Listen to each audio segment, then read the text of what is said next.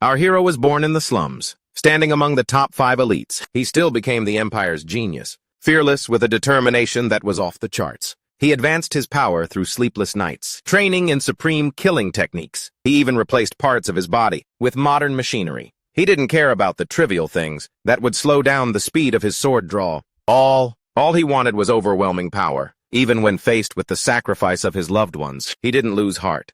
And okay, no more rambling.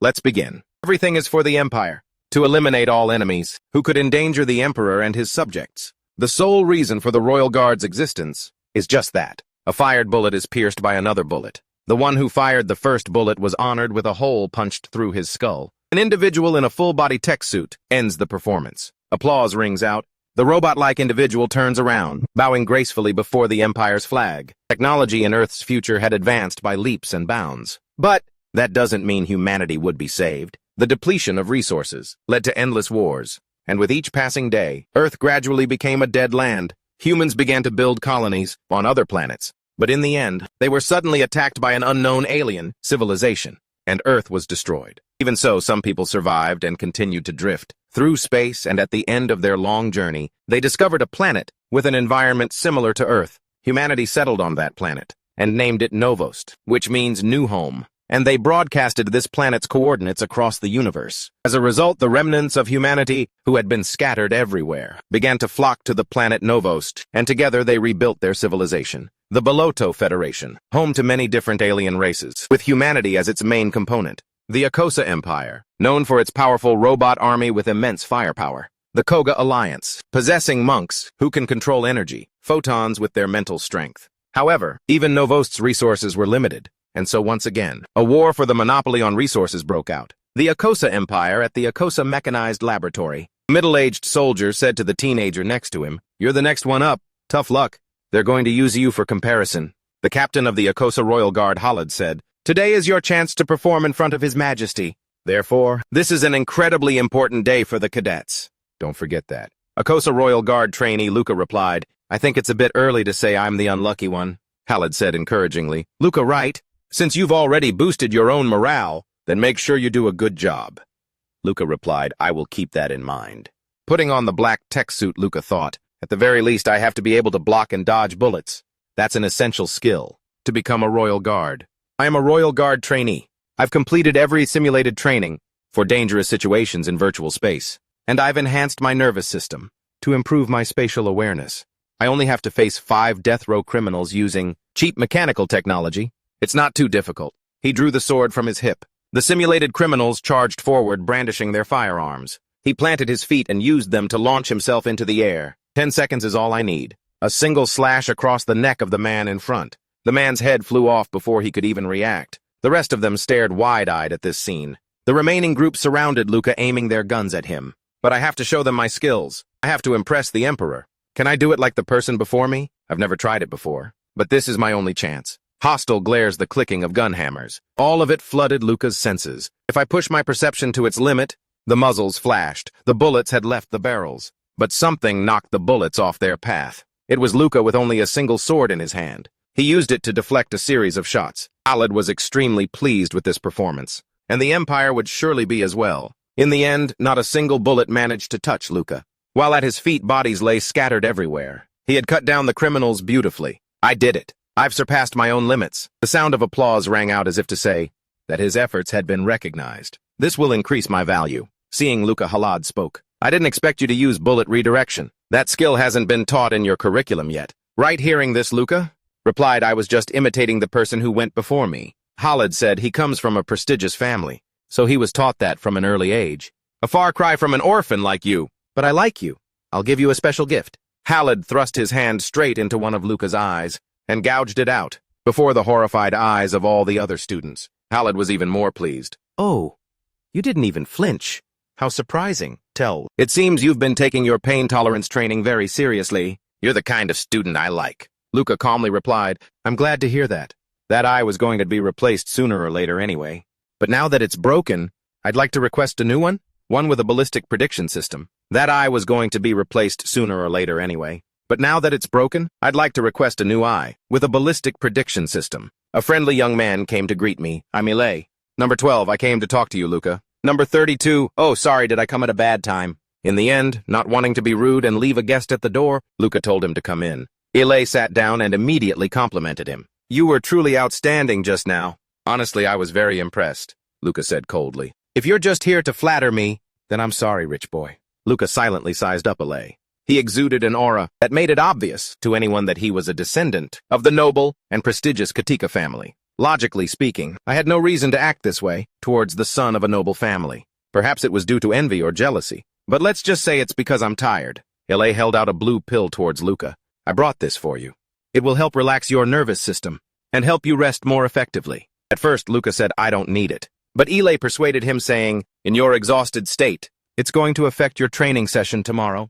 You know as well as I do that you can't always rely on willpower alone. That made sense, and there's no reason to turn down this benefit. Luca swallows the pill. Luca can feel the pill's effect immediately. He marvels that it's a world away from the cheap stuff sold on the street. Perhaps impressed by the pill, Luca compliments him back. Hey, Ile, you're pretty skilled yourself. Ile, I was just copying you. My combat eye helps me calculate the bullet's trajectory very easily. Ile touches his prosthetic eye with his mechanical hand. My combat eye helps me calculate the bullet's trajectory very easily.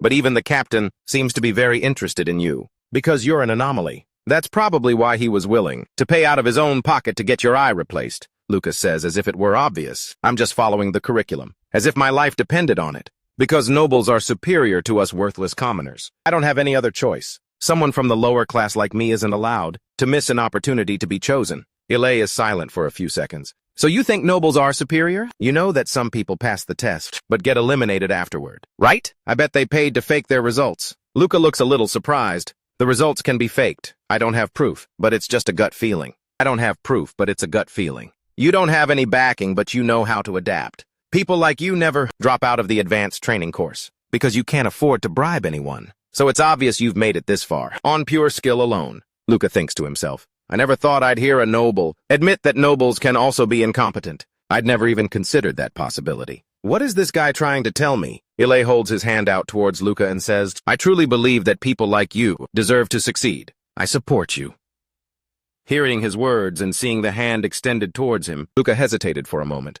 But then, he still decided to shake hands with the young noble. After all, success has always been my goal. Ile is all of this for the sake of the empire. Hearing this, a sad look appeared in Ile's eyes. This is the story of a boy raised in the evil Acosta Empire, brutally forged into a weapon of war. The planet Novus, a planet similar to Earth. Novus is divided into 3 federal factions, the Beolatu, the evil Acosta Empire, and the Alliance. In Acosta, 2 young men stood on a shooting range. Luca looked at the mannequin in front of him. He raised his gun into a firing stance. Utilizing the supports of his new eye, he tried firing a full magazine. When he brought the mannequin closer to inspect his work, the results were excellent. Every single shot was a fatal hit to the mannequin's head. All headshots, and from that distance, too. It's no coincidence that you got the highest score, huh? Ile came over impressed. All headshots, and from that distance, too. It's no coincidence that you got the highest score, huh? Have you already gotten used to the implant in your right eye? Close quarters combat is your specialty, yet you're also a master with guns. That's not fair at all. Luca said that as a royal guard, you have to be skilled with all types of weapons. Besides, I don't want to hear that from the guy who just stands around watching, but then fires an entire magazine into a single point. L.A. laughed it off, saying, well, shooting is my specialty. Luca said you should be competing with me for the top spot, but go ahead and keep that nonchalant attitude. I'll leave you in the dust, L.A. said casually. I'd be very happy if you could do as I've said. I'm rooting for you. This empire needs more people like you. Nowadays, people no longer appreciate true ability and talent. Status and money are all they need to hide their incompetence. But if there were more uniquely talented people like you, then maybe people would gradually realize what true ability is. Luca was not happy to hear this at all. On the contrary, he said in a heavy voice, what you just said sounds like you're insulting the Empire's system. If I reported those words to our superiors, then not even your noble status as a Katika could help you. Ile just smirked confidently. If you were really going to report me, you wouldn't have said that. I know you're a good person. But anyway, thanks for worrying about me. Luca grumbled irritably. What a pain. Second year of training, third quarter. Luca and Ile will be the platoon leaders for this training exercise. If anyone has any objections, speak now. Otherwise, I will continue with the briefing. On the other side of the gorge is an illegal Fakoza outpost, built on our territory. This training exercise will test your real-world combat abilities. Take no prisoners, kill them all the moment you land. The group of teenage soldiers all looked serious. Ile muttered, our first real battle. Hearing this, Luca seemed provoked. What was that, Jun? We've killed people during training before, haven't we? Ilay then explained, but this is the first time we're facing another faction. After all, both Balato and Koza originated from the same human civilization as Zataya. Don't let useless emotions make you drop your guard, Ilay reminded Luca. You know the high-ranking Royal Guards aren't here to protect us. Right, the full mech armor squad. They're just here to observe and dispose of any AI taken prisoner. I agree that the Royal Guard doesn't need weaklings who can't take care of themselves. The other factions are just like moths gnawing away at the mothership. Don't forget what we've been taught. Those guys are all liars just exploiting the Empire. Ilay's cybernetic eyes lit up, showing he was ready for action. That's what we were taught after all. The once peaceful place was now engulfed in a sea of fire. The mother and child from before were now two cold corpses on the ground. Warning lights flashed and sirens wailed. The teenage soldiers were slaughtering everyone, even individuals who weren't armed. Luca had to think to himself, these commoners don't have any decent weapons. I'll finish this training exercise quickly. Then he saw a small child trembling and huddled in a corner. The child was sobbing, calling for their mother. This was the real test. Luca's first real challenge was just a child. They were frozen in fear, an unarmed civilian. It would have been so much easier to strike if they were holding a gun. The more he looked at the innocent child's pitiful face, the more Luca hesitated. He cursed under his breath, damn it. But he remembered Commander Hullet's order, kill them all. Luca tried to convince himself. Don't hesitate. It's just a parasite draining our resources. A single sword strike pierced through a concrete slab. The blade. In the end, he couldn't bring himself to strike down an innocent. Here, Luca chose his conscience, whispering to the child, lie down and play dead. It's the only way to survive. He knew he was making a dangerous gamble, model. I shouldn't be doing this. If the higher-ups find out I'm a goner, it's not too late to go back and take him out. A gunshot rings out. Startled, Luca looks up and sees the person who just fired. L.A. shakes his head, signaling that it's a no-go. Luca breaks out in a cold sweat. How long has he been standing there? Did he see everything? Calm down, he won't report me just for hesitating. But if any of the other trainees had seen, I really ought to thank him. Just as he thought about repaying the favor, Ilay is suddenly attacked. Luca anxiously shouts Ilay's name. An individual who had appeared out of nowhere was standing not far from Luca. The man roars, "You damn scum!" Luca turns to face the man. Did that explosion just now come from him? What kind of weapon causes an explosion? Don't tell me that was Ilay. Completely unharmed, Ilay charges down, intending to slash the man. Then a blinding light flashes in front of Ilay, followed by an explosion. Ilay is slammed to the ground. Now Luca is certain. It's Phlox. There's a Phlox user here. The man says, his voice filled with fury. This isn't a military outpost. It's just a settlement. The people you've killed were just civilians trying to survive. But what young white uniformed soldier would listen to? The words of someone they consider a threat. Right now, Luca is just wondering to himself, did the captain know he was going to show up?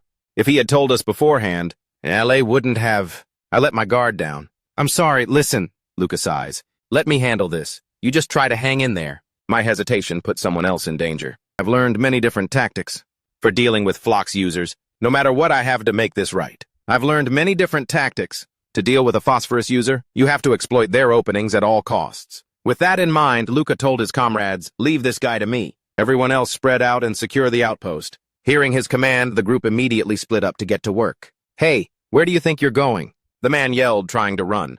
Just as I thought, he's trying to buy time for his comrades to retreat. Seeing the man's frantic actions, Luca understood everything. Just as I thought. He's trying to buy time for his allies to retreat. Phosphorus users need to move their bodies before casting a spell. This guy is using hand gestures. If I can just catch the small fluctuations in the space around him, I'll be able to predict the location of the explosion. And Luca's thoughts were put into action with incredible efficiency. The man began to show signs that his body was being pushed past its limit. Luca figured, he wants to drag this out to wear me down. But if he keeps moving at such a high speed, his body will give out first. I have to strike while I still have the strength to maintain my top speed. He pushed himself to go even faster. Sword in hand, Luca closed in on his enemy for close-quarters combat. The man's face was dripping with sweat. He couldn't dodge in time. The man felt the sword's blade pierce through his body. Just as Luca thought, got him, the man's outstretched hand began to glow. He pressed it against the side of Luca's face. It seemed the man had used his own body to trap Luca within his attack range. At such a close distance, there was no chance for Luca to escape. Just as Luca was sure he was about to die, the man opposing him let out in a shaky voice, "No way. You're just a kid." Luca took advantage of his opponent's hesitation. He used the force of the thrust to drag his blade in a long slash, finishing the man off. He looked at the long red gash on the ground next to the corpse. the man's body now completely motionless. Only then could Luca catch his breath a little. But he was fully aware. If that guy had been a bit more decisive, I would have been dead. But the Korra are fanatics, showing no mercy to any AI that defies them. So why did he hesitate to make a move? Don't let emotions dictate your actions in combat. Everything is for the sake of the Empire, to eliminate any enemy who dares to threaten the Emperor and his subjects. That is the sole purpose of the Royal Guard. Even if I hear the desperate screams for mercy from unarmed people begging for their lives, it will never be a reason to show mercy. The recovery room of the Akosa Sanctuary. Luca, how does it feel to come that close to death? Luca, just worry about yourself. Ile, don't forget you almost died yourself. Ile laughed awkwardly. The optimistic Ile said, this time they gave me some new parts. What about you?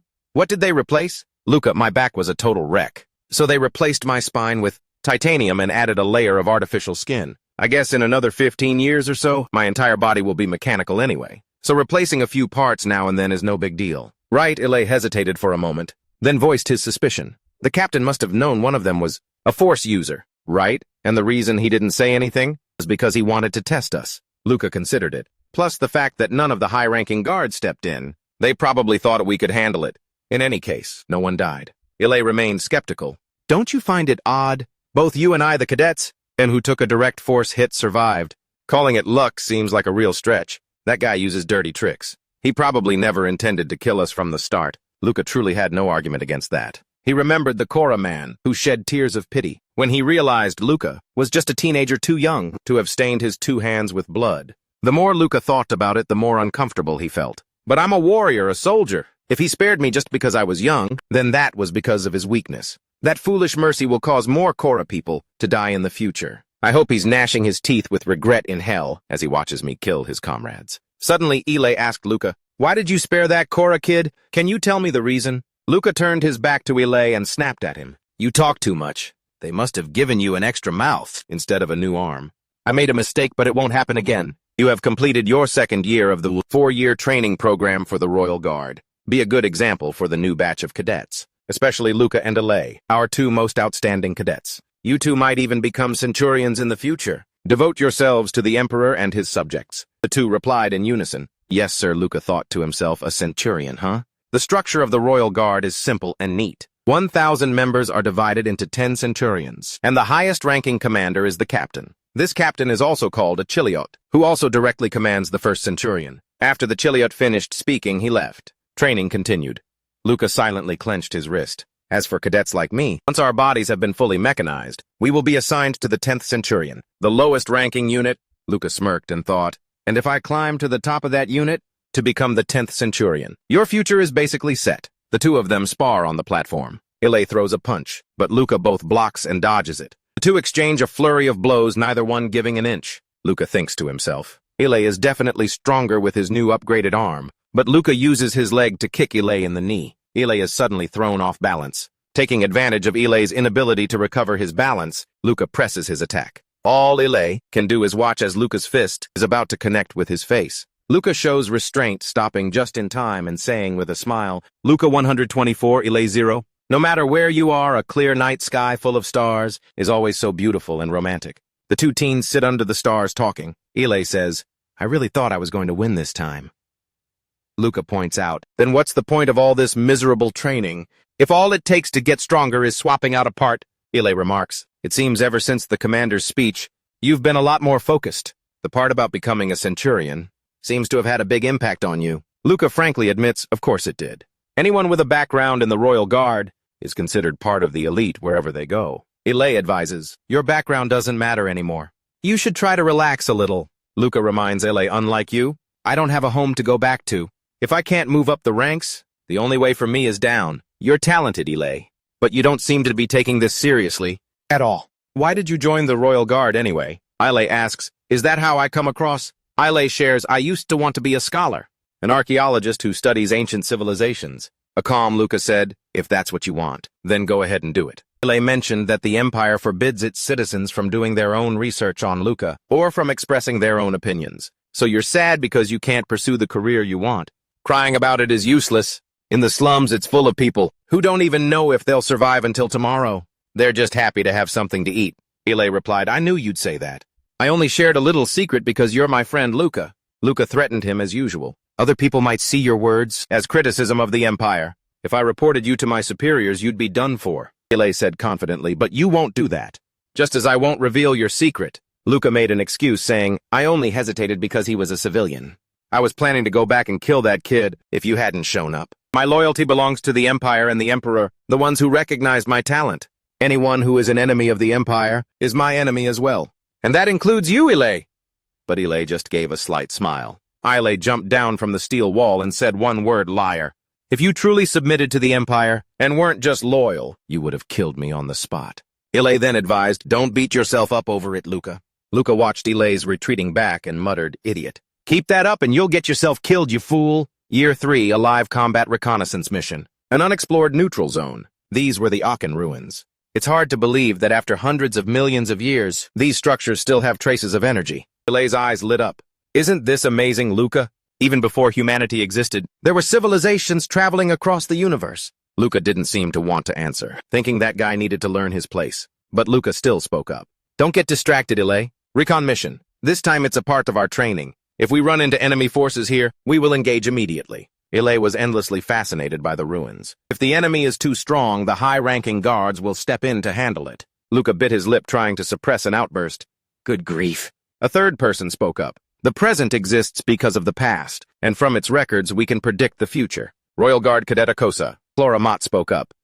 If you think of it that way, then it's not strange at all that some people are interested in history. Luca thought about Clora. The son of a prestigious family, though not on the same level as his Katika family. Clora then asked, Luca, can I ask you something? I admire you. Are you dating anyone? Luca was startled and put his guard up. Come any closer and I'll consider you an enemy. Whoa, relax, Clora said. If you don't have a girlfriend, I just want to introduce you to my younger sister. Confused, Luca said, but I'm an orphan. Clora replied breezily. Orphan or noble, you're going to be my superior one day anyway. Think about it, she's really cute. Ile came over and teased Luca. Well. Looks like someone's got an admirer. Luca snapped, shut up. Luca's mechanical eye sent out a signal. It wasn't just his, Ile's eye did the same. Luca gave the order, life signs detected. Ile's team provide cover. Clora and I will push straight ahead. Luca glanced over and saw something up ahead. And Luca saw a transparent cube floating in the air. Standing near it was an individual wearing a full suit of armor, their head tilted up looking at the cube. When Luca realized what this person was, he cursed under his breath. Damn it! It was a Koja Knight. Knight Kogarasu had detected someone nearby. Luca and his companion were startled. Knight Kogarasu thrust out his spear. Luca broke out in a cold sweat and quickly yelled, Run! Luca's warning was for Clow, but it was too late. A flash of light. Before Clow could even react, the spear had reached him. Luca couldn't believe it. In the blink of an eye, a teammate had fallen. This was a harbinger of the horror to come. A one-sided battle that Luca's group couldn't possibly win. A single spear. After killing Clow, it pierced into the Aken ruins. Then, as Luca watched, Knight Kogarasu reached out his hand using some supernatural power and summoned the spear back to his hand. Luca looked down. His comrade's mangled body was still twitching. Just moments ago, Clow was alive and well, introducing his sister to him. And now his life was snuffed out in an instant. In the blink of an eye, the spear point gleamed, and a moment later, the upper half of Clow's body was gone. Luca silently urged, Work, you stupid cybernetic eye. But Luca's eye kept reporting an error. At all costs, I have to predict that spear's trajectory. In a situation where neither his pure senses nor his technology gave Luca any chance of survival, a sudden gunshot rang out. Knight Kogarasu's armor projected a bulletproof shield. Ile and two teammates arrived as backup. Luca, snap out of it. Don't just stand there frozen. We have to buy some time. With the appearance of his friend Ile, Luca seemed to regain his composure. That's right. There's no escaping that paladin by running.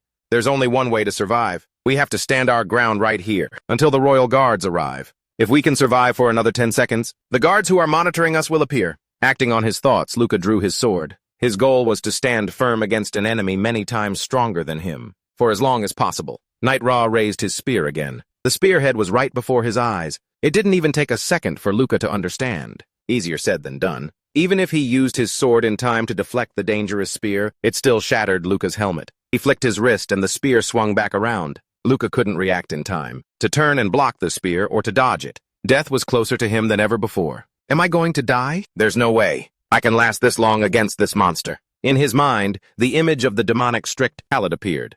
That student, you look like nothing more than a pig, waiting to be slaughtered. If you keep running like that, you'll just get shot in the back. When the enemy swings their sword, you have to swing back. The royal guard has no place for the weak. The words of Halid seemed to awaken Luca's ultimate survival instincts. I have to act. Before the spear could strike, Luca did something new, something he thought was impossible just a second ago. But his enemy was more than just that. The spear emitted a burst of energy, exploding and causing collateral damage. A piece of his sword flew spinning through the air and embedded itself firmly in the ground. Thanks to his talent and a bit of luck, Luca survived that attack. But the damage was unavoidable. It's over. My hand is gone. But at least I blocked the spear. The next attack was coming. This time Knight Ra didn't use his spear. Instead, he drew his sword and slashed at Luca. Once again displaying his amazing reflexes, he dodged even with one hand now useless. But it seemed that Luca managed to dodge because the target of that slash was never him to begin with. It was the three individuals behind him. Luca shouted Alay's name.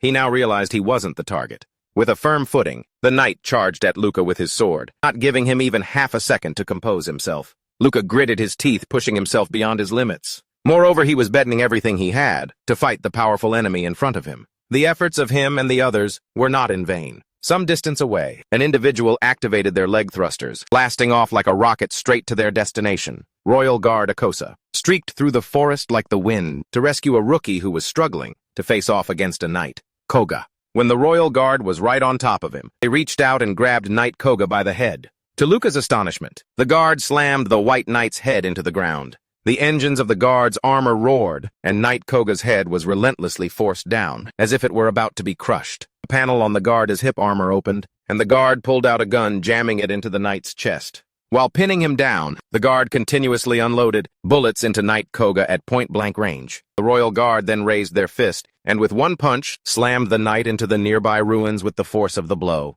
From a distance, Luca watched the ruins shake. He panted, staring wide-eyed at a fight that occurred. In the blink of an eye, the Royal Guard emerged from the settling smoke. Seeing that it was his ally left standing, Luca finally let out the scream he had been holding back for more than 10 seconds. Time that felt like an eternity just moments ago. I'm still alive. But it was too soon for Akosa to celebrate. When the guard looked back, they saw Knight Koga standing there ready for round 2, facing the Royal Guard. Knight Koga was at a clear disadvantage. The knight had to use his sword to prop himself up. Shards of his helmet fell and scattered everywhere. Something was revealed from behind the Royal Guard. The guard drew it out. It was a weapon that resembled an axe. Luca stood and watched. Two military symbols of opposing factions faced off. A member of the Royal Guard was using the Empire's ultimate weapon, the Legion armor, facing off against a Korra paladin who wielded the power of Ford. Both sides charged forward for a decisive battle. Luca wondered who would be stronger. Both sides were determined. Only one of them would be left standing. A battle between two individuals shook the entire forest. The roar of engines and the clash of weapons. They tore at each other with incredible speed, a speed that no one present could follow. Every time they landed, it echoed with a loud bang. From the sky to the ground, they clashed. The two were evenly matched. Luca stood there witnessing this life-and-death duel. It was a real eye-opener for him. Their blades moved so fast that my eyes couldn't keep up.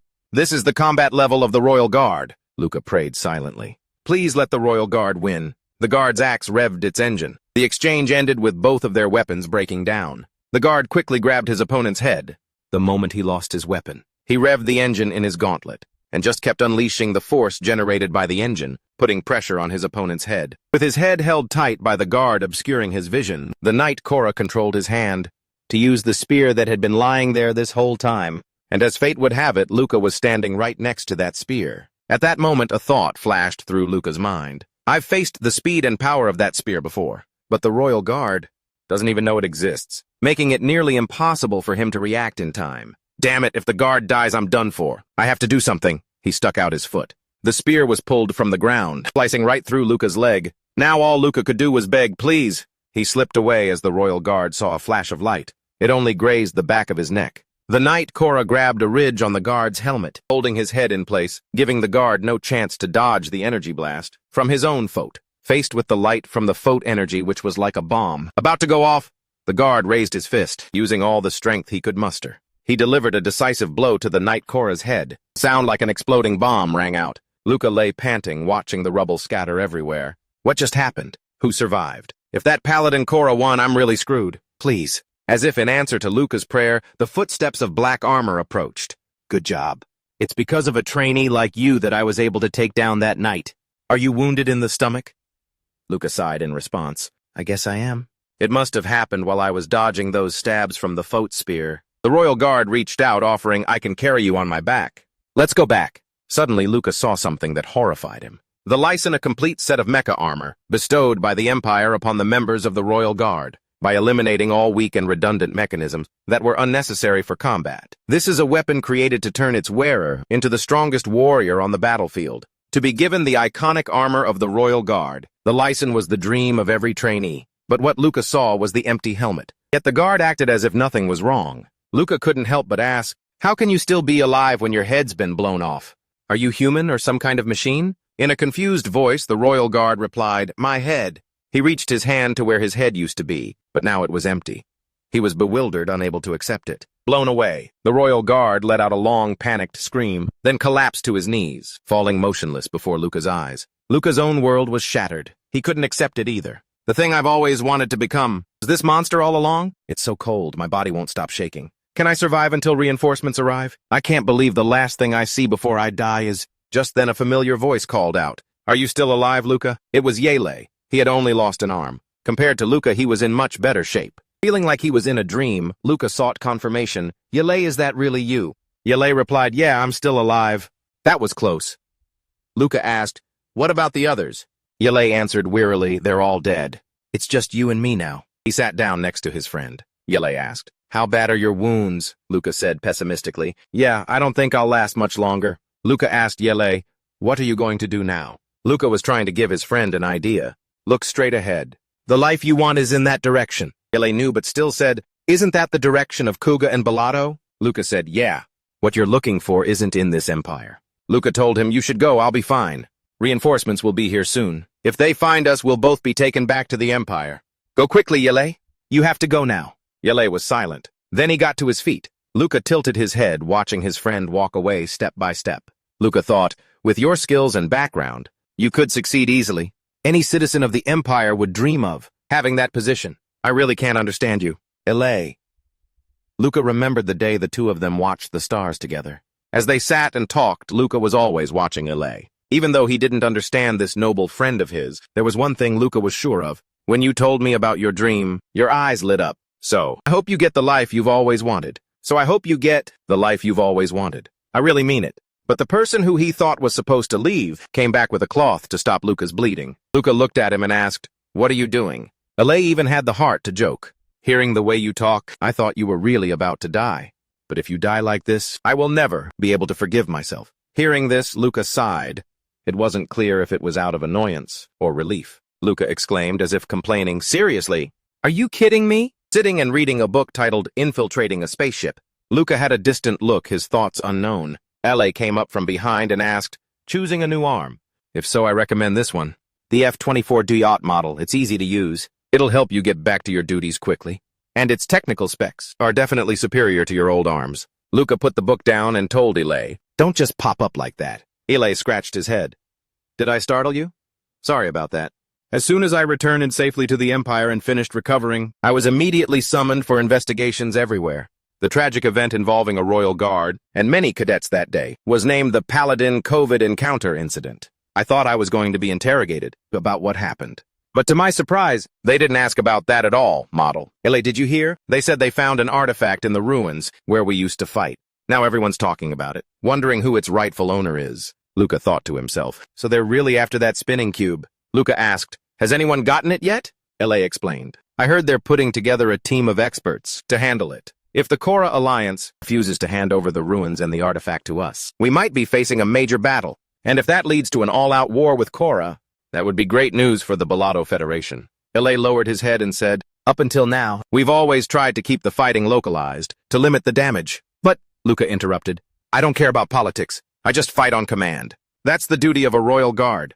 The royal guard. Mentioning that title, Luca remembered the image of a guard with his head blown off. When I reported that I had spoken with that royal guard, even after his head was blown clean off, the captain explained it like this: "A hallucinatory phenomenon arising from a residual signal." But was it really because of a residual signal? Like he said, the man responded to what I said, even though he was clearly dead. That couldn't have been just a hallucination. Those questions remained unanswered. But I'm not stupid enough to go digging into secrets that the higher-ups want to keep hidden. I'm not that foolish. In the apprentice training area, there's a very luxurious place, completely out of place compared to its surroundings, the reception room. a space for friends and family to visit. A trainee soldier who grew up in an orphanage. I never thought I'd have a reason to come here, so this time's visitor really took me by surprise. Lillian, the younger sister of Claude, who had just passed away.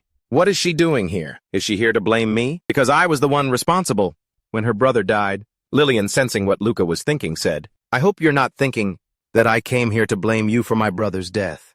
Ever since my brother decided to join the Royal Guard, our family has always been prepared for this possibility. Holding her warm teacup, she said, I came here today only because I wanted to meet you, Luca. Claude mentioned you a lot. He said you were an excellent teammate, and he even asked if I'd be interested in getting to know you. Luca took this chance to say, in that case, I'm sure. He also told you about my background. Lillian calmly replied, he did, and I think that makes things even easier.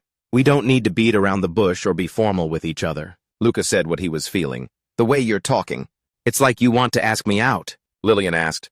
Aren't you interested? Luca replied. I don't really know anything about you, Lillian. She then suggested, then why don't you try getting to know me? He asked doubtfully, but why me? She answered, isn't the fact that this is what Claude wanted reason enough? I think this is a pretty good offer for you, too. Everyone will be jealous of you, you'll see.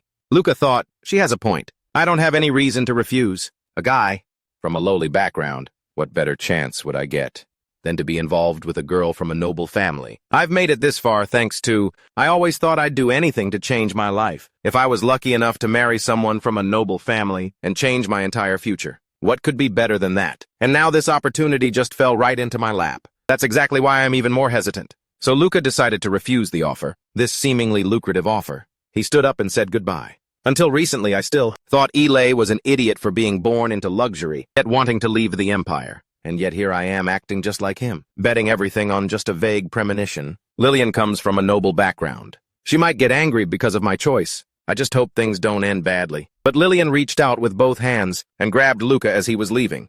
Perhaps I was a bit too hasty, Luca. Lillian, with her blushing cheeks, said, then let's be friends first, okay? Luca said flusteredly, that's not what I meant. But Lillian was quick. She didn't give Luca a second chance to refuse her. Well, then I'll come visit you again next time. See you later. Luca looked at the hand Lillian had just grabbed. She's really someone who's hard to shake off. Acosta Physical Training Center. Luca stood opposite a middle-aged man. Costa, the martial arts instructor of the Royal Guard, Kinuan said. I never thought I'd see the day you'd come looking for me. Luca stated his purpose. I'm here to learn a few more moves from you, sir. Kinuan told him, there's nothing left for you to learn about martial arts. Your skills are already outstanding.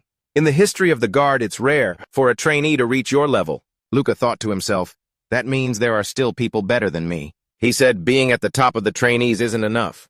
Kinuan said there's no need to be so overly ambitious. Kinuan is the martial arts instructor, specializes in training students. He's strong but not intimidating like the other instructors. Unlike the other Royal Guards, he uses a standard weak mechanical body. In terms of physical strength, my new arm has to be 10 times stronger than that body. My only weakness is that I'm still not a full cyborg, so my organic parts are still too vulnerable. If I can't even beat an opponent like him, then how can I possibly face stronger enemies like Lady Ruz Paladins, Luca said.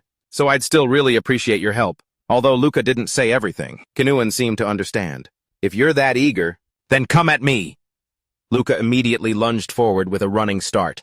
Kinuan raised his hand and deflected Luca's punch. He asked, you wanted to test out your new mechanical arm, didn't you? Even though he's retired from the Royal Guard, I didn't think these attacks would work anyway. Luca attacked relentlessly, while Kinuan stayed on the defensive. However, if I attack while closing the distance, and then use my superior physical strength to end the fight, Luca grabbed Kinuan's sleeve, twisting the fabric to momentarily lock Kinuan's arm. At the same time, he used the opening to throw a powerful punch.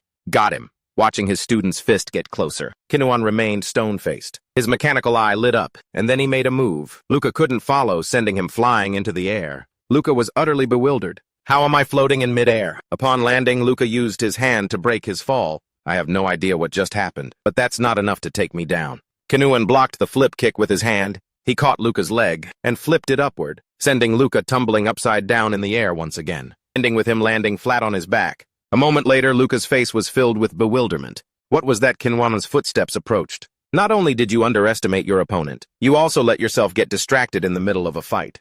What's the rush, Luca? Looking down at his student, Kinuan asked, what's the rush, Luca? Luca was stunned, wondering to himself, what just happened? Based on the trajectory of my first attack, I should have hit Kinuan's chin. But the moment he touched my arm, Luca felt as if something had been distorted. My body completely lost control. Or more accurately, the energy I put into that punch was reflected back and pierced through my own body. What in the world did you do? Kinuan replied, that's my own self-defense technique. Hearing this, Luca eagerly turned around. One of Kinuan's eyes was bleeding, and his hand was shaking uncontrollably as he said, you want to learn something that would make you end up like this? Every shortcut has its price. After that, the master and student sat down to talk. Luca, what did you feel and what did you learn from that last match? Luca described the feeling as being hit by a spell. It was as if I no longer had control over my own body. That's acid victim, also known as the acid tactic. Luca immediately questioned it. Wait a minute. Isn't that a self-defense technique used by some street thugs? Isn't that what they use on the streets? But the thing you just used was so powerful it could be incorporated into the military as a standard tactic. Actually, the higher-ups did consider that. But it has 3 major drawbacks. Luca said, like how it's difficult to learn, for instance. Kinuan praised him, you're smart, Luca. What else? Kinuan asked, letting Luca figure it out for himself. I'm guessing the neurological disorder that occurs as a side effect. Precisely. And I bet you can't guess the third problem. Despite the weakness that ravages the body from within, Luca remained resolute. If it helps me get stronger, I'm willing to take the risk. Master Kinuan pushed himself up from his knees. That's not for you to decide. How much do you think has been invested in you? Luca tried to persuade his master, but Kinuan calmly cut him off. Answer me this. If you learn the ASD tactics later on, you will definitely suffer from a neural disorder. Can you promise you'll stop when that happens? No, Luca knew himself well. If I were to lie, you'd see right through me. I can't swear to it, but I will try. This ambiguous answer seemed to satisfy Kinuan. I like that honesty. Kinuan patted Luca's shoulder. Then he suddenly swept Luca's legs, knocking him down. He pushed himself backward and left cheerfully, not forgetting to leave a parting word. From now on, whenever you're with me, you must always be ready to fight. No matter the circumstances. Luca rubbed his head. You mean? Kinuan silently motioned for him to get up. I prefer to teach quickly and efficiently. Lillian couldn't help but ask Luca, have you been sleeping well lately? With a dark expression and deep circles under his eyes, Luca looked at Lillian. Luca answered vaguely, I've just been busy with something. It's been a month since I started my daily training sessions with Kinuan. If you can't imitate it, then no matter how I explain it, it's useless. He doesn't teach anything specific. He wants me to grasp it on my own, from what I've managed to pick up. The ASD tactics are completely different from anything I've ever learned. If the previous combat techniques focused on mastering, with each technique being distinct, acid is about forcing them to surpass their absolute limits. In other words, it's an advanced combat system that uses the very weapons I already have in my hands to instantly build the most effective strategy in that moment. It's basically a way of using your brain. Luca also asked Lillian, hey man, how was the mission? Lillian said there was nothing special about it, just dealing with a malfunctioning android. Lately, all my missions have been trivial stuff like this. It's child's play. Luca guessed the higher-ups were probably being cautious because of that Cora incident. I guess that's also why we haven't seen the captain. Lillian said that's not it. I overheard something about it at home. Luca casually added that if the captain's involved, then it must be something as big as a rebellion. But Lillian confirmed that it's true. I don't know the details, but some group is plotting an uprising. Luca clicked his tongue in annoyance and grumbled. In the middle of a cold war with Cora, and someone is planning a rebellion. That's ridiculous. Lillian stated his opinion. If we keep treating things like this as a joke, the Empire will rot from within. Agitated Luca grabbed him. Lillian raised his fist as if he wanted to punch his friend to shut him up. Nonsense, I've already warned you, Lillian. I can overlook you being a dissident within the Empire. But if you become a true enemy, then even I can't turn a blind eye. Lillian's face turned pale as he spoke. I also passed the aptitude test to get into the Royal Guard. Just like you, Luca. I'm only saying what's necessary for the Empire. Calm down. Luca finally let his friend go, reminding him not to say things that can be easily misunderstood. I don't want to see your name in... Lillian cut in saying he knew. I won't say those things in front of other people. Just relax a little, Luca. Let me treat you to something good this weekend, okay? I already have plans, and don't talk to me anymore. You're so annoying. Lillian teased got plans with a girl. This made Luca lose his patience and tell him to get lost. The lower district of Acosta. Kinuan said, It's been a while since you've been back, hasn't it? Place familiar to both of us. Because we both came from the lower class, Luca shared. The day I became a cadet in the Royal Guard, I swore I would never come back here. I don't want to breathe the same air as these pathetic people, Kinuan simply remarked. You're really the type of person who always strives for success. But Luca himself didn't expect it. When he told me to set aside time this weekend, I didn't think we'd be coming here. He looked at 2 thugs, arguing over nothing on the side of the road, and felt bored. The air in the lower district made his eyes sting. Geothermal energy from the magma layer beneath the capital is used to power the entire city. but the heat and pollutants that aren't completely filtered. In the plants are vented directly out here. I breathed this foul air throughout my childhood. It made me feel that if I kept living here, I would be nothing but a failure my whole life. So I had to get out of here at any cost. Damn this place, Luca thought. The more he experienced this atmosphere again, the more he hated this place he came from. Kinuan brought him back to the main task. This way, Luca. A black market, Kinuan asked. First time here, Luca replied. Yeah. When we were kids, we were always curious. It wasn't strange for kids to wander into the black market and disappear forever. Luca could tell from Kinuan's demeanor that he knew this area very well. I can't believe it. A man with 15 years of experience in the Royal Guard knows these streets better than I do. And he even made me equip weak limbs for this trip. Master, what in the world are you planning? Kinuan suddenly said, get ready, Luca. Although Luca didn't understand, he still walked steadily alongside Kinuan. 2 guards stopped them, and Kinuan halted. The audience entrance is on the main street. Kinuan then said, I'm here to see your manager. The guard asked, you know Alex? Kinuan replied innocently, not really, I just want to meet him. The gatekeeper felt that Kinuan was messing with him. He pulled out his gun and yelled, look at this bastard. Kinuan just smiled. Luca understood the signal and moved to subdue the guard pointing the gun. The man was put in a leg chokehold by Luca, making it difficult for him to breathe. The other guard was about to draw his gun to help his partner, when a warning shot was fired near his feet. As Luca restrained the guard, he used the man's own gun to aim at the other one, telling him to stand still. The other guy had no choice but to raise his hands in surrender. Kinuan, standing aside, said with a friendly smile, now you understand the situation, don't you? I suggest you call that Alex guy out here. Immediately he tossed the 2 guns to the ground. Luca asked curiously, if I had been slow, what would you have done, Master? Kinuan replied, I would have figured something else out when the time came.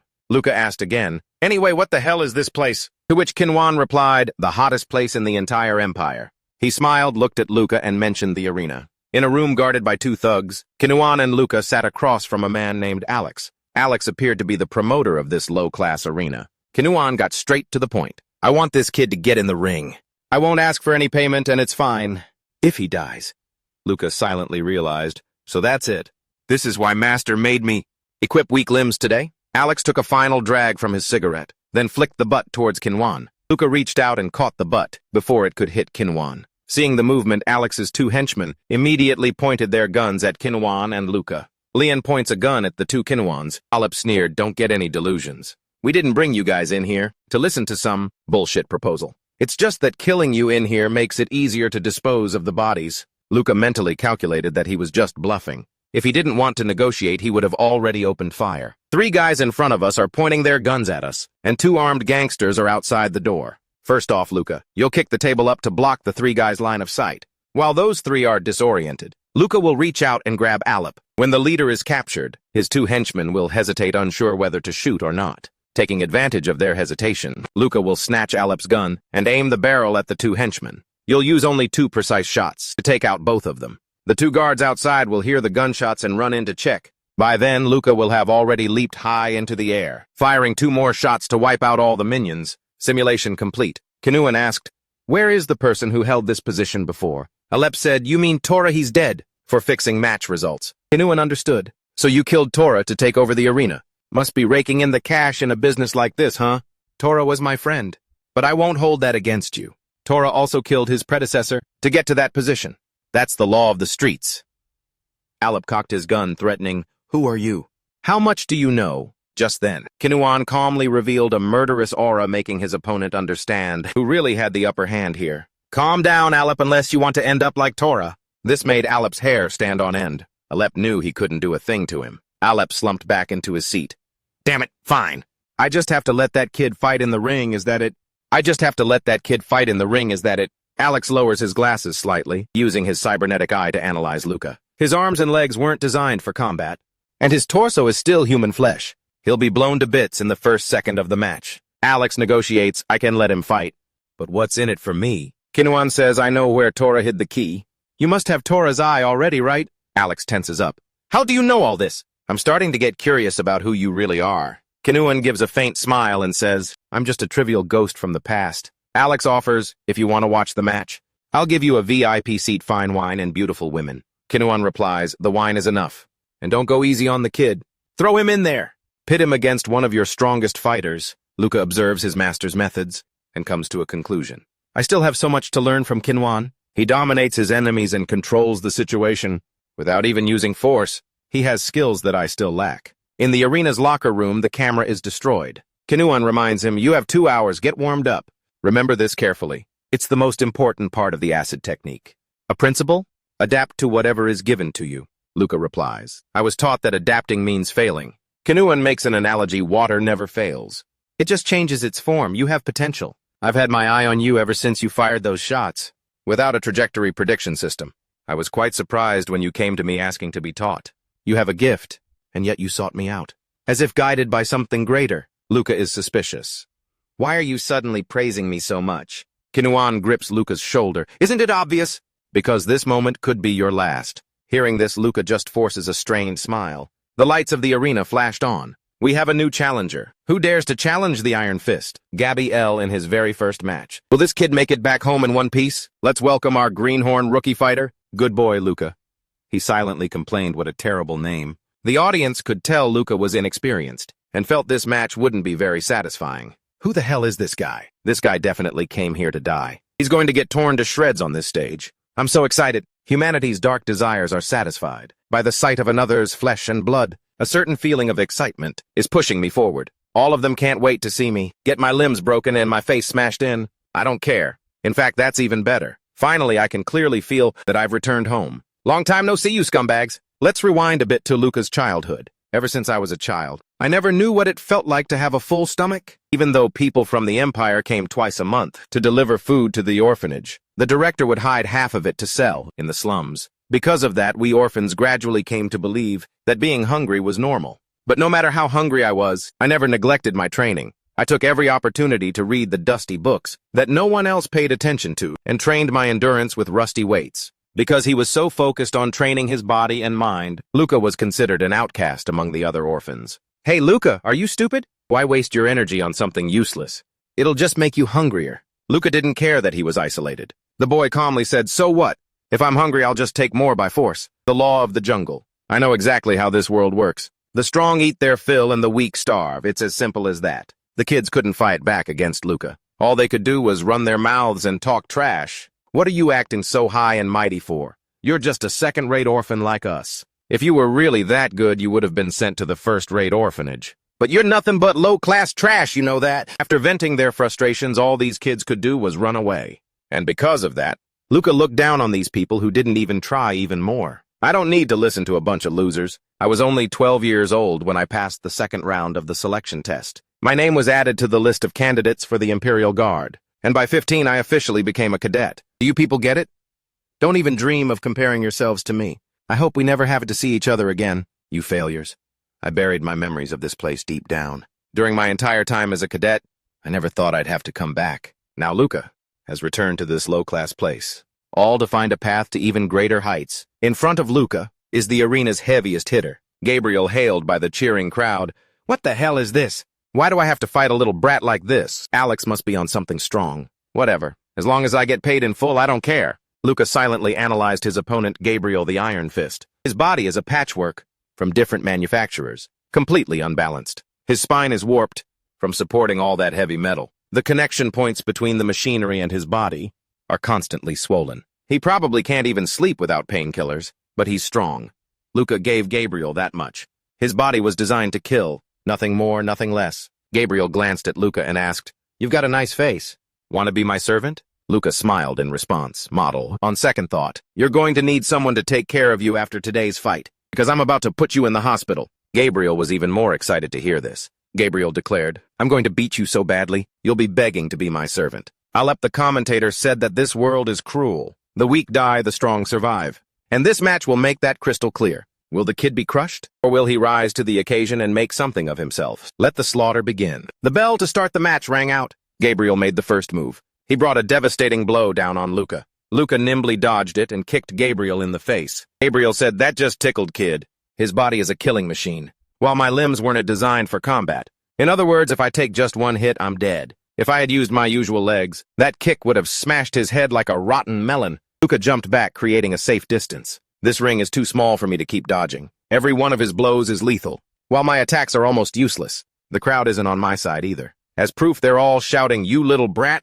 Are you playing hide and seek? Just die already so we can see the next fight smash his skull in Gabriel. This is what I have to face. What on earth did Kinuan bring me here for? Luca remembered Kinuan's hints. Adapt to the situation. Wishing for something you don't have won't solve anything. No matter how much you beg, a gun isn't going to fall from the sky. You have to fight with what you've got, even if it's the worst hand imaginable. Kinuan may have taken my limbs, but I still have my cybernetic eye. That means he doesn't want me to win by relying on a machine body. Gabriel. A good match. Luca muttered these two words to himself. The AC technique is for maximizing the efficiency of what you already have. Gabriel's fist is like a giant iron cannonball. The drop of his shoulder is the fuse. His gaze is the barrel. His arm's length is the range. Compared to a gun, it takes longer to prepare and has a shorter range, but its trajectory is easy to predict. Kinuan from the stands saw Luca's breakthrough. He gave a satisfied smirk, silently praising the genius Luca. Just by using your own strength, you've almost reached a Sid's level. Go on and let your talent shine. At this point, it was clear that the more Gabriel fought, the more exhausted he became. The biased audience roared and cursed. Gabriel, are you making a fool of yourself in front of a newbie? What are you waiting for? Kill him, you moron! As for Luca, the more he fought, the more he figured out his opponent's style. I'm more focused than ever. So much so that I can predict Gabriel's attacks. Can I pull it off now? Learning from Kinuan's methods, Luca placed one hand on his opponent's arm and used one leg to sweep Gabriel's knee joint. While executing the takedown, and while Gabriel was disoriented, he kneed him right in the face. It sent Gabriel's entire massive body crashing down onto the arena floor. Luca laughed with delight. This feels incredible. Is this the feeling that you had master when you did the same thing? To me, veins bulged on Gabriel's forehead as he almost spoke. I don't know what kind of magic that was, but I already told you. Gabriel raised his fists. A weak attack like that has no effect on me. Gabriel's punch was more explosive than before. Luca, more excited than ever, dodged, only getting a cut across his cheek. The missed punch didn't manage to inflict any damage on his opponent. Gabriel was aware that Luca had his chin, but he arrogantly underestimated his opponent. Luca knew this and said, "You think I can't do anything with this body?" "Right, but because my robotic limbs are weak. I just need to compensate with something else." He locks Gabriel's head while simultaneously driving his entire body upwards. Luca uses the momentum to twist Gabriel's neck until it lets out a loud crack, gifting Gabriel an extra technique, the acid victim's zero-gravity suplex. That's right, just sit there and wait for the day I fall, because I will keep getting back up until I can no longer hear any of your voices. Luca turns his back on his utterly defeated opponent.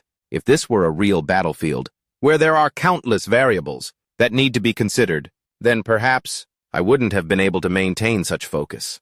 But because this is a controlled environment, I can focus to the point where I can almost see the future. Luca walks away at a steady pace. I have to admit one thing.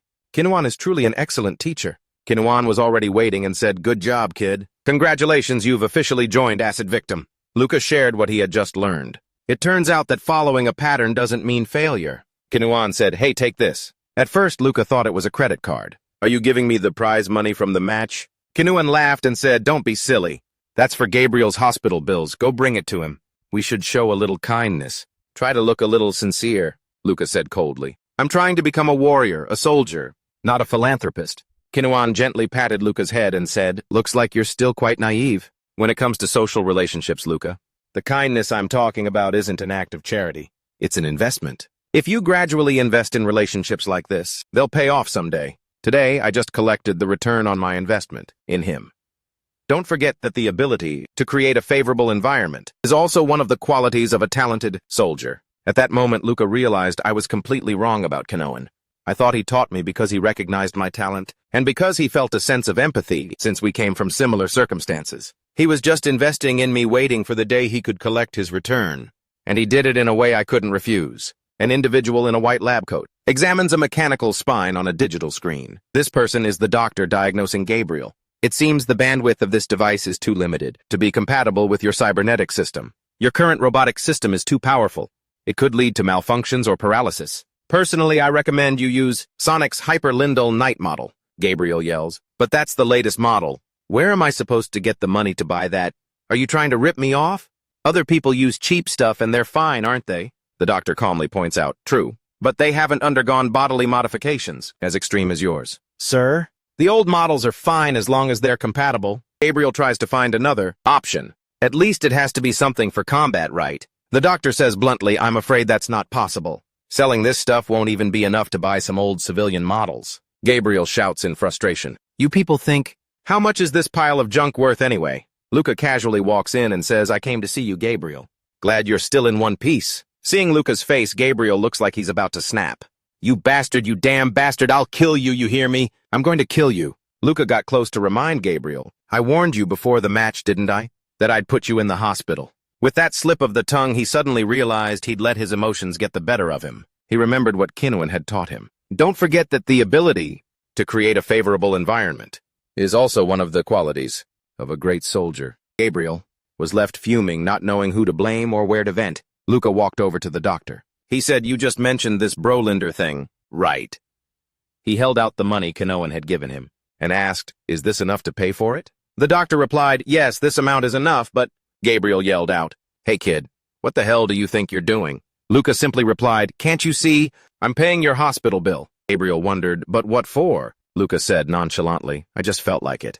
Gabriel said mockingly, you're really as good as your good boy nickname, huh? But then, Gabriel mumbled the victor's compassion. Right here. Gabriel then properly asked for his opponent's name. What's your name, good boy? Luca stated his name. Gabriel took the initiative and offered, if you need anything in the future, find me. You can be sure that I'll repay this debt, Luca. This feeling isn't half bad.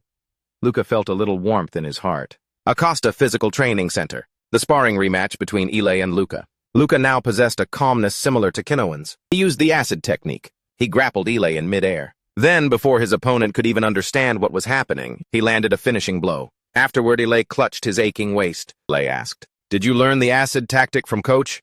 Kinuan, Luca replied, yeah.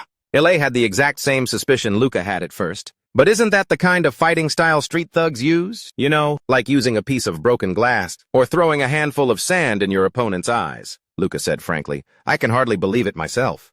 But he calls it acid elathan. I can't even imagine ever beating you. Come on now, Luca is just trying to encourage you. But you're still the only trainee who stands a chance against me. He thought to himself, there's no doubt about it.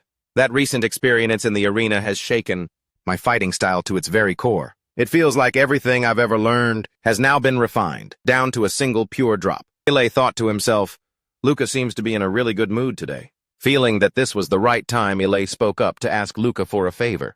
If you have some time, could you give me a hand with something? Luca readily agreed. Visiting room training grounds. Acosta Royal Guard Academy. Luca was visibly losing his patience. Ile avoided his friend's gaze. Lillian sat looking directly at Luca. Hearing the anger in Luca's voice as he called his name, Ile could only make an excuse. Sorry, Luca. My family has a long-standing relationship with the Yamamoto family, so it was hard to refuse. Lillian wondered. I've sent so many requests to meet you. But why do you keep avoiding me? Luca replied coldly. Because I'm not interested. I was hoping you would understand that my silence was my answer. Ile said to his friend Luca, can't you be a little nicer? Luca clenched his fist and said in a low voice, shut up, Ile.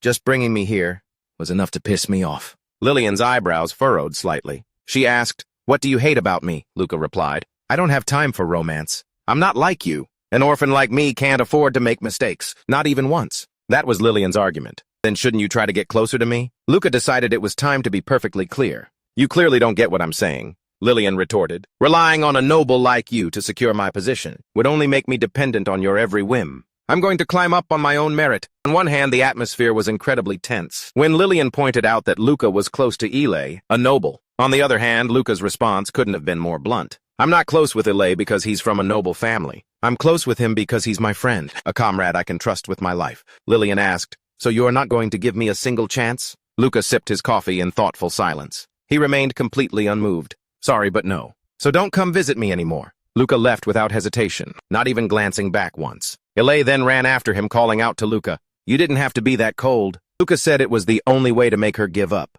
Ile couldn't argue with that. He could only reluctantly ask, but why did you have to be so harsh and reject her completely? Luca explained what was bothering him. Because I don't understand why she's so determined to latch on to me like this. Approaching someone with nothing to his name, just because her late brother praised me once. She must have another motive. But Ile tried to convince him. You mean you're wary of her because you don't know her well enough? But if you just took some time to get to know her... Luca cut him off. You like her, don't you, Ile? A flustered Ile said, why would you say that? Luca sighed. He pointed out the way you look at her, and the way you've been fidgeting this whole time. It's all written on your face. Luca was also a little surprised by this side effect. Ever since learning acid victim, I've become extremely sensitive to these kinds of things. In any case, that has nothing to do with me. If you like her, then stop being so indecisive. Just go for it. He hesitated, and without thinking, I turned my head back toward the room where Lillian had just been. On the table were 3 drinks. Only Luca's was completely empty. I can't, Luca. In a place like an artificial lava pit, 2 individuals were present, ignoring the dense smoke and intense heat. Today will be a meditation session, for practice, to keep your mind calm under any circumstances. Can you tell me what you would do if in that gangster's office a fight broke out? Inuandak. Ah, that's right. I did promise to tell you if you won, didn't I? The gangsters, both inside and outside the office, were all armed and ready for a fight. I can't think of any safe way to get out of that situation without a weapon. I wonder what he's planning to do. Kinuan gave Luca an unexpected answer. If a fight breaks out, I plan to duck and hide. Luca frowned and said, but Alex and the other gangsters all have guns. If your first move is to hide, wouldn't you get shot to pieces? Before you could even do anything, Kinuan said. I figured you'd use that moment to step in and help me. You'd defeat Alex and his goons even if it meant taking a bullet. Luca posed a hypothetical. But what if I'm not there at the time? Or what if I hide?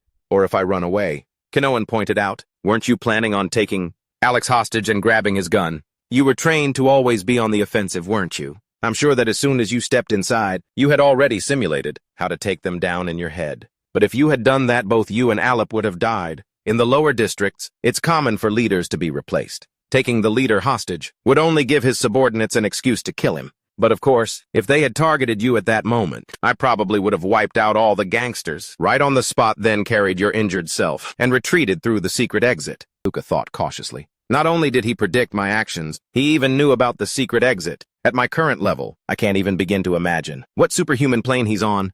Aces in Latin means sharp, like a pair of sharp eyes. Aces. Victrum is a tactic that uses all of the brain's resources to enhance one's perception and observation. Don't forget that's what it is in reality. So the abnormalities in your brain activity are a side effect of using your brain beyond its limits. Suddenly, Luca realized something.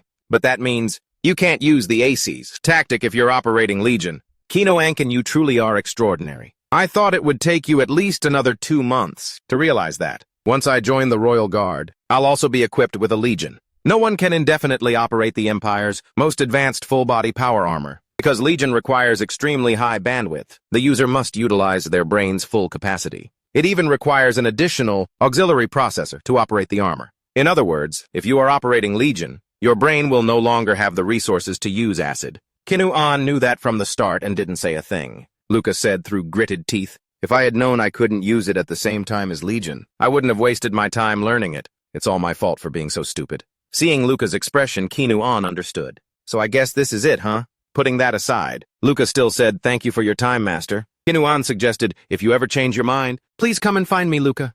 Damn it! Luca cursed bitterly in the captain's office. Has it been 3 months already? The captain of the Imperial Guard, Acosta Haladatosia, said I've been so busy with one thing after another that I haven't had any time to check on the trainees' progress. Luca thought to himself. Ile was right about the rebellion. Meanwhile, Halad asked, what have you been up to all this time, Luca? He replied, I haven't been assigned any missions for a while now. So I've just been training on my own, sir, Halad said. You won't be assigned many field missions anymore. You're more than skilled enough to join the main army now. Oh, by the way, I heard that you've been in frequent contact with your trainer, Kinuan. Luca tensed up.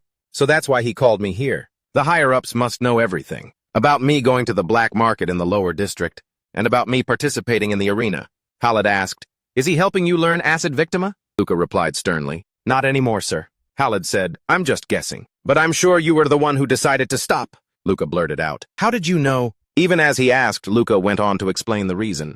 Because the acid tactic can't be used at the same time as Legion. I figured learning it was pointless. If I was set on joining the Guard. Halad continued guessing. You've figured it out, haven't you? Kinuan would personally eliminate any students who weren't competent enough. As for the ones who were competent, they would soon realize that learning acid victim wasn't worth it. That's why other than Kinuan, no one has ever been able to fully master acid victim. Halad then asked out of the blue, do you want to continue your lessons? To be specific, I want you to maintain a close relationship with Kinuan. Therefore, you should continue your lessons. That's an order. Is the captain suspicious of Kinuan? Why would he need to monitor a veteran? Luca wondered to himself, is the captain suspicious of Kinuan? Why would he need to monitor a veteran? I can't ask questions. Knowing any inside information could put my life in danger. Understood. I will continue learning acid victim. So Luca adopted the standard demeanor of a soldier, accepting the order and following it. Understood, I will continue learning acid victim, Halat casually remarked. In a tone that was hard to tell if it was a warning or a compliment to Luca, you should know that I've always had my eye on you. It's people like you who can succeed in this world. Luca went to see Kinuan again in the lower district. The old man said, I didn't think you'd be back so soon. In any case, I did say that if you changed your mind, you should come and find me, so I won't ask any more questions. Luca was secretly surprised that things went so smoothly. I thought you wouldn't take me back. I didn't expect it to be this easy, Luca wondered curiously. But why did you come to the lower district today? Kinuan asked. Do kids these days still like this stuff? Luca replied, of course they do. When I was a kid, I used to stand and look at these toys and just drool. Kinuan gestured to the shop owner. The owner said without even bothering to look up, if you're looking for something, find it yourself. I'm not helping. Kinuan said, I'll take all the toys you have here. You guys deliver, right? The owner jumped and exclaimed, all of them. Luca was baffled, wondering to himself, why toys? Later that same afternoon, they found themselves in front of low-grade orphanage number 47. Luca couldn't help but speak up. Isn't this an orphanage? Kinuan gave Luca a task.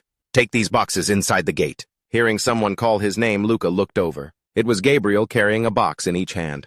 These are huge. You called me all the way out here just for this. Do I look like your errand boy? It turns out Luca had accepted the job, then called Gabriel over to do the heavy lifting. Luca said shamelessly, didn't you tell me to call if I ever needed anything?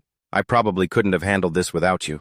They don't deliver to this area, you know. All in all, Gabriel wasn't really angry, just grumbling a bit. Geez, I figured it would at least be something more important, like a brawl with a gang or something. Luca found this amusing. If I were actually in a brawl, I wouldn't have time to call you, would I? Idiot, Gabriel muttered, realizing Luca had a point.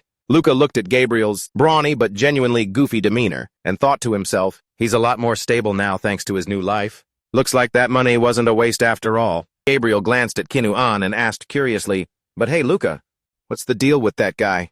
I mean, if he's such a badass that even Alex wouldn't dare mess with him. Shouldn't I know more about him? Luca advised. If you want to keep your head on your shoulders, it's best not to stick your nose where it doesn't belong, Luca thought. This must be the orphanage where Kinuan grew up. He's giving back to the community. Are you here to show off your success? The excited kids ran out. Thank you, handsome mister and ugly mister. GBL complained, good grief, how dare those kids talk like that? Luca noticed two kids struggling fighting over a toy. Luca remembered his own childhood and came to a conclusion. That's how it is. The strong get to keep what's theirs. Not everyone gets a fair share. So you kids have to learn to fight for what you want, because this world doesn't have enough resources to make everyone happy. Kim Yuan spoke up, calling Luca over. Let's talk for a minute. Kim Yuan gestured for them to go somewhere more private. Kim Yuan shared, I still visit this lower district from time to time. The salaries here probably aren't much. And yet the director of the orphanage looks so healthy. I guess they're embezzling the orphanage's aid supplies. Luca took the chance to ask, did you grow up here, sir? I don't even remember where I grew up anymore. I just visit different orphanages whenever I get the chance. I might have even visited your orphanage back in the day. This simple feeling made Luca think, in a place like this, even Kim Yuan is just an ordinary veteran, whose nervous system couldn't handle the overload resulting in brain abnormalities. An old warrior whose glory has long since faded. Maybe that'll be me in the future too. Of course, only if I'm lucky enough to live that long. Just as Luca was lost in thought for a moment, and let his guard down, Kim Yuan said, all right. Cut to the chase. Who ordered you to come back and find me? A simple question, but it sent a shiver down Luca's spine. Kim Yuan stared intently. Was it Captain Hollis? Faced with Kim Yuan's question, Luca chose to play dumb. I don't understand what you're talking about. He silently told himself, don't look him straight in the eye. He's way too sharp. My every move could become a new clue or a hint for him. How did he guess it was the captain's order? How much does he know if something really did happen to Kim Yuan? And he's so dangerous it even put high command on alert. In that case, Kinuan could be planning to get rid of me right here and now. Kinuan watched as Luca tried to relax his hands, hiding his own tension. He said, if you come at me with everything you've got, I'm afraid I won't be able to stop you without killing you. Luca didn't look at Kinuan, saying, I am a soldier of the Empire. That's the only answer I can give you. Kinuan remarked, so you're so lost. You don't even know how to respond. He casually slung an arm over Luca's shoulder, saying, I don't blame you, you're a soldier. Following orders is just what you do. You're exactly the type of soldier the Empire needs. Come to think of it, that first time you sought me out, do you think you did that of your own free will? No, I'm sure the moment they saw you use guided ballistics without an auxiliary unit, your superiors started making their plans right then and there. I'm sure the moment they saw you use guided ballistics without an auxiliary unit, your superiors started making their plans right then and there. Finally, someone else like me, compatible with a C victim A. You think you sought me out? To get stronger after the COVID ruins incident. But our meeting was orchestrated from the very beginning by them. Luca silently told himself, don't let what he's saying get to you.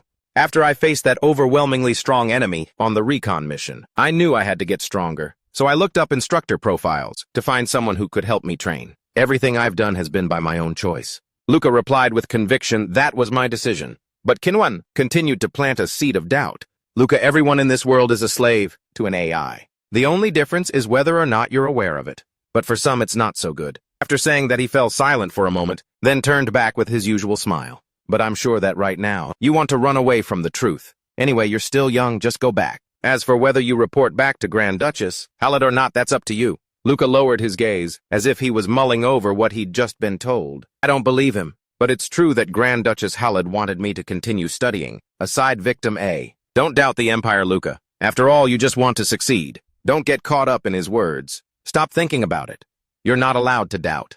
But if even my desire to succeed doesn't come from my own free will, then what am I? Luca really didn't want to think about the answer. Simulation training room. Luca sat alone in a corner deep in thought. I can't possibly report what happened that day to the Grand Duchess. If I report it, they'll test me to see if I've been infected with any rebellious thoughts. In my current chaotic state of mind, the test results will surely be even worse than last time. The Empire shows no mercy to troublemakers with dangerous ideas. At worst, I'll be kicked out of the Royal Guard and sent to a forced labor camp. Kinuan must have known I would hesitate like this. I have to prepare thoroughly to pass the mental examination. Only then can I report back to the Grand Duchess. But to prepare, I'll have to see that person again. A simulation training pod opened. Ile stepped out exhausted. While he was catching his breath, a water bottle was tossed over and Ile caught it. Luca said, so you actually train by yourself, huh? I guess I'll have to rethink my opinion of you. Yeah, Ile said. Losing so badly to you last time stung a bit, you know. Did you come all this way just to cheer me on during my training? What a sweet surprise, Luca said coldly. Obviously, I have another reason for being here. You once said that the great families often rig the test results. Right, Ile confirmed. Yeah, that's an open secret. But those who aren't competent enough will get weeded out eventually anyway. So, Ile, how did you manage to pass the mental examination? During the screening, show me your trick. You know that talking about things like that could put me in danger. Don't you, Luca? I assure you I've made sure there's no one else here. And what I'm trying to do is for the good of the Empire. All right, Ile said. I won't ask why you need to know, Luca. As you guessed, I do have a trick. What is it? Seeing how serious Luca was, Ile said, it seems I have no other choice. You have to construct a false self to present to the outside world, and you lock your true consciousness inside your inner world, like a passive observer. You have to seal your true self away to protect it. That's how you pass the mental examination. That sounds like a bunch of nonsense. Hearing you say that, Ile said with a laugh, even ordinary people sometimes bury memories or develop dissociative identity disorder after a trauma. It's similar to that. The only difference is you're doing it on purpose. Luca was stunned. And you're telling me that's actually possible? Damn it. If it wasn't, you wouldn't be telling me this. Ile explained, our brains live in a state of delusion. If you pretend to be a loyal soldier for long enough, sooner or later, your surface consciousness will actually form the identity of a loyal soldier. 2 months before the exam, every day I started with a prayer of thanks to the Emperor. I was imitating my father. But you have to be careful. If this goes on for too long, it will shake your sense of self. You'll start to forget who you used to be. Luca wondered where he'd even learned all this. In any case, if that's the trick, then I don't need to imitate anyone. I just need to act like the old me, the one who got a high score on the exam. My psyche from before I met Ile and Kinuan. Ile didn't forget to remind him. I don't know what you're planning to do, but be careful, Luca. Manipulating the exam results on your own is a dangerous thing. Luca thought never expected to hear those words from you. Just then his mechanical eye lit up. Damn, what perfect timing. Luca continued to spend time with Kinuan at the infrastructure district. Today's training is for real, Luca. It's going to be a very simple exercise. This building looks pretty clean. Doesn't look like a gang hideout at all, Luca thought to himself.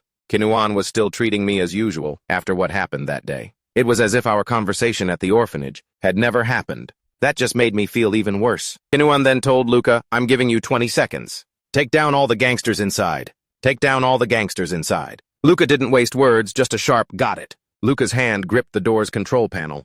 With one punch, he shattered the locking system. A door swung open, revealing several gangsters sitting inside. One of them, lying on a couch, was startled by the sound of the door opening. When he sat up and saw that the intruder was just a kid, he stood up looking Luca up and down.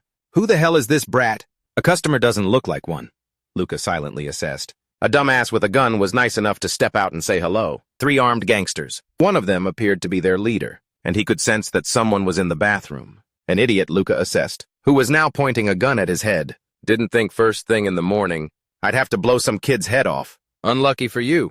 But before he could pull the trigger, Luca hit him with a punch like a cannonball. The guys who were playing cards looked on stunned, watching their buddy get sent flying with a single punch. The gangster Luca punched was slammed into the ceiling. He lost consciousness and dropped the gun in his hand. In just a few short seconds, as the gun was falling, the 3 card players instinctively drew their heat. At the same time, Luca reached out to catch the falling gun. Once the gun was firmly in his hand, Luca fired 3 shots, disabling the other 3's weapons. The leader of this crew took this opportunity to open fire on Luca. Luca used his cybernetic eye to analyze the bullet trajectories and effortlessly dodged every single one. What a terrible shot.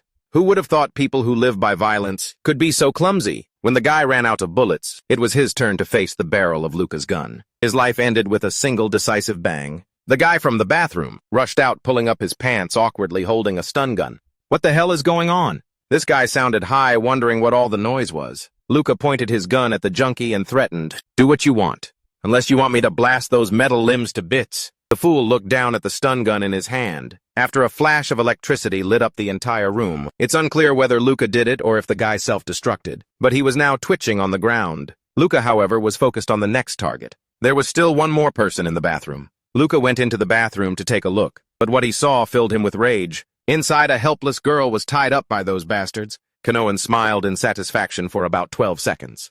"Well done. Very good," he clapped, encouraging Luca. Luca growled. "Can't you just let me kill them all?" Kinuan reminded him. "We're outsiders. If we interfere too much, we'll disrupt the order of this place.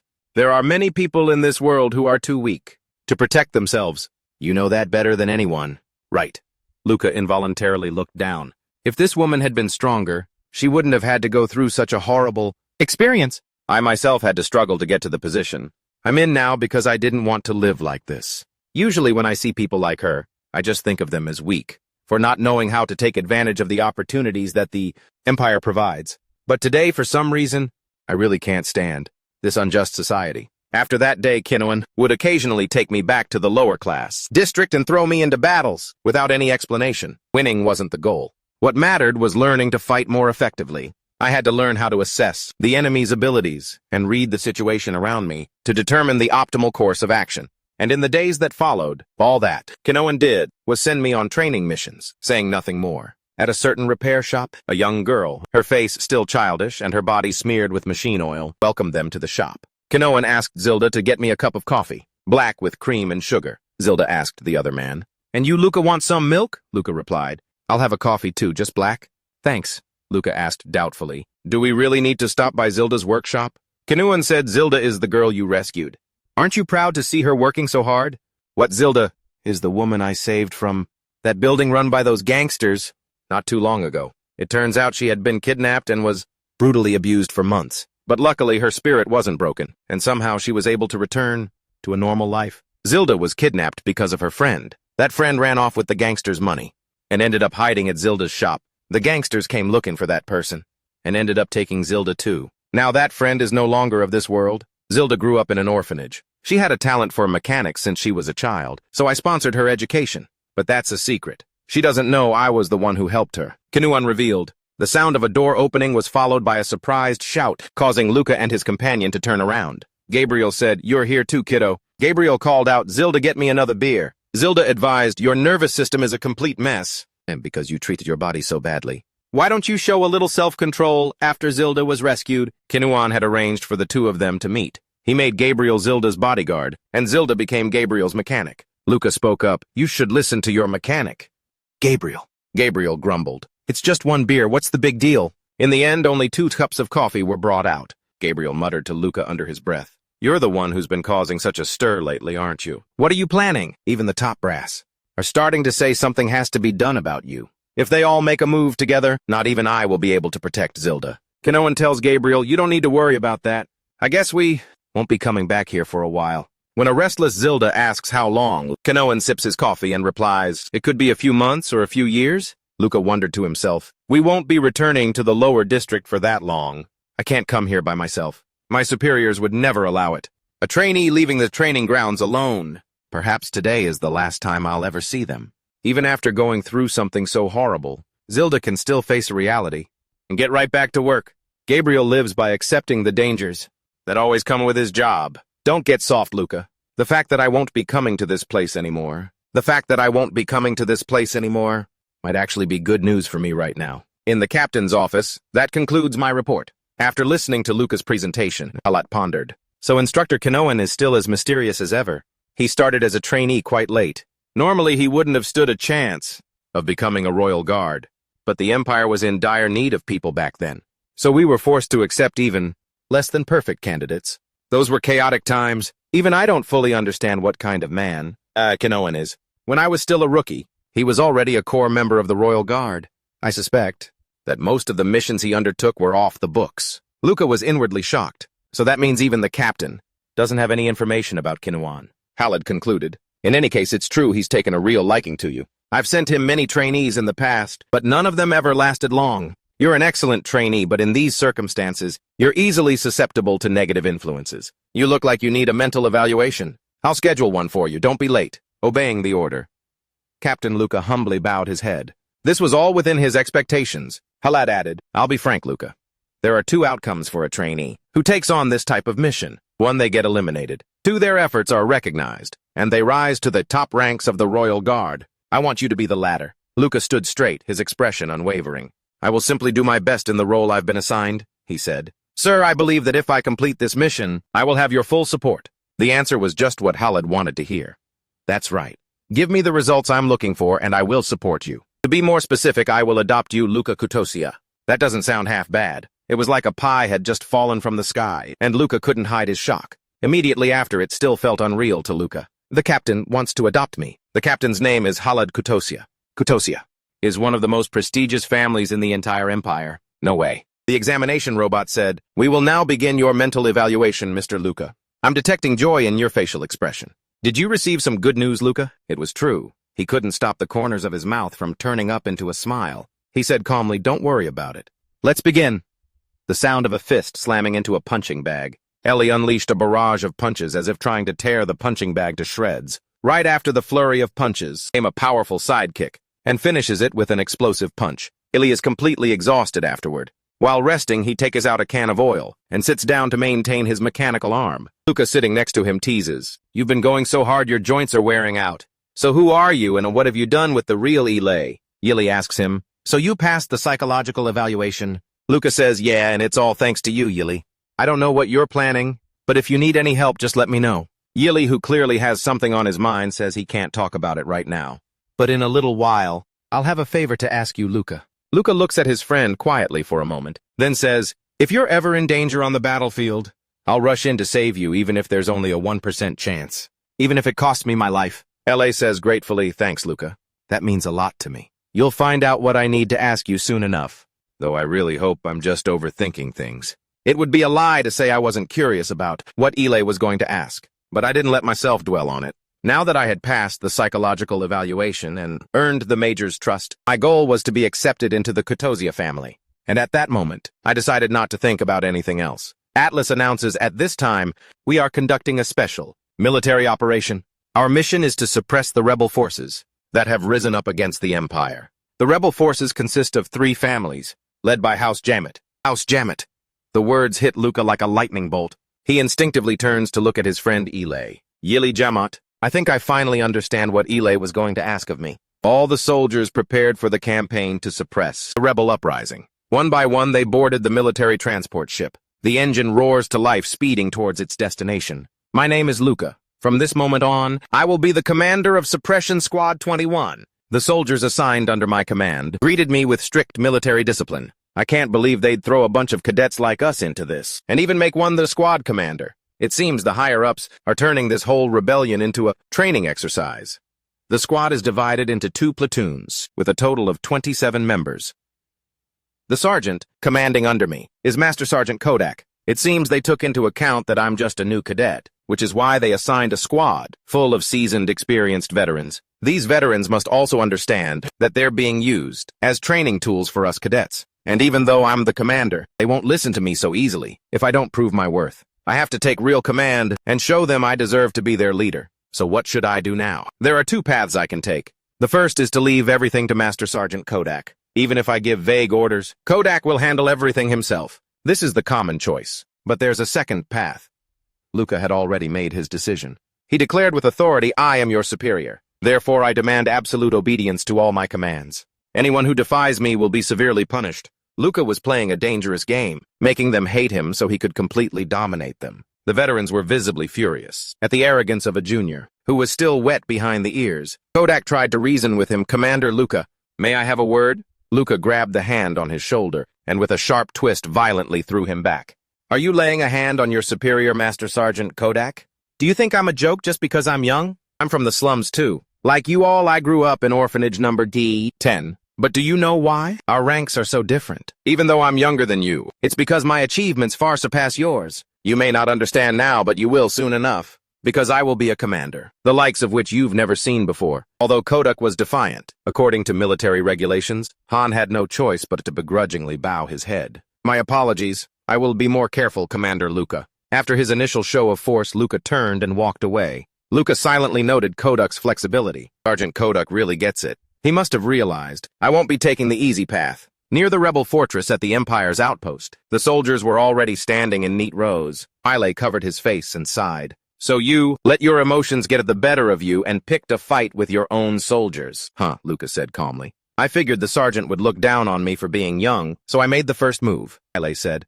From their perspective, it's true. We're just kids to them. Luca reasoned logically. If I act all nice and gentle like you, I'll lose all respect from my subordinates. The lights went out to focus all attention on the projection up front. Halid stood on a high platform and spoke. Allow me to get straight to the point. The rebels are holed up in the ruins of a fortress from a magical civilization. The magical ruins are surrounded by 2 layers of walls. The rebels have even managed to get the fortress operational. A high-density dome-shaped shield is covering the entire fortress, and what are believed to be magical technology turrets are shooting down all aircraft. There are 5 turrets in total. Once the 11th Armored Brigade breaches the fortress and takes out the turrets, the entire army will immediately surround them. The Armored Brigade is an elite unit that uses mass-produced power armor. The Empire has invested a lot of resources into this suppression. The operation will begin at 2:10 p.m. That's in 1 hour and 30 minutes. Be ready. Luca and Ile met privately in a deserted alley. Luca remarked, looks like we're just auxiliary mercenaries.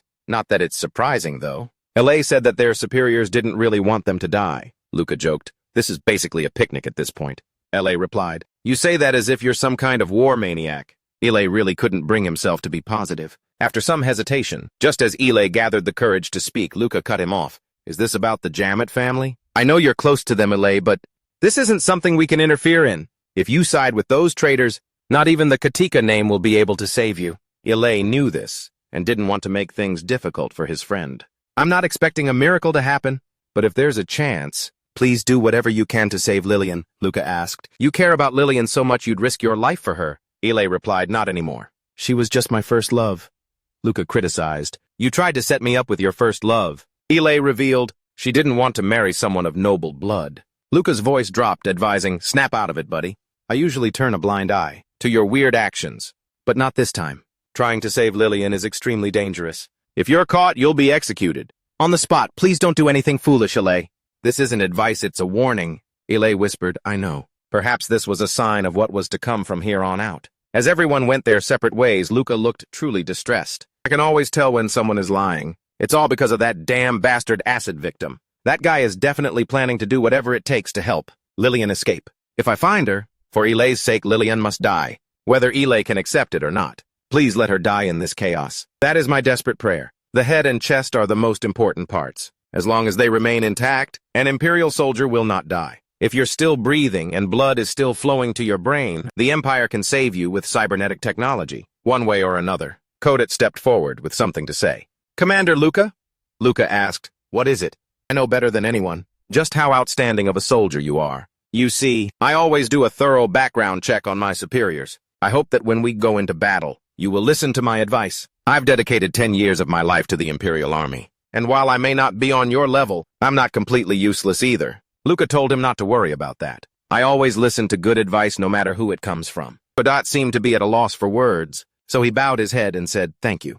The airship arrived, the dwelling place of those deemed rebels. The airship's ramp lowered. Soldiers in heavy armor suits deployed for battle. It wasn't just a few of them. It was an entire legion. The full-body mechanized armor of the Murmuro Brigade. There they are. The mass-produced full-body mechanized armor, Murmuro. After the brigade takes out the turrets, it's our turn. When the command to fire was given, the engines roared to life and the entire Murmuro squadron took to the skies. A squad arrives at the designated target location. Inside that base there are protruding sections, like pylons that maintain the barrier. Seeing this, the Momung-do squad released a barrage of small missiles from its chest armor, unleashing an attack on a series of positions believed to be the barrier's weak points. The main cannon was firing like there was no tomorrow. After a huge explosion, as the black smoke began to clear, the commander of the Momung-do squad made his move. He engaged his thrusters, pushing them to their absolute limit. Spear in hand, he charged straight into the protective shield. The protective shield began to crack,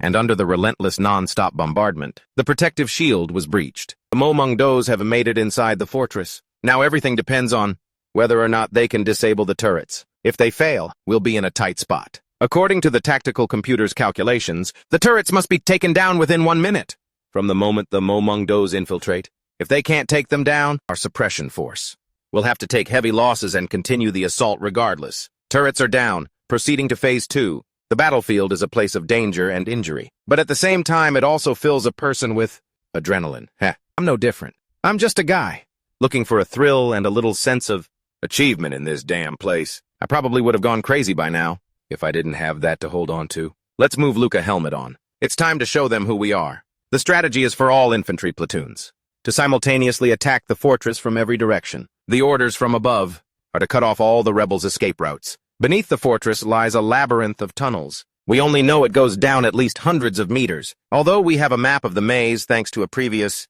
reconnaissance mission. But the rebels have changed the layout of the paths. Therefore, the map will no longer be accurate. The infantry squads have already infiltrated the enemy fortress. They must have narrowed the entrances to the tunnels to prevent our full-body armor from getting through. Luca always chooses to act cautiously, but when needed, he can be decisive and flexible. I'll take the lead from here. Despite Kodat's advice that it's too dangerous here, Commander, there's a high chance of traps or an ambush. Luca directly pointed out, "Are you just worried you'll be criticized if I die?" Kodat admitted, to be honest, yes. "And since you understand," Luca was very resolute, "I don't care what happens if I die. Kodat, whether you and the others get demoted or have your pay cut, I don't care about that either. I repeat, I will take the lead. Follow me. I have a bad feeling that they're going to shoot me in the back of the head, but there's no time to worry about that. I have to do whatever it takes to find Lillian before Ile and get her out. I'm sure that Ile entered through a different route and is somewhere in here right now. If he's willing to charge in at the cost of his own platoon members,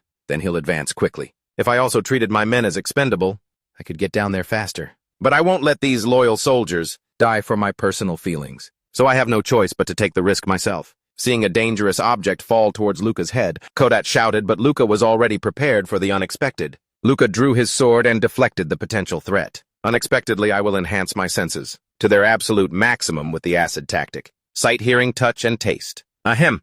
I'm going to heighten my senses to their absolute limit using the acid tactic. Sight, hearing, touch, and taste. I can find out a lot, just from the smell of the chemicals in the air. Luca's squad was overwhelmed by his speed. I can feel my heart pounding harder and my blood vessels tensing up. The surge of blood is carrying glucose to my brain. All the pressure on my brain is making me extremely alert. Everything is driving me crazy, even how slow all of them are. It makes me want to smash Kodat's head in. Before I only vaguely understood it. But now I can truly feel it. This must be why overusing the AC tactic damages the brain. In no time, Luca reached the next door. The ones standing behind the door were tense. They were on edge, not knowing who they were about to face. Luca kicked the door open with one foot.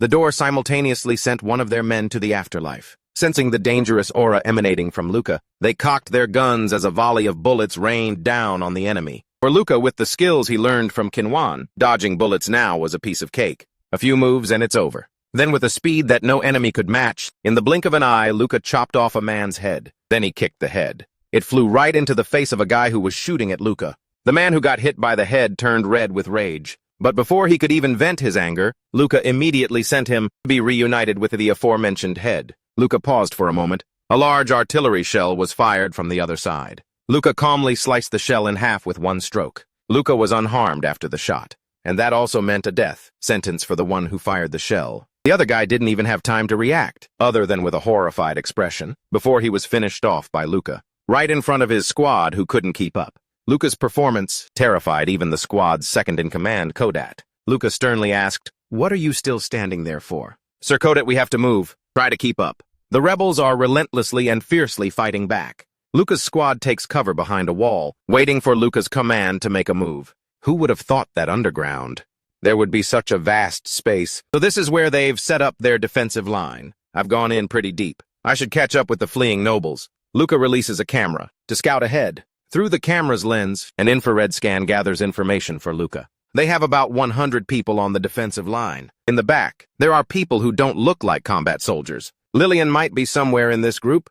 "Commander, our platoon is advancing much faster than the other platoons," Luca retorted. "Are you suggesting we wait for them to catch up?" "That would be a logical decision. It's good timing, too, because the ASD tactic is starting to overload my brain. I'm getting overloaded." Suddenly, he saw a bright flash from behind the wall. He perked up his ears, hearing the sound of stray bullets. "Those gunshots, they aren't aimed at us." There's a commotion from behind the rebels' defensive line. "Another platoon? Must have gotten through this maze at the same time as us. There's only one other commander besides me who'd be this reckless." Luca gave the order, "The enemy is distracted. It's time. Let's move up too. Shield bearers, get to the front and form a defensive line for the squad." "Commander, I don't think our shields can hold for more than a few more seconds." "Wait, not yet," Luca said, assessing the situation. "I have to be wary of any weapon that could kill me. In a single shot, the enemy has about 10 of those high-powered guns. I have to wait until at least half of them. They're reloading." Right now, Luca is taking the lead, setting an example and commanding his unit. Once they focus their firepower on me, spread out and support me. Watching Luca charge into the enemy ranks all by himself, Kodat's face went pale with fear. Luca stuck to his usual style, ignoring the shots from handguns and rifles. Light firepower can't pierce my limbs. As he advanced, Luca made his calculations. First, eliminate all threatening weapons. With his incredible marksmanship, every shot Luca fired meant another one of the enemy's firearms was destroyed. They can't open fire with me right in the middle of them like this. Luca went low, slashing at the enemy's legs with his sword. "You can't stop me." He was utterly terrified of Luca.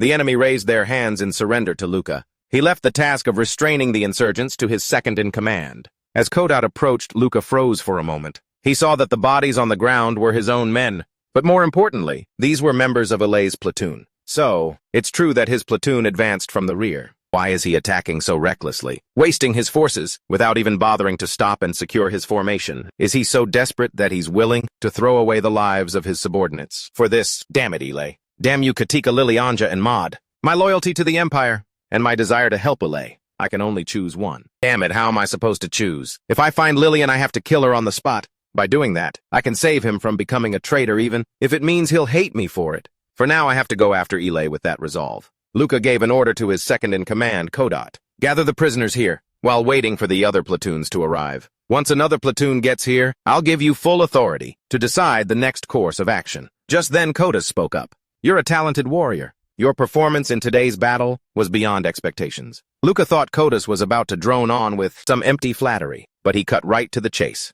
"But you made one big mistake. As a commander, if I weren't the platoon leader, we would have suffered much greater casualties than this. And our success benefits you. So what was the problem with your approach? You didn't give a single order. You smashed through the rebel defense line all by yourself." Luca decided to hear him out. "If I weren't the platoon leader, we would have suffered greater casualties than this. And our success would benefit you. So what is your problem?" Kodat said that he didn't give any orders. He single-handedly broke through the rebels' defensive line. A good commander wouldn't take that approach. Losing his patience, Luca said, "I acted alone because you're all too weak. You guys can't even understand my commands and strategies, let alone follow them. I honestly can't believe you're whining just because I didn't use a bunch of useless people like you as cannon fodder." Kodas advised him that a day will come when a commander like you will need help from those weaker than you. You can't be the strongest forever. Sticking to his current worldview, Luca replied, "When that time comes, feel free to laugh in my face." Kodas replied, "You're the one who said it." But Luca didn't forget to show his humble side. "Don't worry, I'll be sure to remember this advice from my superior. My first target down here. If I later realize I was wrong, I will remember your advice and find a different path." How can he be so arrogant, yet so fickle? Kodat grumbled to herself, but her words said otherwise. "Safe travels." Luca rushed off like the wind. A charred wall and empty shell casings. The bodies of nobles who had used strange firearms just to buy time. Similar scenes were likely playing out on the other routes. No doubt a large number of suppression forces were wiping out the rebels right in their own den. There's something I have to confess. This might be hard to hear, but Ile was my first friend. He wasn't just a comrade of equal rank. He was the first person I ever felt close to. Ile, you threw away the lives of royal soldiers just for something you cared about. These men didn't have to die. Honestly, what kind of squad pursues rebels while taking such heavy losses? Even if you do manage to save Lillian, how are you going to get her out of here? In the end, Lillian will die anyway. I can understand having lingering feelings for some girl, but why choose to die with her? You're just being reckless because you've already given up. As he was running, Luca skidded to a stop when he heard a shout. Amidst the bodies, a disembodied head was still alive. I surrender, I'm from the Gamut family, Luca said coldly. I don't care if you surrender or not. Do you know where Lillian is? The man answered. I don't know where my family went either. His eyes darted to the side, a clear sign he was lying. Luca pressed his thumb into the man's eye socket, making him scream. What are you doing? I've already surrendered, stop, don't. This is your last chance. Sir, tell me, where did Lillian go? Down? She went down. The man confessed, down. She went down below. Luca said, down. But if they wanted to escape, shouldn't they be heading up to the surface? Is there another way out that leads up from here? The man screamed, I don't know! They never reveal information to outsiders of the clan, Luca asked while pressing deeper into the man's eye socket. Did you see Ile Katika? The man quickly confessed. That guy, he's the one who did this to me. He's insane. We were acquaintances after all, but he wouldn't even accept our surrender. Our surrender. After that, Luca finished the man off. He was going to be eliminated anyway. Being tortured by him would have been far worse. I've never felt guilty about killing people. But today, I feel an unusual coldness. I guess the battlefield has made me this way. I hear gunshots mixed with screams getting closer. Luca quietly muttered his friend's name. If you've really started down a path of no return, I don't know what I'm supposed to do anymore. During my entire time with Ile, I always had an uneasy feeling about something. What would I do if he betrayed the Empire? Now the time has come. I can't put off my answer any longer. Luca flicked the safety off his gun, preparing himself to face his one and only friend at the moment. He called out Ile's name loudly, calling out to the person who was standing all alone. There among the corpses of our soldiers. Hearing his friend's call, Ile lowered his hat. He tilted his head slightly as if to greet him. So you're here, Luca. Ile, you really did it. You sacrificed your own men for your personal gain. Luca noticed a group of people, most of whom had white hair, standing huddled together to one side. Hugo Zamos, the head of the clan, along with his entire family, including Lillian. Luca gritted his teeth and yelled, It's all because of that worthless girl. Worthless trash. Ile drew the sword from his hip. I guess you won't let this go, will you? Lower your weapon, Luca. Ile's stance made it clear. He would fight his friend without hesitation to protect them. This only made Luca's killing intent toward the Zamos family grow stronger. Time to teach you your place. The two sides were temporarily at a standstill, observing each other. Neither made the first move. I have to take Ile down now. Objectively speaking, I'll win as long as I don't make any mistakes. But real battles hide too many variables, so I can't let my guard down. I used my cybernetic eye to analyze the situation. It'll be difficult to take him down quickly. The Zamos family will escape before I'm finished, so I have to kill them first. I'll kill Lillian even if it makes me Ile's enemy. But Ile knew. Luca, you're planning to ignore me and attack Lillian, aren't you? Without finishing his sentence, Ile fired his gun, starting the fight. Luca dashed at full speed, chasing after the Zamos family. Single shots are useless against people trained to predict bullet trajectories, like us. He's only shooting to slow me down.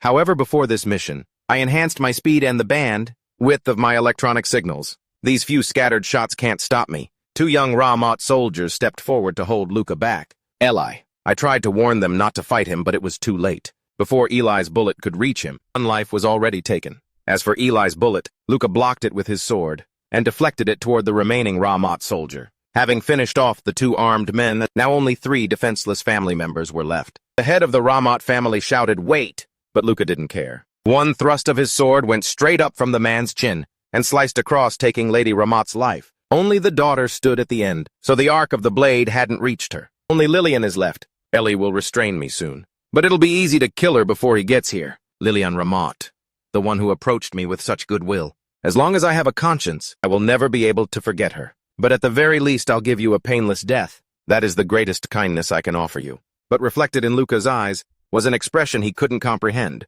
Is she smiling? Illy screamed Luca's name with all his might. Finally, Eli caught up to his friend, tackling him with his entire body. Both of them were knocked backward.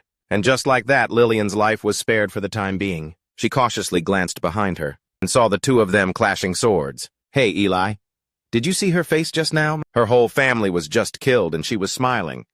How is that not weird? She's finally free from that family. A family that only saw her as a pawn for a political marriage. Hearing his friend, a changed man defending his first love, sent Luca into a rage. That's all bullshit, Eli. Ellie clutched his stomach, trembling in pain. Stop being such an idiot. Model. She's just a rebel. Yele explained, Luca, you don't know anything. The families that were labeled as traitors never actually did that. People just slapped that label on them so they could be eliminated. If they were really planning to rebel against the Empire, they would have used the Kojia or the Balato, not mercenaries. Luca froze. Deep down, he knew there was some truth to what Yele was saying. Although infiltrating Fort Aken was difficult, everything after that went smoothly. The scale of the rebellion was too small. It couldn't possibly have been planned by 3 different families. Although infiltrating Fort Aken was difficult, everything after that went smoothly. The scale of the rebellion was too small. It couldn't possibly have been planned by 3 different families. If they were really plotting a rebellion, there's no reason they wouldn't have gotten support from the Kojia or the Balato, the very people who want to tear this empire apart. Even if Luca realized that, so what? Even if it was true, nothing would change. At this rate, Yele, you're just going to die with Lillian.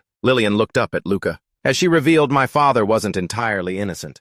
He didn't report the discovery of a mystical artifact. Instead, he hid it. Yele tried to stop her, but perhaps feeling she had nothing left to lose, Lillian reached into her father's pocket and said, that's why the Empire is hunting us. That mystical artifact. Thanks to it, we were able to activate the fortress, which had been dormant for centuries. Why are you telling me this? Sensing Luca's caution, Lillian chose her words carefully. Luca, you didn't kill me at that decisive moment. And it wasn't because you felt guilty. It was because you were afraid of creating a rift between you and Yele. Isn't that right? You must know that Yele can't live the life he wants in this empire. There's an option here, one that will give us all what we want.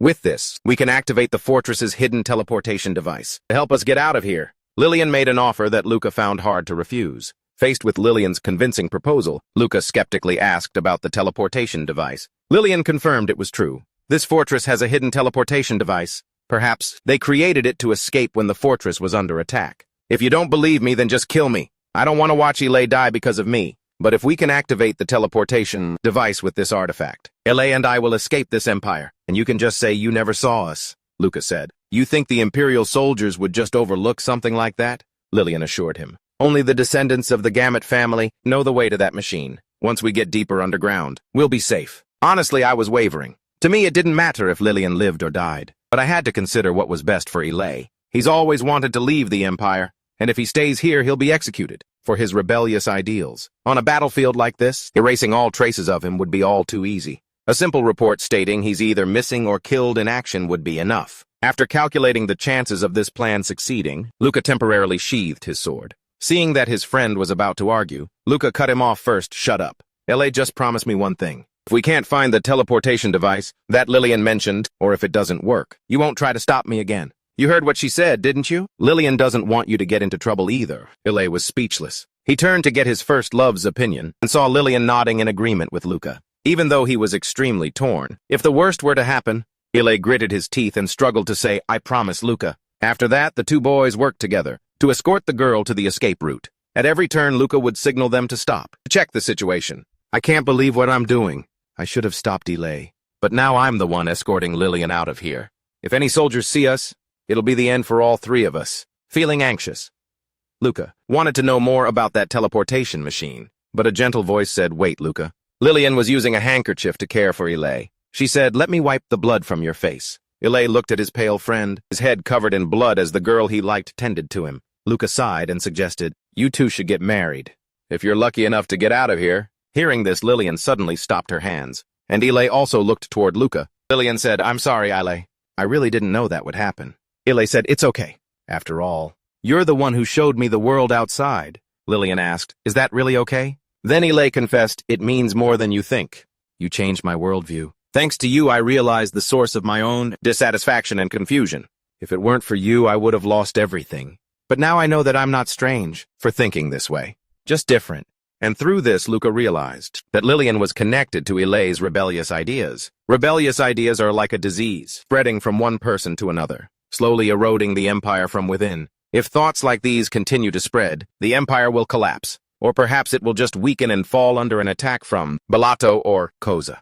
I don't want to see the empire destroyed. I will personally kill anyone who poses a threat, if necessary, even if that person is Ilei. Luca clenched his fist and told himself, I'm not a rebel. Opening the door, Luca was secretly relieved that everything had gone smoothly so far. He sighed, finally I can breathe. Lillian reassured him again, I told you, only the Ramuth family knows the way. This place is too much like a maze for anyone else to find us here. My father didn't report anything after receiving the rights to research these ruins. He became too ambitious after figuring out how to activate the fortress. But the Emperor knows this place like the back of his hand. Luca didn't want to hear about politics. That's enough. How much further do we have to go? Lillian. She replied, just a little further and we'll be there. Thanks for letting us go, Luca. Thank you for letting us go. Luca said firmly, I'm just repaying my debt to Ilei. If I see you again, I'll kill both you and Ilei. Live well?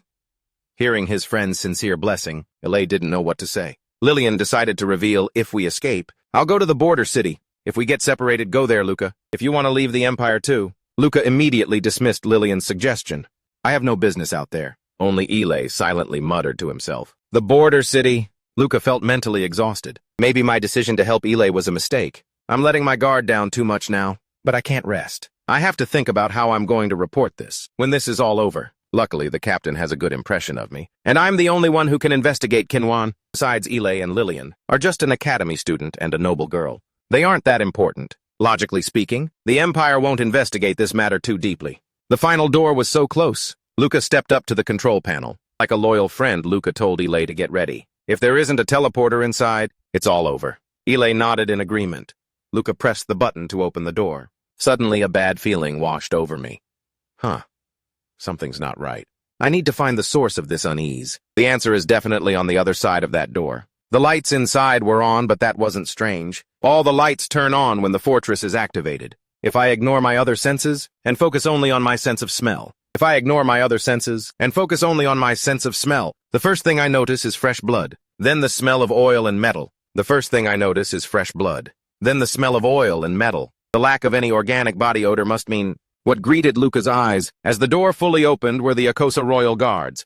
It's over. A single royal guard, even without full-body power armor, could kill me. But 4 of them? Worst-case scenario. They'll capture Lillian instead of killing her. Lillian hasn't received the same training as Ilei and me, so she'll probably spill everything if they torture her. In that case, my superiors will find out everything about our rebellious activities. I thought I'd be able to help the 2 of them escape and let Ilei. The life he wanted, but that was just a pipe dream. At this point, there's only one option left. We have to kill Lillian right now. After that, we can make up an excuse that our superiors will believe, even if it makes us look a little suspicious. But could Ilei keep his composure if he... A royal guard noticed someone approaching and turned slightly to look. Luca made eye contact and realized there was no more time. The more they hesitated, the more suspicious they would look. In the end, a single shot went through the young girl's head. But the one who fired it wasn't Luca, who was prepared to kill her, right in front of the royal guards. The shot was fired, carrying with it the hopes, blood, and tears of the young girl. The person who fired the shot turned out to be the one who this entire journey had put all his heart and soul into staying by the girl's side. The royal guards stood there watching for a moment. Lillian's body? It seemed as if no one really cared. A royal guard spoke up. Oh, it's Luca and Ilei. I just heard a gunshot. Ilei lowered his gun. He spoke in a voice devoid of emotion. I just dealt with a criminal who was no longer of any use. The royal guard reprimanded him. Why did you bring a traitor all the way here, without killing her? Sooner. Ilei, report the events that led to this. We'll decide what to do with you later. Luca, as it turned out, was the one who was most clearly in shock. As the guards walked past him, he finally looked over at his friend. He swallowed nervously, watching the guards approach Ilei. At that moment, the space was enveloped in a desperate and oppressive silence. Halat praised him. That's an impressive achievement, Luca. Commander of the 21st Platoon. She rated you very highly. He said that you have the best combat skills he's ever seen from any platoon, commander or cadet. But he also noted that you're lacking when it comes to bonding with your subordinates. But I think you can learn more about that from Kinuan. The report says that instead of killing Lily, Anjamad on the spot, you took her with you to the lowest basement level. Was there a specific reason you chose her to be your guide? Luca had mentally prepared himself for this question. Yes, sir. Ilei and I wanted to seize the rebels' teleportation machine to prevent them from escaping. And we decided that Lillian Ahmad was the perfect prisoner because she doesn't know how to fight. Khalid said they had made a very sound decision. I have one more question, Luca. Luca preempted him. Is it about my relationship with Lillian? Khalid said, not just you. Ile knows her too. Luca hid his trembling hands. Luca said firmly, Ile and I are not foolish enough to sabotage a mission over something like that. You of all people should know that better than anyone, sir. And to be honest, we wanted to give Lillian a sense of hope. We thought it was a humane thing to do, to give her that, to make her believe that she could survive if she guided us. His eyes, full of tension, stared directly into Khalid's. Luca did not shy away from that sharp gaze in the slightest. In the end, Khalid accepted Luca's reasoning. I see, I guess you must be very tired. All right, let's end this here. Luca finished his report and was about to leave when he was called back. I was surprised to hear that the House of Jamath was so skilled in battle. Who would have imagined that Ilay's entire regiment would be completely wiped out? There's no reason to be flustered. Everything is already written in the report.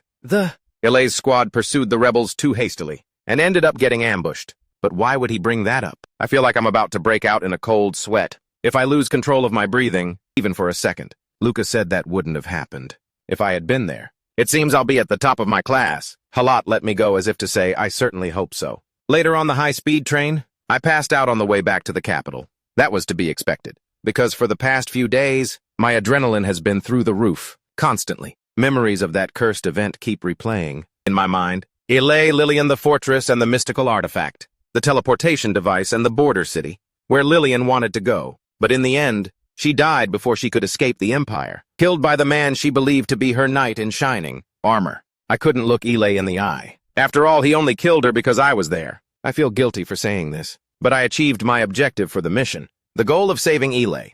Yeah, that worked out great for me. Once we returned to the capital Akvakan, we had our equipment repaired and got some rest. After that, we were rewarded for our contributions in the battle, and was awarded the Medal of Military Merit, the 7th class Medal of Military Merit with twin swords. Ilay and I were the only trainees to receive it. Ilay just found it ironic. Isn't it hilarious that I got a medal? Luca said, I never expected you to kill Lillian. I figured you'd attack the Royal Guard, even though you knew you didn't stand a chance. Ilay said, I wished it was just me.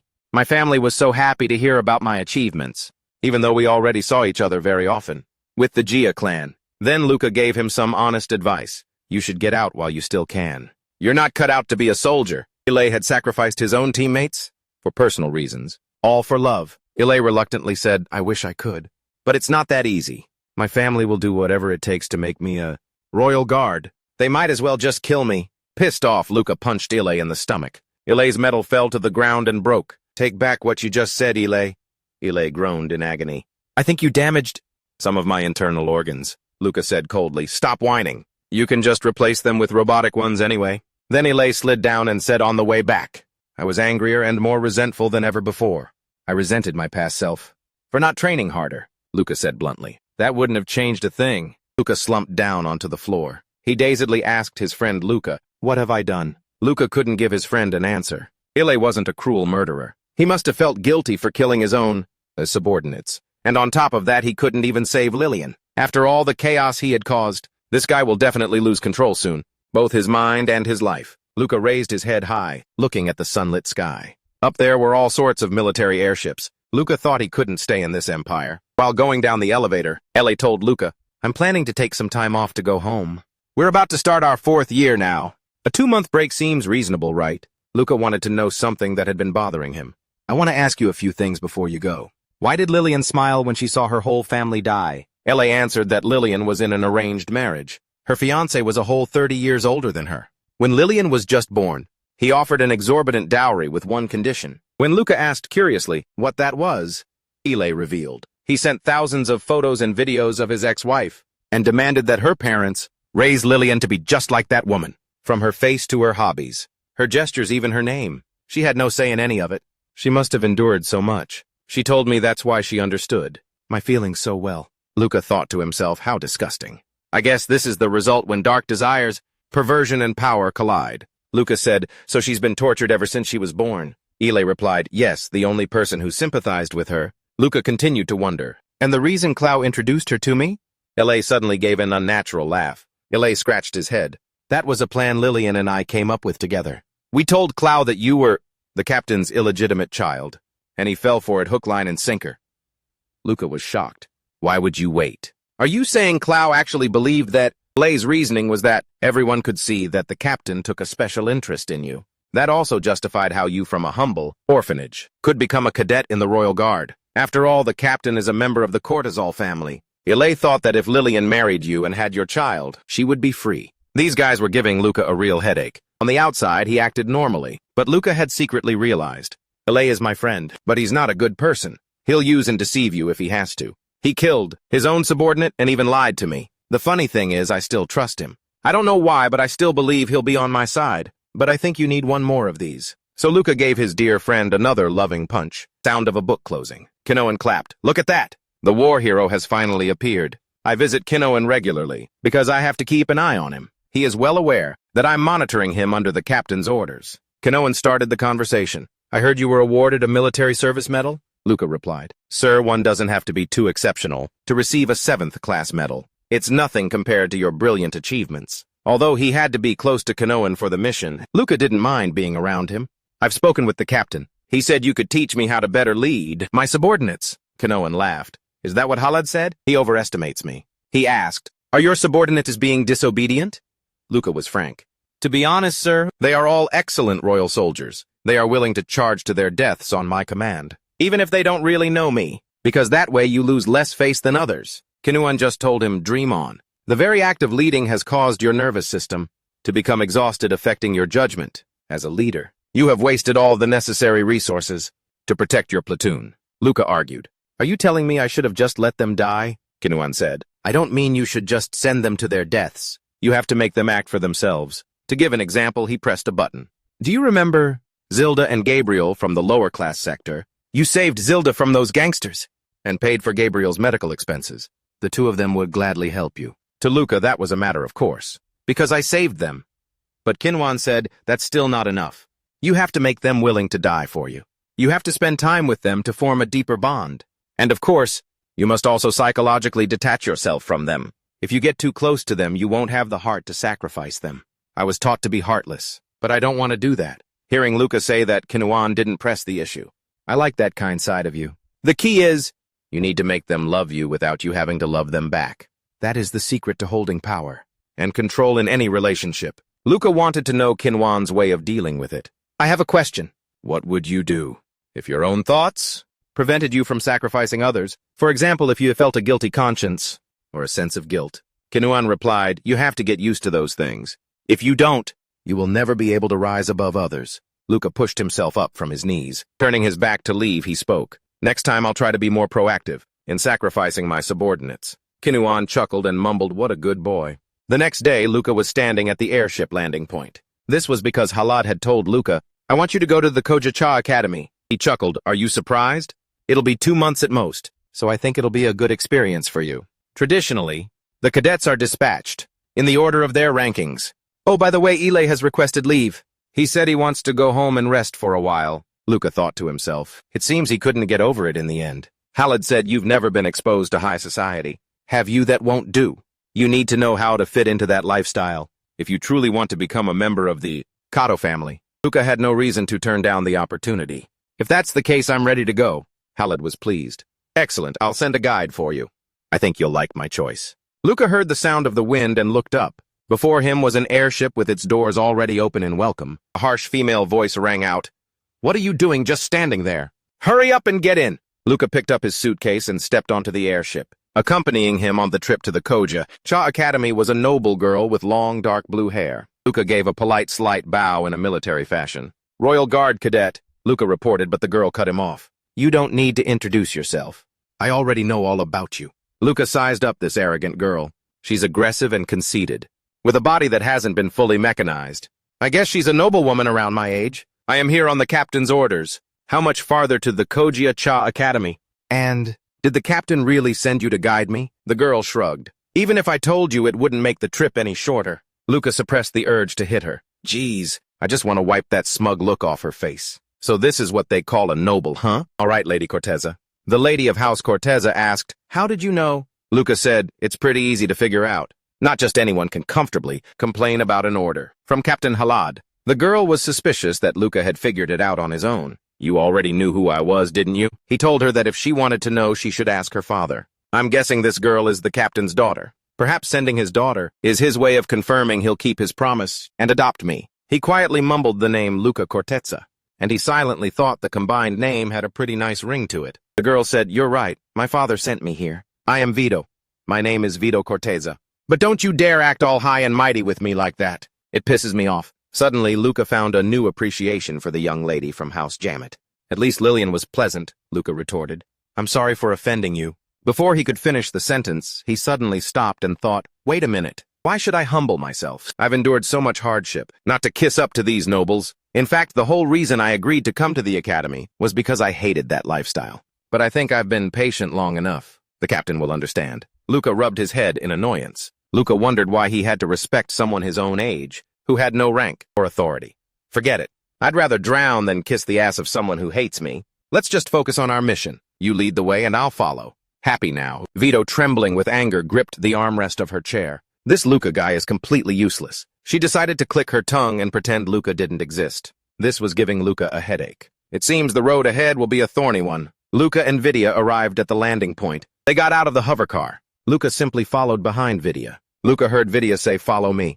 I'll take you to your dorm." As they were going up the stairs, Luca saw a statue of a man with both hands resting on a sword, standing with a dignified presence. Below it, an inscription read, "The Emperor of Acosta, the founding father protector of humanity.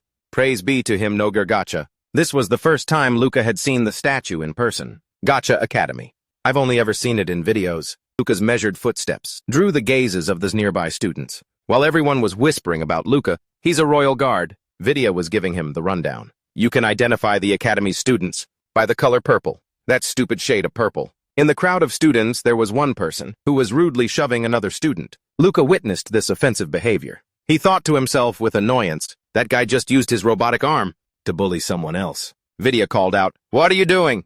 Don't you have a color-changing device?" Luca replied, "Cadets don't require that feature." Vidya couldn't believe it. "You really didn't prepare at all, did you? Dad, you could have at least given me a heads up. Why am I always the one stuck with this stuff?" Luca chuckled to himself, thinking, "I can't believe she's getting this flustered just because of my uniform color. She's nothing like I first imagined." Vidya reminded him, "Look, if you keep ignoring the rules like that." Luca readily admitted his mistake. "You're right, I'm sorry." At that moment, a young man walking by heard a familiar voice and looked over. Luca glanced over when he heard his name being called. He saw a brown-haired young man with a cheerful smile and realized it was Philip. "Welcome, I heard Elay wasn't coming, so I thought you wouldn't be here either." Luca grumbled. "Are you kidding me?" Philip turned to Vito and asked, "You're Vito, right? I believe we've met before." "I'm Philip Aken. I'm also a trainee in the Royal Guard, in the same class as Luca. May I speak with him for a moment?" Vito sighed. "Very well. Let me know when you're done, Luca." Luca thought to himself, "Finally I can breathe." Philip put his arm around Luca's shoulder and whispered, "I can't believe you know the daughter of the Kutozia family." "I guess the rumor that the captain likes you is true," Luca replied. "I didn't expect the captain's daughter to be so hot-tempered. She looked down on me the moment we met. If we were out on the streets, I would have broken her nose by now." But Philip said, "The captain probably wants you to get a taste of the high life to prepare you for the future." "Could it be that he plans to make you his son-in-law?" Luca brushed it off. "That's disgusting." But Philip encouraged him, "No, I'm serious. After all, you're really living in this society now? His son-in-law, no way. My personality is already bad enough. If my wife had a terrible personality like that too, it would never last. Anyway, the captain already made me a promise. He promised to adopt me. In return, I have to keep an eye on Kinuan, so I'll be able to become a member of the family. Kutozia without even having to become a son-in-law. Still not a bad approach, Philip." Philip suddenly asked something very personal. "Oh, one last thing. Have you changed that yet?" Luca said no. "Not yet, why?" Philip placed a small box in Luca's hand.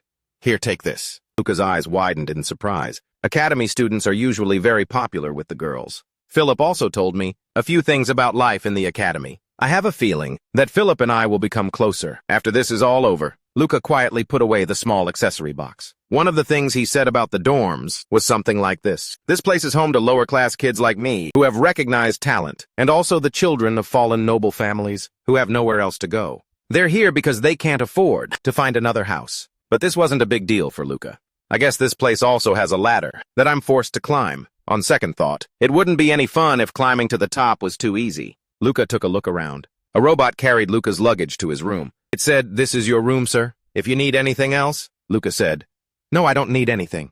This place is just like a palace.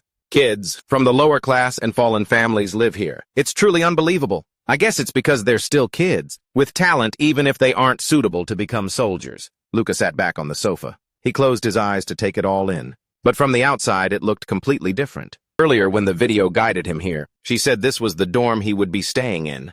The dorm head will come and guide you after class. Also, this is my personal number. If anything happens, just call me. Kinuan's instructions were crystal clear. Luca then said, I thought you... Kinuan admitted, yeah. I just couldn't ignore a mission from my father. Luca stated firmly. I won't call you unless it's necessary. As Kinuan was leaving, she said, yes, I hope you don't call. After taking a few steps, Kinuan seemed to remember something. Oh, and this is a friendly warning, she said. My first one for you. I would stay away from the dorm head. Inside his room, Luca could hear the steady sound of footsteps. Outside in the hallway, Kinuan had concluded, she's the craziest person to ever show up at Kojia. Luca sensed that someone was right in front of his door. A slender hand reached out about to ring the doorbell, but Luca opened the door before she could. The person Kinuan had called a lunatic actually gave the first impression of being a shy and innocent person. Hello, I'm Barbara, the dorm head. And you're Luca. He scratched his head and replied, yeah, Luca. I'm a cadet of the Royal Guard. Luca's mechanical eye analyzed Barbara. It's so nice to meet you, Luca. Did I keep you waiting long? I came here as soon as my classes ended. Luca discreetly noticed her frayed sleeves and collar and that she had no family name. She's clearly from the lower class. A lunatic, she doesn't look like one. Kinuan must just be classist. Thinking this, he replied to Barbara. No, I just got here myself. Barbara asked shyly, what would you like me to call you? Luca said, just Luca is fine. After all, I'm from the lower class too. Looking relieved, Barbara said, okay, Luca. You're just as amazing as everyone says. Rising up from the lower class to become a royal cadet. So she also worked her way up from the lower class, huh? And she's the dorm head too. Hearing this, Barbara gave a charming smile. Luca's first impression of her was good. That must be Barbara. She must have worked just as hard as me to get here. Come with me, Luca. I'll give you a tour of the dorms. I won't take no for an answer, you know. This is the dorm head's duty after all. Luca suddenly noticed something that made him a little hesitant. Class had just ended, but she'd already showered before coming. She probably didn't have much time. If she's the hard-working type, then it makes sense. The academy's main building. Luca and Giselle met here. Giselle held her chin, looking at the boy her age in front of her. I see you've changed to purple just as I instructed. Let's go to class. My father told me I have to attend class with you this week. I see you've changed to purple just as I instructed. Let's go to class. My father told me I have to attend class with you this week. Luca sighed internally. He had to be with her for the whole week. This is going to be a huge pain. Then she turned to leave. But a voice called out, making her stop. The one who called out was Barbara. The shy girl said, it's been a while, Giselle. Giselle? Cold as ice, she snapped, get out of my sight. Barbara. Barbara trembled like a frightened little animal. I just wanted to say hi. Giselle turned back and walked closer to Barbara. Hello, Barbara, and goodbye. Happy now get lost. I have nothing more to say to you. Done with that, Giselle turned away.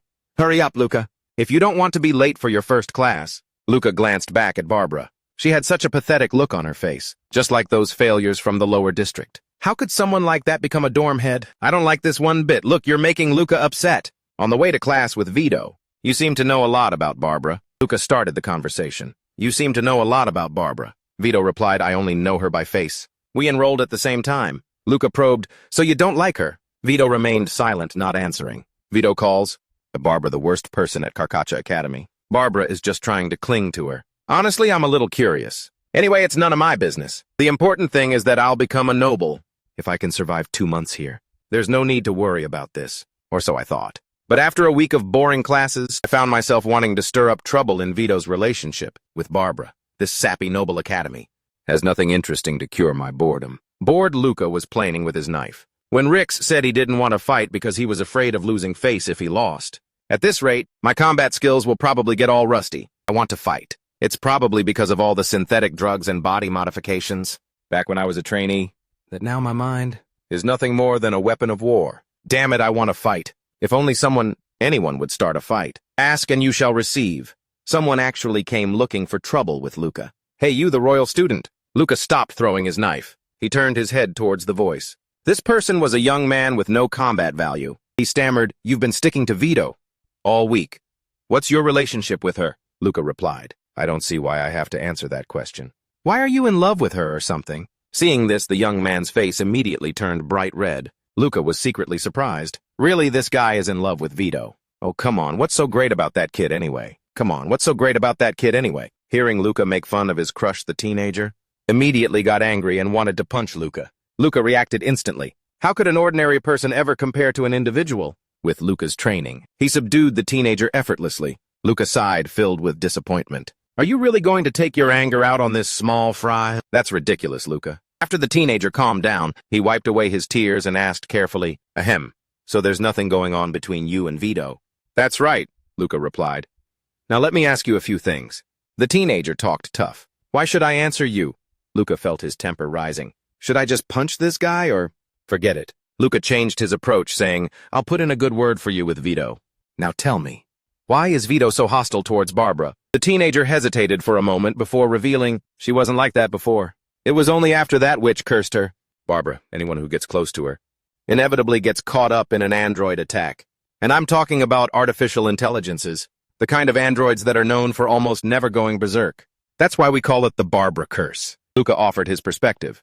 I agree. It's a bit strange that so many rampages are happening, statistically speaking, but even so it's not Barbara's fault. The teenager added, that's the irritating thing about her. She knows full well that bad things will happen to anyone who gets close to her. And yet she still tries to make friends. Isn't that weird? That's why everyone treats her like garbage. For example, they voted for her to be the dorm leader, when there's no benefit to it at all. Luca quietly clenched his fists. So it wasn't because everyone recognized her talent that she was made the dorm leader? The young man pointed, oh look, it's happening right now. A bucket of water was poured. Barbara's entire body was splashed, soaking her. The group of mean girls feigned concern. Oh my, I'm so clumsy. I'll wash your clothes for you. So take them off right here. The innocent Barbara said right here. It's okay, I'll go change. The girl leading the group sneered. Oh, did I hear that right? Girls, did little Barbara just refuse my kindness? Hurry, give me your clothes. I'll wash them good as new for you. Weak and helpless, Barbara trembled. Her hand slowly moved to the bow on her collar. Luca, sitting not far away, witnessed this scene, and he found it incredibly annoying. Ah, so that's it.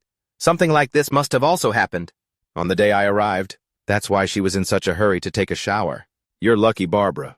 Lucky that right now I don't have the patience for this kind of nonsense. Like this, Luca threw a knife that grazed the face of the lead bully. Luca demanded they stop screaming and get lost. The girl said, do you realize what you've just done? Luca immediately cut her off with a warning.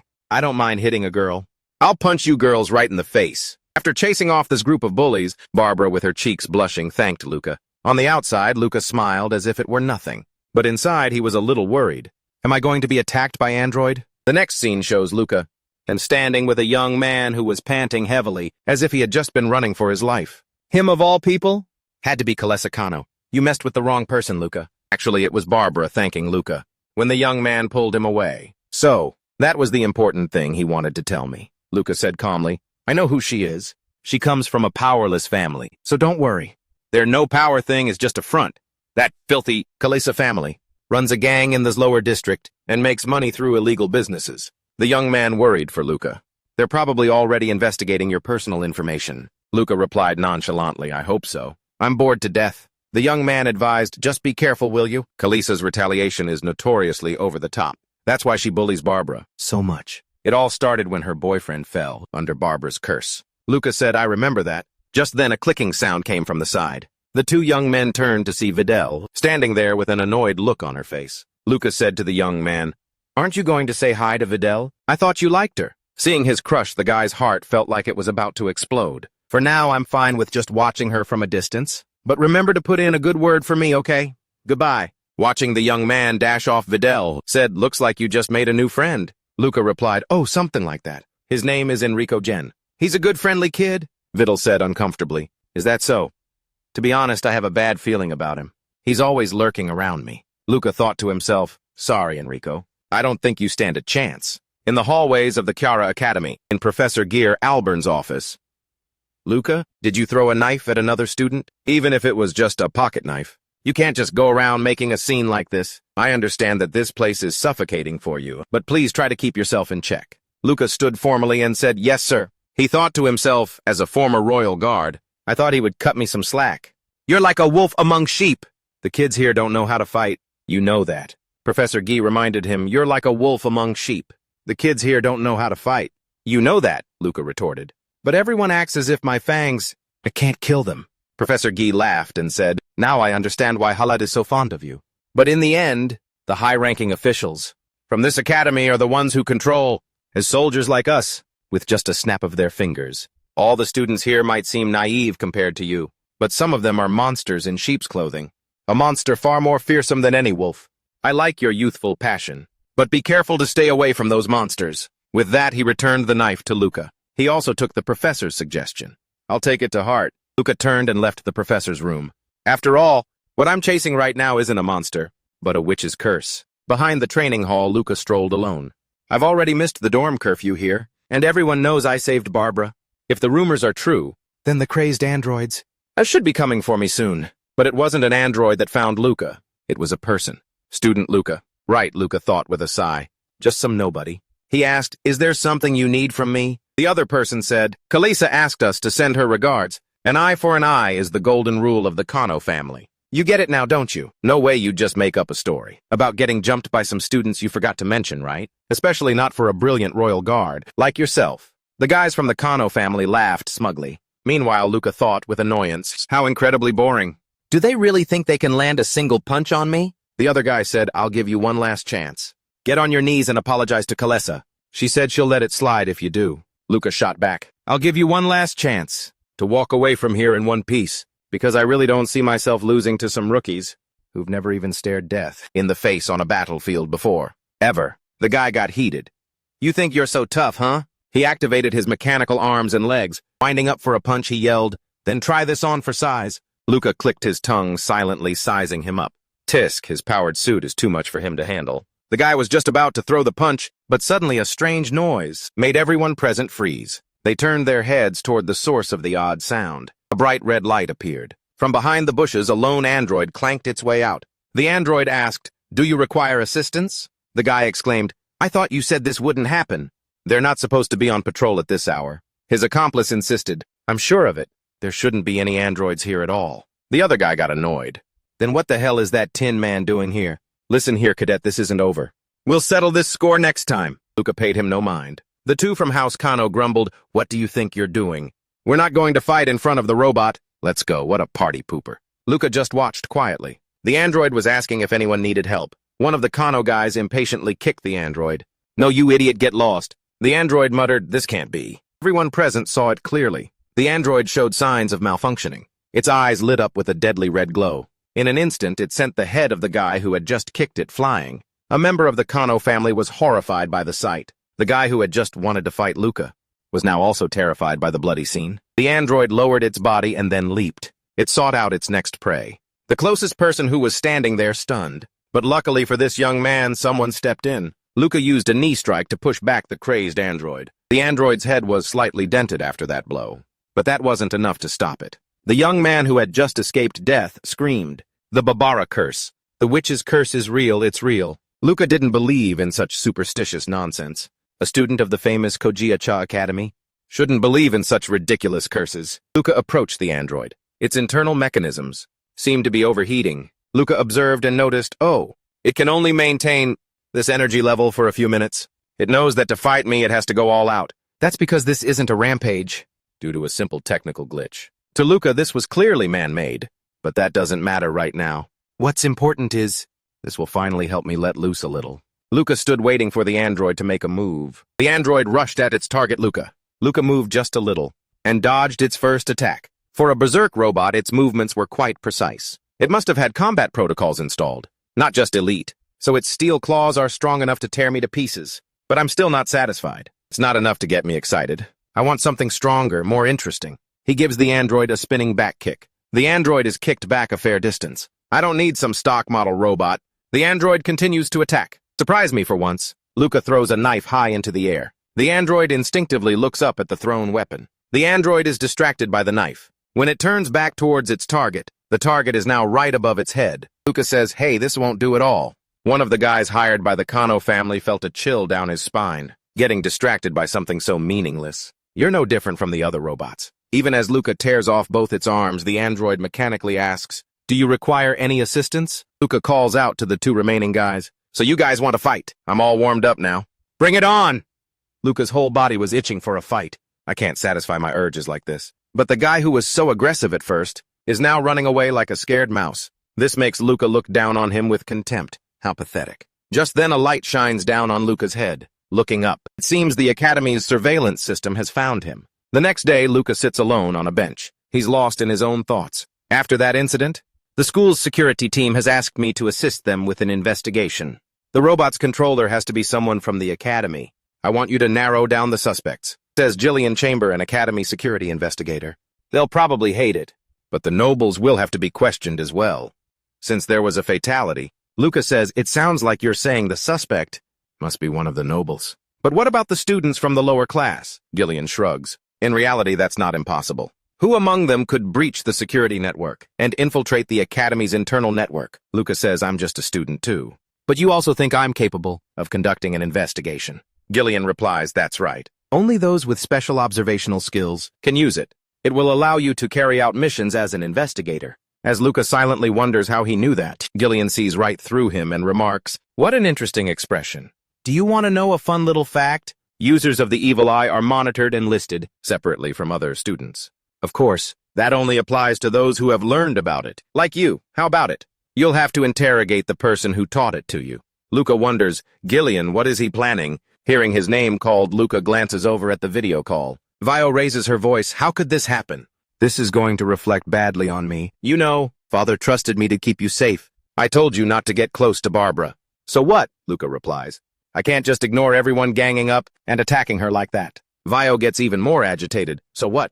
Are you saying you'd fight for her again? Luca calmly replies, if they bully her again, then yes. Vio bites her nails. Vio declares, I'll go meet Kalesa and demand a compromise. If I'm the one asking, she'll agree to a reasonable compromise. Luca tilts his head slightly in confusion. For what? Why would Vio offer to compromise with Kalesa? Luca's eyes curve up. Vio said that Kalesa would compromise with her. Vio must be able to control her to some extent. Luca agrees. All right, let's go see her now. I don't want to get on the captain's bad side by causing any problems. Luca smirked inwardly. Besides, I want to confirm a few things. Kalesa retorted irritably. I already told you Barbara seduced my boyfriend first, Luca replied. It seems you wouldn't just stand by and watch. Are you sure you told your boyfriend not to flirt with her? Kalesa looked up stunned as Luca pressed a button on the console. How could he have refused? After all, you sent your minions after anyone who displeased you. Just like you did with me, Luca.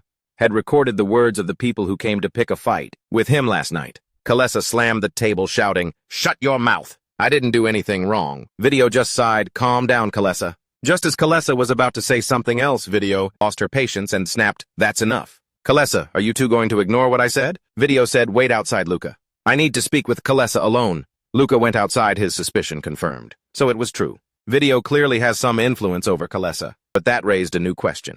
Why doesn't Video just tell Kalesa to stop bullying people? I'm only at this academy for 2 months. Just telling her to stop would be much simpler than intervening like this. When Video stepped out of the room, she asked wearily, Why do you always have to stir things up? I just warned you. I thought you said you didn't want to cause any trouble.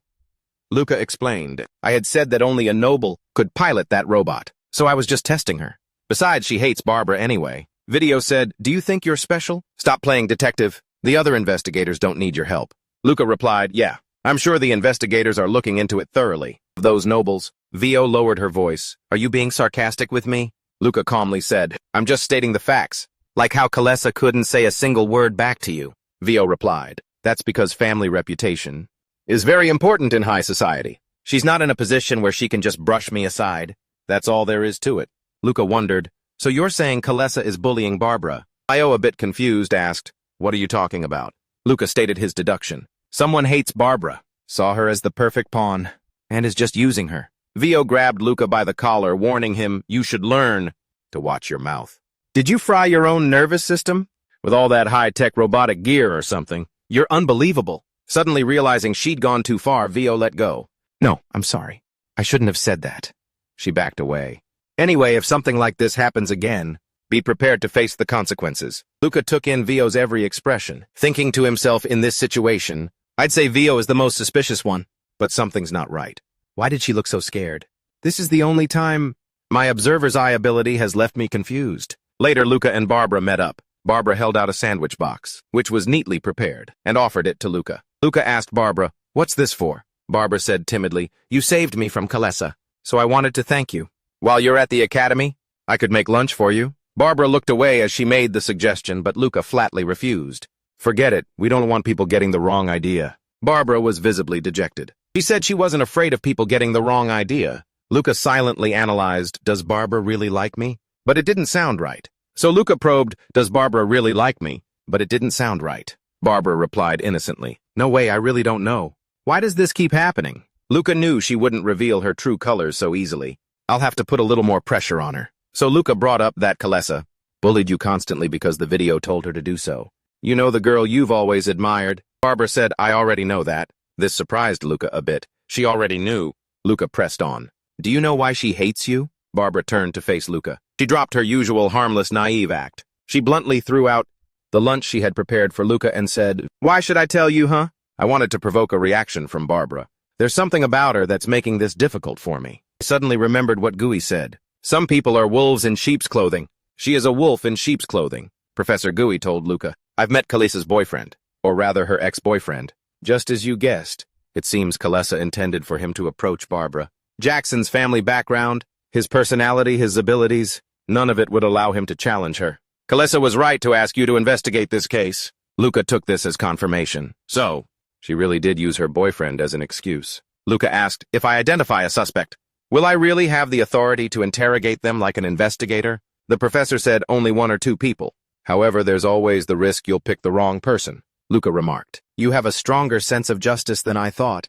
The professor said that has nothing to do with it. This is already the 6th incident, and this time someone even died. I just want to catch whoever thinks they can get away with this. Luca asks if there was anything about Barbara that you discovered. The professor asks doubtfully, why? Do you think she's a suspect? But I already told you she's from the lower class. Besides, she's just a student. There's no way she could access the security network of the academy to get into the internal network and control that robot, Luca countered. Then shouldn't we also not rule out the children from noble families just because they're students? The professor says that's a little different. They can interfere with the production and distribution of the robots. Money and power have bought off manufacturers before. I don't know if this helps. But Barbara is sponsored by the Kutozia family. Luca thinks, I think that will be useful. I'll take everything into consideration. After turning off this projection screen, Luca put his hand on his forehead and leaned back. All the clues are there, but somehow they don't fit together. Getting the answer from Barbara would be much simpler. I can't believe I have to drag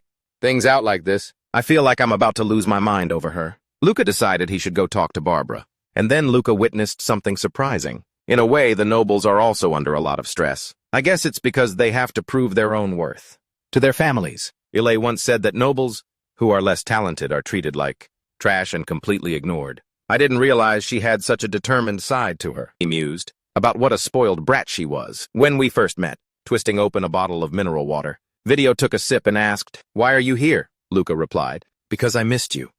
He snatched the water bottle from Video. Video scolded, are you crazy? Luca innocently said, me. You're the one with the problem. Seeing that this blockhead wasn't in a joking mood, Video said sarcastically, all right, funny guy, get straight to the point. I'm very busy. Luca looked left and right, making sure no one was around. Luca got down to business. Video Custosa. I hope you won't lie or hide the truth right now. Video said, are you really a detective? Luca informed her, the school's security team has officially requested me to investigate this case. Video reminded Luca, I don't like bringing this up, but don't forget, I am the daughter of the captain of the Royal Guard. Luca said anyway, I'm aware that your family is sponsoring Barbara.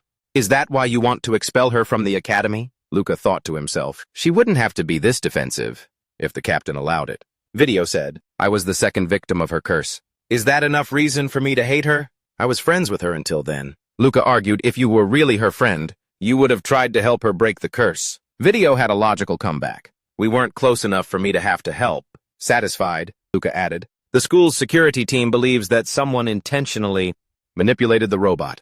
Among the students being considered, you are the prime suspect. Video exploded, me. But I was a victim of the curse, Luca said flatly. Criminals often intentionally make themselves out to be the victim. Besides, you have everything you need to pull it off. The right family background, the knowledge, and even the skills. Video turned exasperated, you can't be serious. Luca, you'd better stop right there. Luca said, calm down, Video. I'm not saying I actually suspect you, so just tell me what you know. I have a theory that, and right on cue, the most unwelcome person appeared. Barbara was standing at the door. Video shot her a glare as she said, Luca, I was looking for you. I was so worried when I couldn't find you at our usual spot. Luca stiffened. How did she find me? I'm positive I wasn't being followed. Did I miss something? No way. And what's more, that's not the face of someone who's being bullied, especially not when she isn't in front of video. The girl at the center of all this? 10 minutes. I could have gotten the whole truth in 10 minutes, but now I have to deal with this. I want to smash her into a wall. With rage burning inside him, Luca lost all patience. Stop smiling. Barbara, this is really pissing me off. Barbara looked wounded. Her voice trembling, she said, Luca, why are you talking like that? But you were the one who saved me from Kalesa. Luca crushed a metal chair and hurled it straight towards Barbara, but he restrained himself enough not to hit her in the face. Video was horrified by Luca's violent outburst. What are you doing? Luca declared. You provided a fun little distraction from this boring school life, but it's over now. You underestimated me, Barbara. Barbara covered her face, trembling beside the warped door. I don't know what you're talking about. She knew the jig was up. Then there's no need to act so much and tire yourself out. The look in her eyes sent a chill down Gideon's spine. She stepped forward, gliding past Gideon, with a smile on her face. He dropped the lunchbox on the table. Here's your lunch, Luca. Enjoy. Then she turned around and went to talk to the second person in the room. Gideon stood frozen, trembling. Barbara came over, her hand touching his shoulder. Oh, and Gideon, it's so good to see you. Gideon was extremely uncomfortable as Barbara leaned in close to him. Her fingers even lightly brushed against Gideon's wrist. After her greetings were done, she said, see you later, as if they'd never been apart. She left the two individuals with different, indescribable feelings. Gideon couldn't take it anymore and sank to the floor. Luca stood there, stunned, letting out a dry laugh. Everything was clear now. I knew who the real culprit was, and the true nature of Gideon's relationship with Barbara. Luca called out to Gideon, but he cut him off, telling him not to ask anything. Just finish our time at the academy, and then let's leave quietly. Please, Luca. Gideon made it clear he didn't want to talk about this anymore. Luca tried to contact Gideon, but it didn't go smoothly at all. Ever since that incident, Gideon has been openly avoiding me. On that day, I told the captain everything that had happened. I felt that before long, something would happen that I couldn't handle on my own. But I received a surprising answer. Al had told me he was leaving it for me to handle. Just keep acting on your best judgment. The Royal Guard could have easily handled this. Why were they standing by silently watching me take care of everything? I mean, even his own daughter was caught up in this mess. I was like a puppet for my superiors. My role is that of a Royal Guard. I know they have a bigger picture that I can't see, but honestly, it's so frustrating. Luca grumbled. Of course she's not going to pick up. Clearly Barbara is the culprit. But as the investigator said, a person from the lower class can't control the androids. But how could Barbara do it? Luca reviewed the series of events Professor Guido had told him about. He recalled the way Barbara interacted with Vito. Luca had a few theories of his own. If my hypothesis is correct, then this is going to be a real headache. I'll have to meet Vito to confirm it. But she keeps avoiding me. Perhaps fate wanted to help Luca. The teen who had a crush on Vito brought him an opportunity. The teen asked, did you put in a good word for me with Vito? Luca smiled slyly and said, of course not. Is that all? Thought you had something important to tell me. After that came the scene where Luca hid to the side watching the other teen confess his feelings. Vito looked uninterested. Is that all? I thought you had something important to tell me. While the other teen was flustered, Vito was completely in control. I'm not interested in you. In fact, you make me uncomfortable. So please stay away from me, okay? The teen was heartbroken. He ran off crying in despair. Sorry, Enrico. I'll make it up to you later. Luca took this opportunity to step out. Vito, as if she was prepared, said, I had a feeling. I've had more than enough of you. I'm going to tell my father about your rudeness. Luca said, that's useless. I've already reported your involvement in this case. Vito looked completely vulnerable. You told father, didn't you? Really? How much did you tell him? Luca replied, I have no reason to tell you. Vito clutched her head, her body swaying as if she was about to collapse. My reputation? My position in the Kutoza family? Everything I've worked for crumbling in an instant. It's all your fault? Your fault? This is all because of you. It's your fault. Your fault. Luca tried to persuade her. It's not too late yet.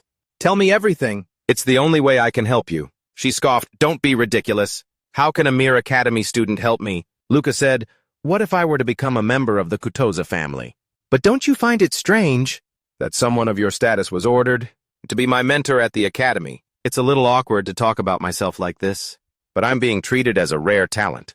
And I even just received a Medal of Honor. Plus, the captain has taken quite a liking to me. If I get adopted by the Kutoza family, my status would rise accordingly. It doesn't matter what you've done. I'll be on your side. Vito still hadn't completely let her guard down. How can I trust you? Luca said, I have to solve this android problem. If I want a shot at being adopted by the captain, mutual understanding is the first step to building trust. Vito's legs wouldn't stop shaking. Luca gently held her shoulders to keep her from falling. Vito composed herself, lost in thought for a moment, before finally revealing I was the one controlling those androids. I created the Barbara curse. The two sat in a spacious open plaza. It was deserted and they sat shoulder to shoulder as they talked. Vito began to share, the truth is, Barbara was my first true friend. Not just an acquaintance. She was a friend I could open my heart to. 3 years ago, I was curious. I wanted to know who my family was sponsoring. That was the first time I met Barbara. At first, I thought she was a talented and friendly person. Luca sees this soft and naive side of Vidya and thinks I always thought she was cold. Is this what made Vidya the way she is now? Vidya confesses it all started because of a little jealousy. There was a boy who liked Barbara. Her smile and bright personality helped her become a popular student. But I didn't want some guy to take away my only friend. I was pretty childish back then, okay? At first, I just wanted to mess with that guy because I didn't like him. All I did was create a robot, shaped like an android. But somehow, Vidya installed an audio file in the robot, which contained a warning, stay away from Barbara. And she even had that robot follow the guy at night. But this little prank had unbearable consequences for Vidya. The boy fell and suffered a serious head injury. As a result, he had to drop out of school, and Vidya, so terrified, threw the robot away. But she still couldn't avoid being questioned. In connection with the accident, Vidya says that when the investigation began, Barbara was the first one to realize I was the one who did it. I would sometimes tinker with the robot in front of her, so she put 2 and 2 together. I was afraid of being found out. But Barbara said she had a good plan. If I became my own victim, then people wouldn't suspect me anymore. Luca isn't surprised. So you voluntarily became the second victim of the curse? Vidya admits, yeah.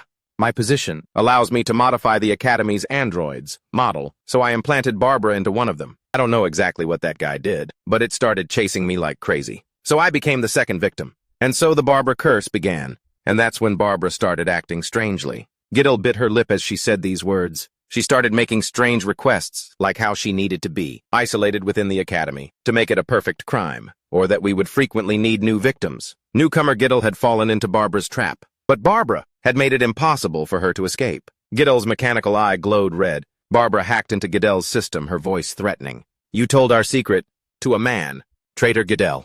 My dear Giddel. Luca jumped, startled by the piercing mechanical sound. How did she hack Giddel's receiver? It's definitely equipped with a high-end security system. My intuition is telling me that we have to get out of here immediately. And this noise, it's not coming from Giddel's receiver. This mechanical sound is a robot that has targeted Luca and Giddel. Giddel couldn't react to the danger in time, so Luca had to grab her and dodge the bullet in the blink of an eye. The nimble Luca carried Giddel as they slid behind a large rock, temporarily escaping the line of sight of their attacker. Luca took off his outer jacket, tearing off a piece just the right size to make a temporary bandage for the wound on his waist. He tied it tightly to prevent more blood loss. The bleeding should stop soon.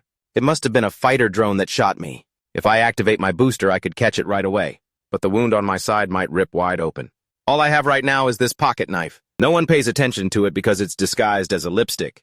It's using a silencer. Man, this is a tough problem. I'm gonna smash you, you piece of junk. Video pushed herself up. Luca saw that Video was awake. The moment she was, he had to listen to her complain. Don't you Royal Guards feel pain or something? Luca snapped, of course it hurts. Are you kidding me? Their peace didn't last long. A barrage of bullets flew toward them. Luca knew this was going to be tough. Damn, if only I could pinpoint its location. Luca's gaze fell on Video's glossy lips, sparking an idea. He asked Video if she had a mirror. Using the mirror's reflection, Luca scanned the entire area behind their cover, and he spotted the drone that had been shooting at them. The moment Luca saw it, he sprang into action. He threw his pocket knife in a single decisive strike. The drone exploded in midair. Luca then quickly slid back into cover, avoiding the blast. But Luca, he never expected that he couldn't escape the damage entirely. My communicator? Luca called out to Video. Is your communicator working? Shaking her head, Video gestured that it wasn't. The entire communication system, both internal and external, was down. Barbara, through Video's communicator, began speaking to her.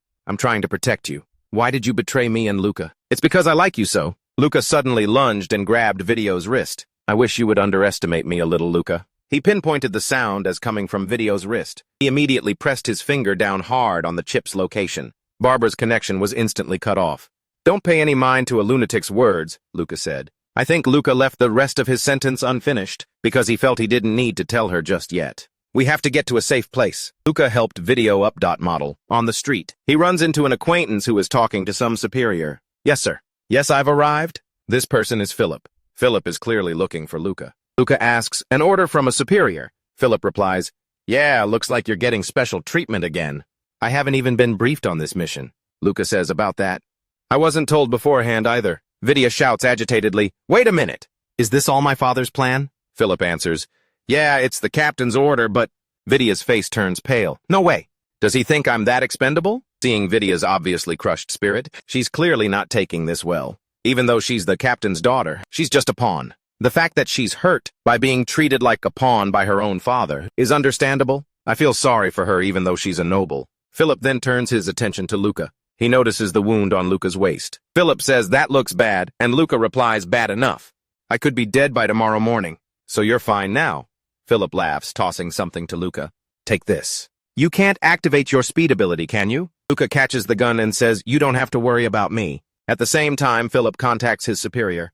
"I'm with Luca and Vidya Custosa." As he's speaking, his hand is suddenly shot by something. It's a soldier. So the two boys quickly react and duck behind a stone pillar. The gunshots are close, but I don't see anything. I wonder what could have escaped. The detection of 2 Royal Guard cadets. Barbara couldn't be this ruthless. "Hey, I just want to talk." Luca is startled because it's a completely unfamiliar voice. It's not Barbara. Luca and Philip use hand signals to communicate. Meanwhile, the mysterious figure said, "If I had aimed for the head, one of you would be dead by now." Meanwhile, Luca and Philip had agreed on a plan. Philip took off his shoe to create a diversion, distracting the mysterious figure. To give Philip time to act, Luca started a conversation with him. "So you know who we are?" The man replied, "Of course, you're former students. I don't have time for this, so let's get straight to the point. Hand over Vito Katosha." Luca asked, "Are you planning to kidnap her for a huge ransom?" The man replied that the princess wants her. "I wish I didn't have to do this. But the princess is very impatient. But at the very least, I hope you'll understand my position." The way he said it gave Luca a bad feeling. "Just me. What about Philip?" He didn't know when it happened, but Philip's neck was already in the grasp of the mysterious man. Luca saw a transparent figure grab his partner. The mysterious figure turned back, but Luca still couldn't see him clearly. An invisibility cloak covering his entire body. That's why we didn't notice him. "This is gonna be tough." Vito grabbed Luca's wrist. Luca reacted by looking at the girl. She couldn't fight. He removed her hand from his wrist and told Vito, "I'll buy some time. When I give the signal, run as fast as you can." Vito's face turned pale with shock and fear. But the critical situation didn't give Luca time to reassure her. "This isn't the time to argue. Just do as I say." He began to count. 1, 2, 3. The two of them split up and ran in opposite directions. Luca decided to face the enemy, buying Vito a chance to escape. He fired several shots, but the mysterious figure dodged them all effortlessly. How is he so fast? Before you could even damage his invisibility cloak. "I really don't want to have to kill 2 of my own subordinates, Luca." Luca was shocked to hear him use the word subordinates. The man grabbed his shoulder and said, "What are you surprised that I'm your superior? Snap out of it or you'll die, kiddo. I thought he was just an extremely skilled terrorist, but he's a royal guard. I can't believe I let him get in my head. Like that in the middle of a battle. He's behind me. Not quite where he thought. He thinks he can lure me out of here and force a confrontation. Going head-to-head with him like this, I'm completely outmatched. I have to figure something out fast. Focus, Luca." He used the simulation system to analyze his opponent's moves and everything usable in the surrounding area. "Felix, I'm borrowing your sword." The man instantly predicted Luca's move. Well, you knew where that sword was without even looking. Are you using the AC tactic?" Luca's feet slid across the floor. Luca caught the sword blocking one of the man's attacks, but he was a step ahead and sent him flying with a kick. The mysterious man said with regret, "It's a real shame to have to kill someone who can use the ASIC tactic so proficiently. I was just planning on having a little fun with you, but this just makes things complicated." Luca panted, thinking his whole demeanor changed. "So what is it about the ASIC tactic that's making him hesitate to kill me? It doesn't matter. Do I have a chance to win or can I get away? Damn it. I can't focus. I'm too worried about her." "But is all of this really just because of one terrorist?" The man advised Luca, "Listen here, kid. Stop it. Don't ruin your life over a moment of impulse." Luca let out a breath. I guess he sees me as useless. But thanks to him taunting me like that, I've started to see the problem more clearly. My wound, this guy's identity, and even the whole thing with the acid tactic. None of it affects me. The only problem is the fact that I can't stand him.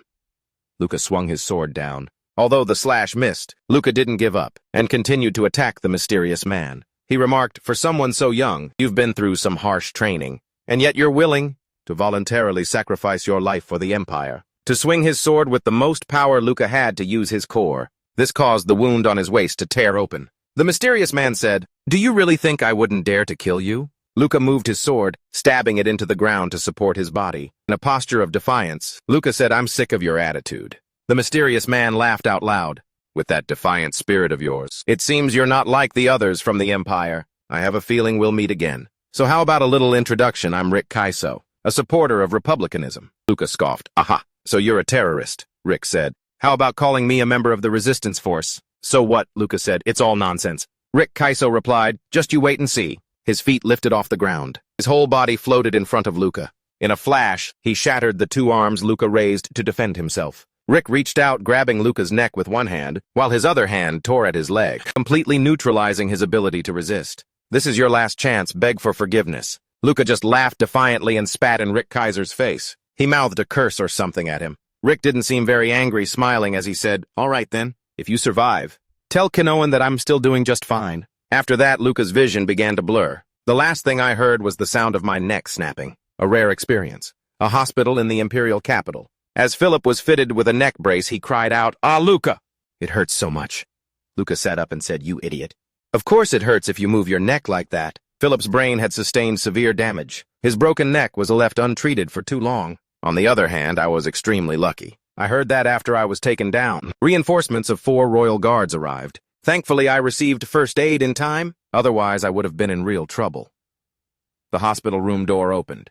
Halat came to visit and said, don't bother sitting up. He sat down next to Luca's hospital bed. Philip carried out his duty to the very end, Luca said. Halat replied, I see, then give me your report. Luca recounted everything from beginning to end. And that's what happened. Zucker Kaiser. His real name is Zucker Shiva. You faced off against one of the most wanted criminals in the Empire. Luca asked, puzzled. I've never heard that name before. Halat explained, not all wanted criminals are publicly listed, especially those who are connected. And to the Empire's secrets, Luca was stunned. Even a perfectionist empire has shameful secrets. Then this isn't just the work of a few terrorists, is it? Halat said. I believe it would be more courteous to explain this mission in detail. Operation Juliet has been underway for 5 years now. The objective is to infiltrate the headquarters of the terrorist group that opposes the empire known as Nemesis. Luca was surprised. Infiltration, not a raid. Halas explains, Nemesis is a completely decentralized organization. So a conventional raid would be ineffective. No matter how many of them you take down, they'll just keep multiplying, as long as the mastermind isn't eliminated. It's all for nothing. So does that mean we failed the mission? Since we couldn't capture Sticker. When Luca asks, so did we fail the mission? Since we couldn't get Sticker, Hollis tells him, the plan was a success, Luca. We managed to plant one of our own in the heart of Nemesis. Barbara is one of our spies. Nemesis recruited her as a hacker. This is the result of our long preparations. To draw the attention of a Nemesis to Barbara. Even so, I didn't realize she was that crazy. Luca found it hard to accept. That monsters is on our side. Then what was the point of all the sacrifices for this mission? Philip's brain was destroyed. Lillian wasted his time trying to catch the culprit. And even the captain's daughter was constantly harassed by a Barbara. And for what? Were they all just pawns? For him to use and discard as he pleases. Luca asks, does she know about this? Hollis replies, the kid knows nothing, and I want to keep it that way. Do you understand why I'm telling you all of this? A sense of dread washed over Luca. They're getting rid of me, he thought. So is this the end for me? Before I've even achieved anything? How pathetic. An electronic screen appeared before Luca's eyes. Hal had told him to read and sign. Luca couldn't help but let a small smile form on his lips. Welcome to the family, Luca. In front of Luca were the adoption papers. Khaled had kept his promise. While his friend Felix was fast asleep, on the other side, Luca was having each and every screw removed. Just before he left, Halad had said, it'll take some time to process the documents. My family has a few stubborn elders. You know, the spinal brace was removed. The medic bot told him he would feel a bit of pain and discomfort. Afterward, Luca put on his coat and left the hospital room. Hearing the footsteps, Philip turned and asked Luca, are you leaving? Luca scratched his head and replied, yeah, Philip said in a hoarse voice. Good luck. Luca nodded in thanks but didn't look back. He simply closed the door to the hospital room and walked away. Royal Guard Training Center. Luca was deep in thought about the witch Barbara, a spy trained by the Empire to infiltrate the terrorist organization Nemesis. She's unsettling. The way she acts so strangely, it's more than just an act.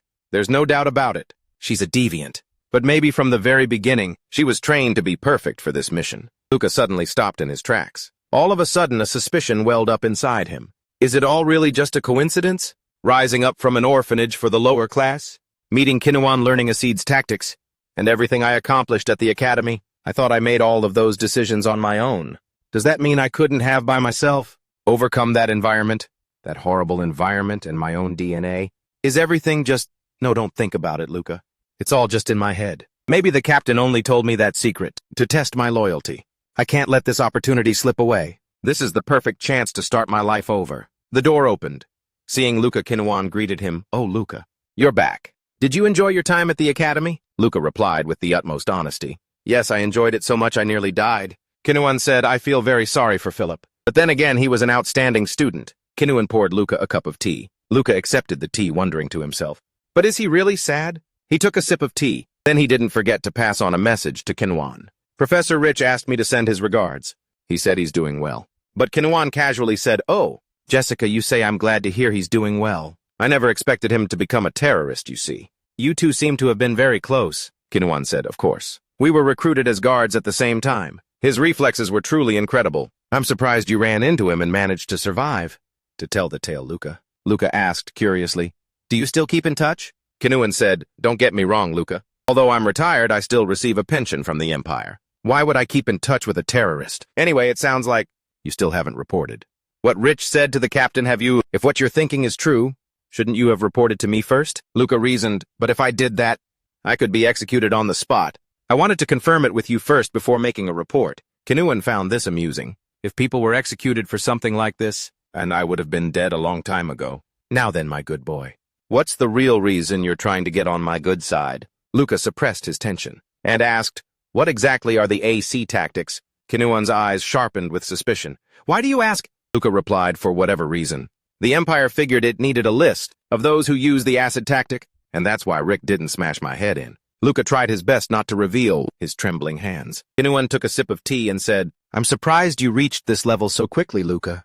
Kutozia, you know a lot, don't you? For someone from the lowest rank. Do you understand what that means? Luca replied, yes, I understand.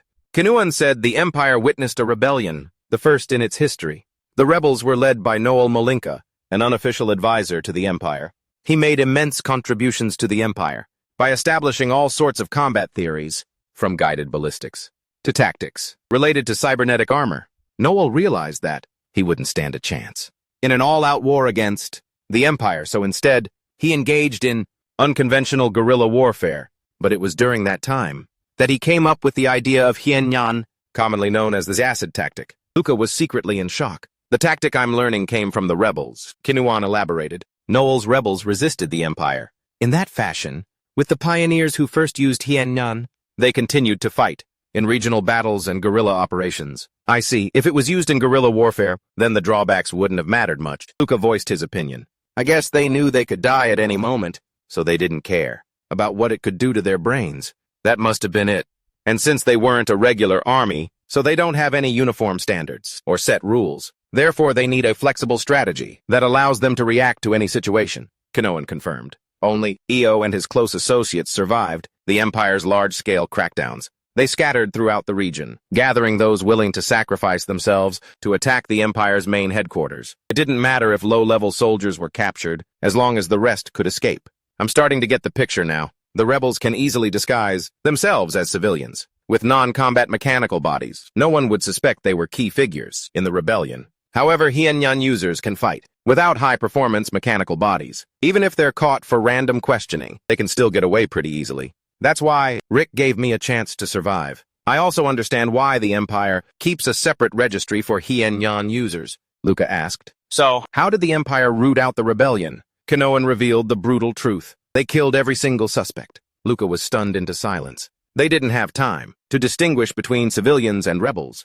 The massacres, on a massive scale, left entire regions desolate. Faced with such an extreme measure, not even the Hienyan users could escape death. That's how the rebellion was crushed. Luca asked if the Empire was trying to keep the incident a secret. Kinuan replied, not exactly, but they definitely don't want to teach that in school. Only those who are interested in history would know. The betrayal of Nuan Ao Molinka, who once played a key role in the Empire's army. The Empire's large-scale massacres and Kim Nuan, a professor who has mastered the tactics of the rebel forces. Luca cautiously said, the captain assigned me to you? Does he think you're involved with the terrorists? Kim Nuan gave Luca a round of applause. Spot on, Luca! If you find evidence that I've been secretly communicating with the enemy, you can march right into the Royal Guard's headquarters. I don't believe that you're secretly communicating with the terrorists. Luca thought to himself, confused. How can he be so calm? Kinuan said, "You might not think so, but the captain doesn't. If you want a hint, look for evidence from my time in the downstream region. It'll help you advance in your career." The more Luca listened, the more absurd it felt. How could a man accused of colluding with terrorists be so composed? And what about the captain?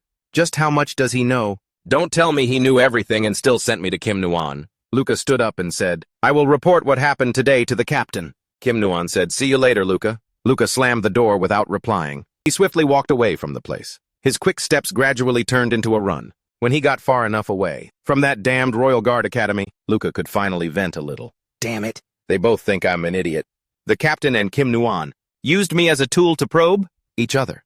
How long can I walk this path before I stumble and die? Kinuan was becoming more and more incomprehensible. It's just that he's an AI, searching for the name Noel Mulyanka. I won't be able to find any useful information through the usual channels. I refuse to continue being led by the nose like this. If I want to find out about Kinuan's past, I have no choice but to follow his advice. Luca clawed at the wall behind him with both hands, his eyes filled with stubbornness and determination. The captain sent me to Kinuan because he believed that Kinuan had illicit dealings with the terrorists. Mysterious as always. Kinuan didn't seem bothered by such accusations. And what he said to me then? Telling me to find evidence in the lower district. This will help you get promoted. I kept asking myself, why would he say that? Why would he want me to go to the lower district? Did he want the Nemesis rebels to eliminate me? Or perhaps that was also part of the plan. A conspiracy between him and the puppet masters pulling the strings from above. Stop it, Luca. You've already decided not to let them shake you. It's too late to back out now. Now I have to prepare to search for traces of Kinuan to make sure I'm not an easy target. I have to prepare thoroughly. The first step was to report the conversation with Kinuan. Luca stood at attention before Khaled stating clearly, "Instructor, Kinuan is trying to provoke us." Jack Silva was carrying out off-the-books missions around the same time as Kinuan. I'm sure those two are in cahoots. Aren't you curious? I mean, why would I have left Kinuan alone until now, if he were that suspicious? Luca showed that he knew his place. I won't interfere if I'm not authorized to know. Khaled said emphatically, "I'm telling you because I trust you." The order to investigate Kinuan was issued. It came from a power with authority, higher than even the Royal Guard. It seems the higher-ups believe we can use Kinuan to infiltrate the heart of Nemesis. They must have discovered that Kinuan might be in contact with Sid. Luca was skeptical. Why would they assign the important role of a trainer to someone so untrustworthy? Khaled explained. He threatened to leave if he wasn't given the job. Besides, he's a competent trainer. So does that answer your question? Luca decided to share a bit. I've been with Kinuan for a while now, but to be honest, I haven't found any weaknesses. His self-control is perfect, and he never reveals his true intentions. Khaled cut him off. Stop complaining and just do it. You're the only one who can do this. Every year I send trainees to Kinuan, but none of them have gotten as close to him as you have. He likes you. But Luca found no comfort in that. He held his head high and made a demand. In that case, I'll need authority. More than what's granted to a trainee. One day, an airship soared through the blue sky. Inside were Luca and Khaled. Khaled asked, "Are you nervous?" Luca replied, "I'd be lying if I said no. I'm a bit on edge." I told the captain about the authority I requested, a pass to travel between the two zones, the upper and lower districts, a weapons permit and funding for the investigation, and access to a database with a much higher clearance level. I clearly don't have the standing to ask for more than that, but it's still not enough. In my current position, I could be eliminated at any moment. I have to do everything I can. Luca then said tactfully, "I know this isn't something a soldier should say, but I don't want to throw my life away over something as cruel as this. Especially since I'd only be killed for knowing too much." Khaled replied, "I'll be straight with you. If the higher-ups give the order, I'll have to make it, so none of this ever happened. I'd have to deal with certain people, and that includes you. But I can promise you this. I will use all the power at my disposal to protect you. That's why I brought you into the family." Luca looked closely at the black card in his hand. He carefully put it away, thinking to himself, "So my life is in the captain's hands, huh?" Just then, Khaled complained, "I'm not a fan of all these procedures and formalities myself. But now that you're a part of the family, you should meet the others." Luca asked seriously for guidance. "Please tell me how I should behave in front of them." Khaled smirked. "Just act normal. You might be a new kind of motivation for my children, in more ways than one." At that moment, Luca didn't quite understand what he meant, but he would soon find out. "I don't know what the captain is thinking, but I'll have to put up with this inconvenience if I want proper protection." Sooner than he thought. "We're here, Luca." As the ship entered the runway, Khaled grumbled, "I've always hated this place, even though I spent my entire childhood here." The ship slowly descended. Luca was then led into a spacious and luxurious waiting room. Khaled told him, "Go on in and get some rest, Luca. Your room will be ready shortly. We can do the introductions later." Luca looked out the window. Everyone was busy trying to curry favor with the head of the house. Just the thought of having to join in on that commotion is tiring enough. They're no different from low-class sycophants. Is this really the life I've always dreamed of? Someone knocked on the door before entering. The visitor said, "So you've really become a member of the Kutozia family." Luca, who else could it be but the person you already know, Vito? I apologize for my improper behavior. I let my emotions get the best of me the other day. My reasoning. No, I'm just making excuses. As a member of the Kutozia family, I should not have acted that way. Luca was pretty straightforward. Don't worry, it's only logical for a non-soldier like you to panic. In that situation, Vito said, I went to visit Philip. He didn't recognize me. Luca told her she could be grateful to him if she wanted, but she shouldn't feel guilty about it. He was just fulfilling his duties as a Royal Guard cadet. Vito simply thought, are you just trying to placate me? Luca simply said, I'm just telling the truth. I'm not a very emotional person. Vito assessed, you're like a blue flame. You might look cold on the outside, but you burn much brighter than other sparks. Luca immediately noticed a positive change. She was no longer as unapproachable as before. She asked Luca, do you remember what you said back then? You said you would always support me if you became a family member? Luca affirmed those weren't just empty words. It seems we're on the same page now. I think we can seal the deal. He silently thought that he liked her demeanor. This is how a noble lady of the Empire should act. She has to know how to look out for her own interests. Vito said, I'll tell you a few things in return. I'm guessing Father didn't tell you much, did he? He's not the type to always extend a helping hand with everything. Vito turns on the projector and starts the briefing. You have to be especially careful with my two older brothers. That's the eldest and the second eldest. But they must feel incredibly threatened now that you've shown up. A confused Luca asks, threatened, I'm just the adopted son. Vito explains it's not like that. No matter what anyone says, the Kutozia family is at its core a military clan. My brothers aren't fit to lead this family. And you're the only son, with the makings of an elite soldier. Even though you don't share our blood, you're still an intimidating presence. Luca replies calmly. If I have a shot, it's only natural for them to be worried, and I get why they're so on guard around me. Vito says, yes, my brothers. Luca gets straight to the point. And what about you? Don't you think you could become the head of the family? Vito answers evasively. I don't see any reason to tell you. I have no desire to be the head of this family, but I'm not going to sit back and do nothing if someone tries to push me around. Other than that, I don't care what happens. Luca gives her sincere advice. You should take every opportunity you get, Vito. That's a piece of advice from your big brother. Vito is left speechless.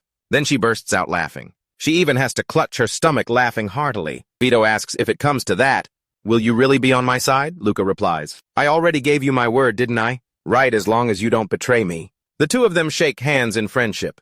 All right then, I'll just consider us allies from now on. Let's make our move. I'm counting on you, my dear brother Luca. That's the first and last time I'll ever call you that, Luca says casually. Fine by me. It sounded pretty awkward anyway. The pendulum of the clock ticks away, as if bearing witness to the pact between the two young people. At the dining table, the servants are busy with preparations, and the members of the Kutozia family had almost all gathered. The door opened. Vito and Luca, who had changed into a new outfit, entered the dining room. Wrote, the second son of the Kutozia family. Nicholas, the eldest son of the Kutozia family. Lady Eva Kutozia. Eva put on a friendly face. You must be Luca. I've heard so much about you. But Luca's sharp eyes could tell that she hated him, which wasn't surprising at all. Lady Eva said, hurry up and sit down before the captain arrives. Vito whispered to Luca, be careful not to slip up. Knowing Father's personality, he won't go out of his way to look after you. Just as he mentioned the main character of the dinner, the man himself appeared. All right, let's eat. The protector of humanity, the founding father and the first emperor. Luca chanted, Your Majesty Inakara Father. After showing their respect to the nation's leader, the family members finally began their meal. Luca realized that just as he thought, everyone's attention was focused on him. A few minutes before entering the dining room, Luca said, those two are wary of me. They're definitely aiming for the position of the next head of the family. Vito replied, that's right. They've probably already gathered a ton of information on you. Nicholas can't use control devices that require high output, so he became a public official.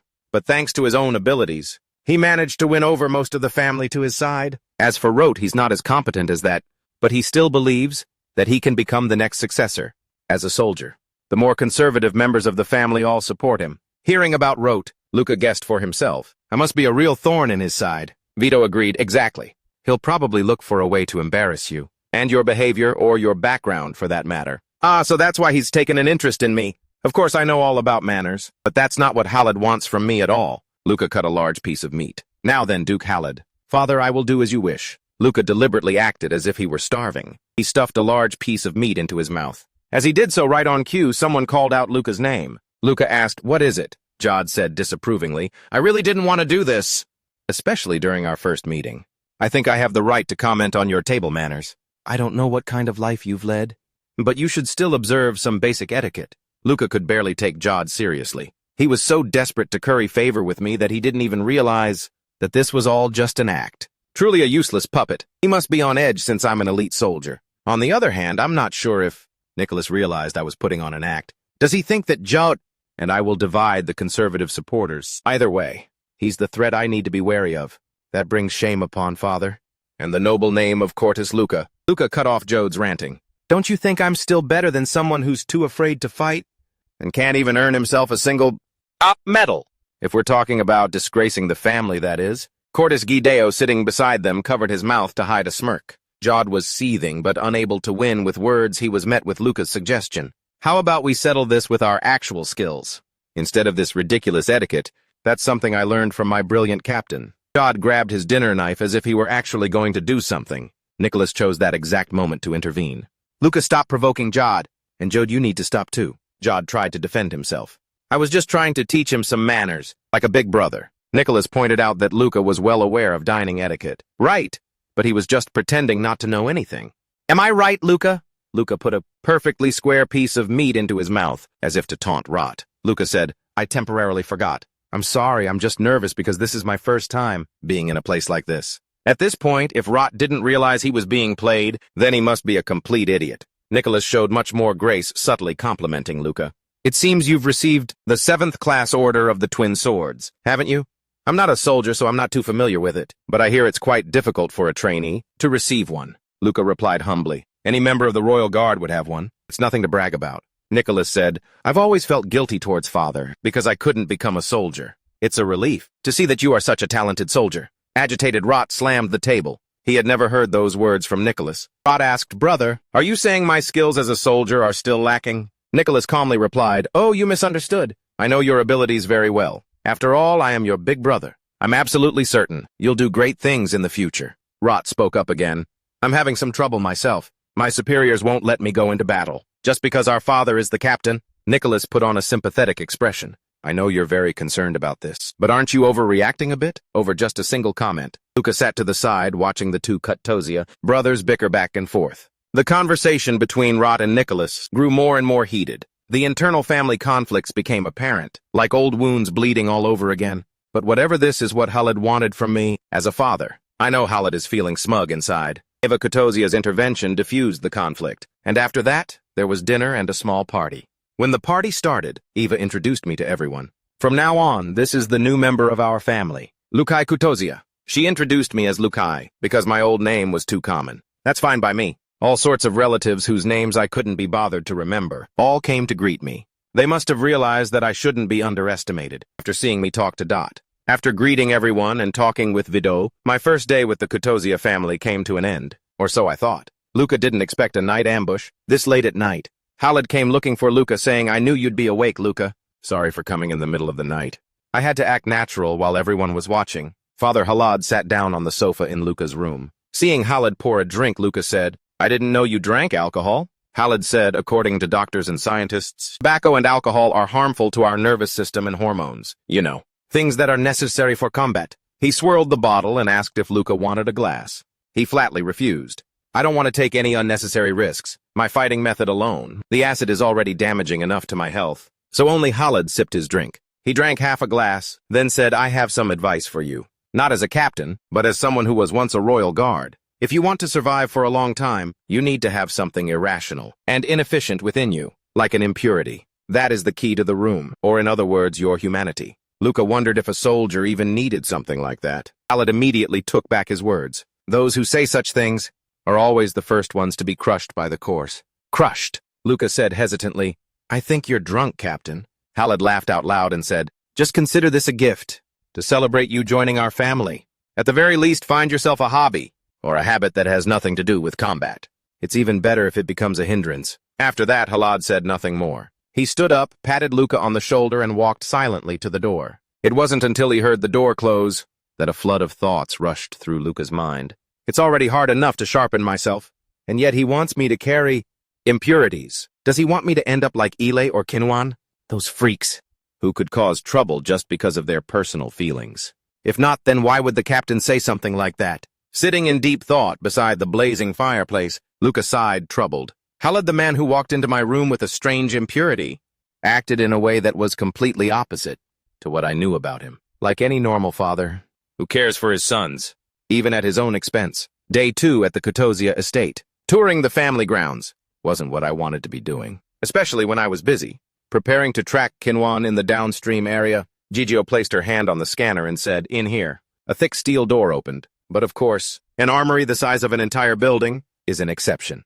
Luca proposed, "Could you be my guide in here?" Gigio said, "There's a reason I studied engineering at the academy, you know," for the women of the family. The Kutozia are responsible for looking after the armory. There are items that we can't let outsiders touch. Currently, Mother is the one who looks after the armory. I will inherit it later on. Luca was surprised. Getting her hands dirty by working in a place like this? It doesn't seem like her at all. Vito said that her skills are undeniable. Mother still repairs Father's mechanical systems and weapons. Until now, Luca had been curious. Don't nobles usually have arranged marriages? If the relationship turns sour, it would make this vulnerable to interference, Vito explained. That's precisely why she's the one in charge of managing Father's equipment. This is a long-standing tradition in our family. It's a demonstration of trust and morality. As Vito was speaking, he noticed Luca had stopped to look at something. Luca was captivated by a suit of female battle armor. I can see traces of adjustments over the years. Looking at the larger right arm, it must have been equipped to handle a special weapon. Vito walked over and said, "It's very eye-catching, isn't it? This is the full-body mechanized armor Skyla. It was the personal property of the founder of Kutozia, Agatha. Although it's weaker than Mermaid, this is an antique, and it's considered a family heirloom. This is the only surviving suit of its kind. This makes it one of a kind. The personal full-body mechanized armor of Agatha Kutozia. I engraved the image of Skyla into my mind, as if I were taking a photograph.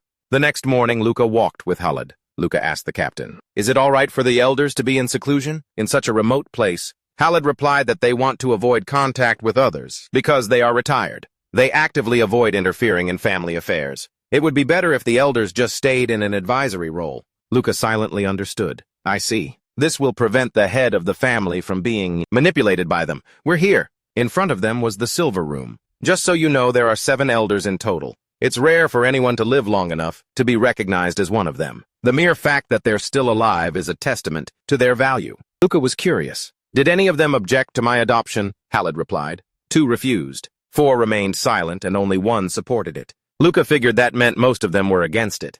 Halid clarified. "Remaining silent means they will abide by the will of the head. That's the reason why most of our decisions are passed through. And the refusals were mainly them expressing their concerns. So there's no need to worry. These stairs are sturdier than they look." Luca, feeling a bit anxious, followed Halid. They arrived at a dimly lit hallway. The 2 of them walked through the long hallway at a steady pace until they reached a door. Halid placed his hand on the scanner. As soon as the door opened, a cloud of smoke wafted out from inside, giving the place an air of mystery. The elders all greeted Halid. "Oh, Halid is here now. You should call him the family head. I'll call my grandson whatever I want.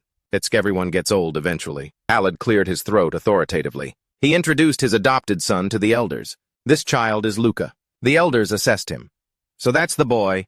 The kid looks quite bright. You can tell he's the survivor type, even if it means trampling over his own parents." An elder said, "Come here, Luca." Luca obeyed and stepped forward. The elder beckoned him closer. Although it was a bit tense, Luca complied. He approached Elder Kia. The elder reached out and caressed Luca's cheek. "My child, try to live a very long life. To do that, you must swallow chaos itself, even if it tears your throat apart." Luca was somewhat bewildered. Is he alluding to my situation? Perhaps he's also talking about things that I still haven't fully understood. Luca replied to the advice, "I intend to do just that." The elder then made a hand sign. Luca then returned to Halid's side. An elder said, "Hold your tongue. Now on to the next matter." The one who had just advised Luca spoke up. "Shouldn't we have asked Luca to leave first?" Luca wanted to take the initiative and leave to let the adults talk, but Halid stopped him. He told the elders that it was fine for Luca to stay. Luca wondered to himself, what is he thinking? He knows I could be conspiring with Kinuan, so why is he letting me listen in on such an important conversation? The elder didn't seem to mind and said, "Since you've made the offer, I will continue." After it was all over, the 2 of them left the silver room. Luca was lost in thought for a moment, then couldn't help but ask, "Why did you discuss that matter without asking me to leave?" Halid seemed to have some hidden motive, but he wouldn't get a direct answer from Halid.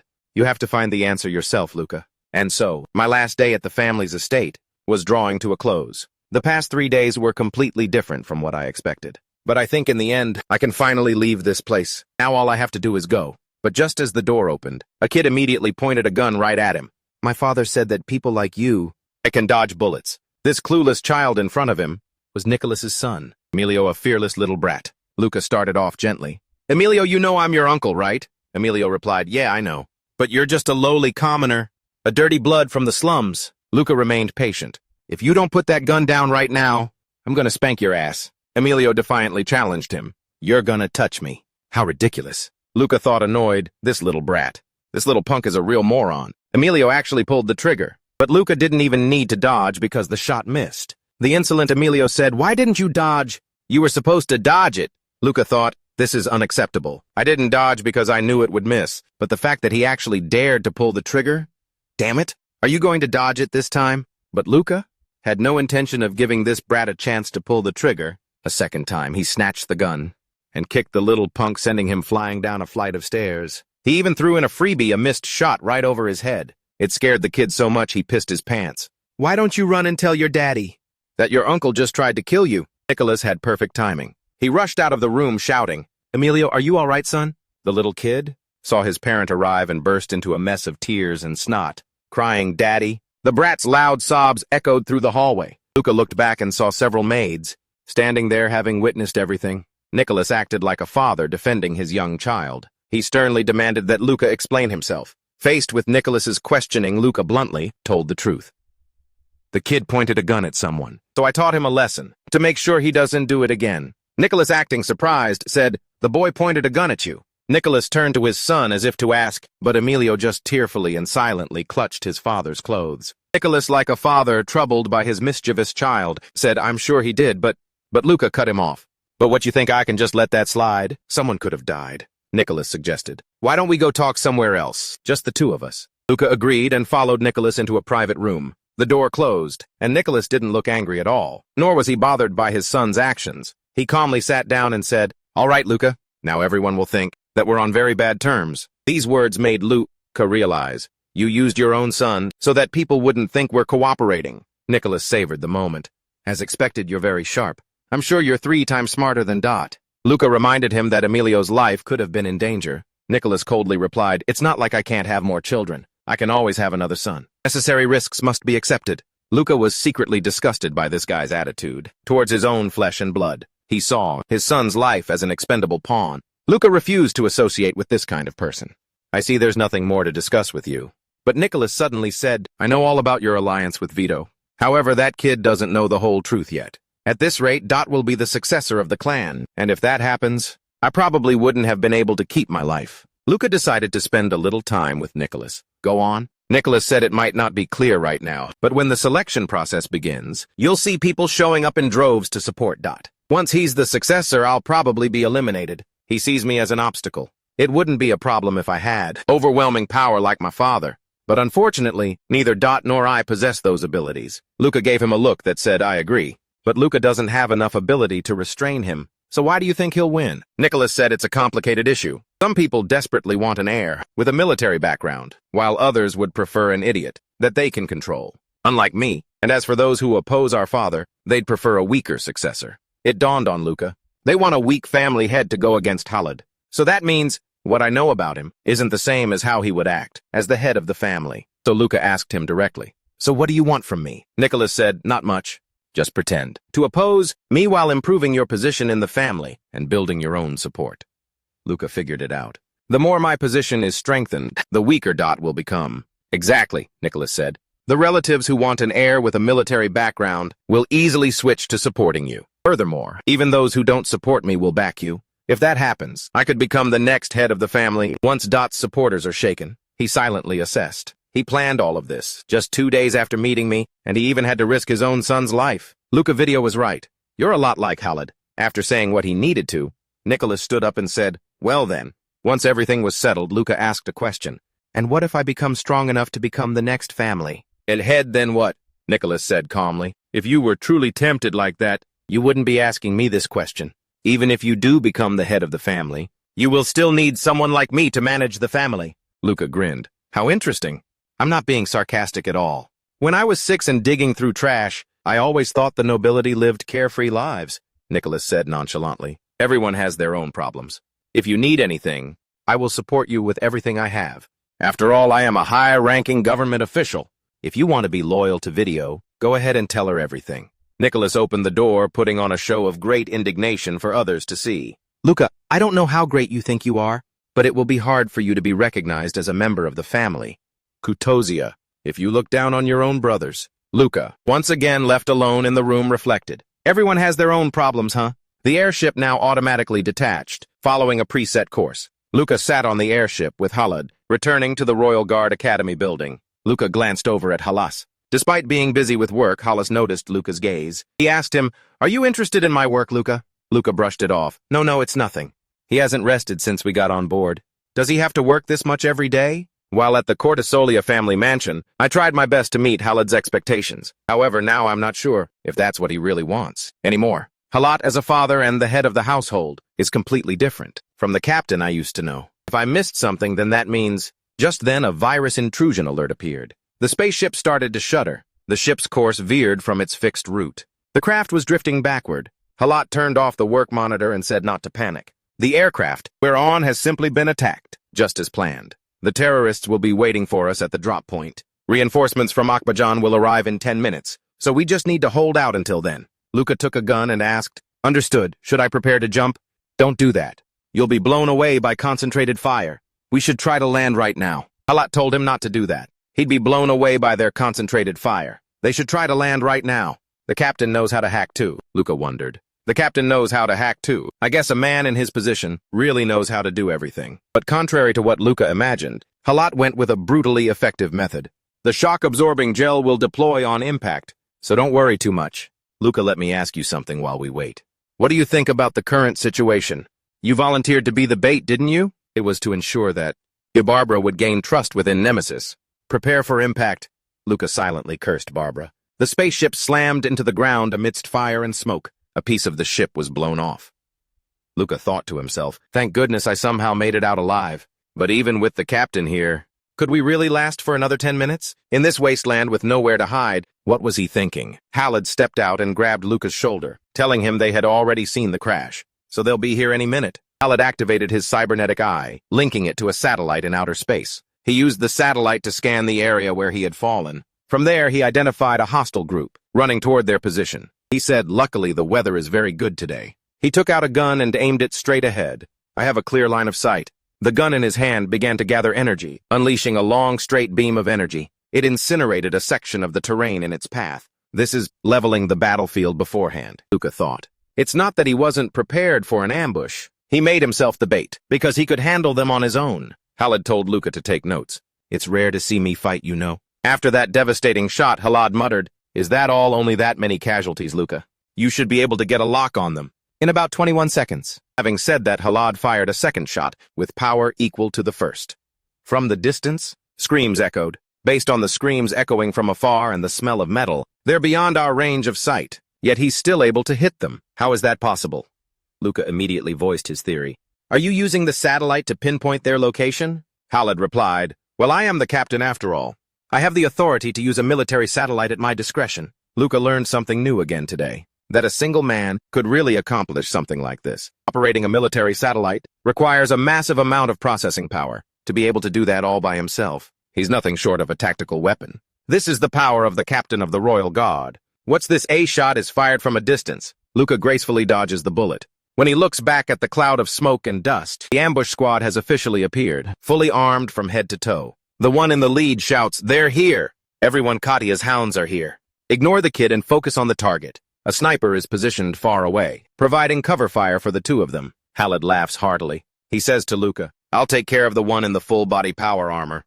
As for the rest, just do your best to survive, Luca complains. Isn't giving vague orders.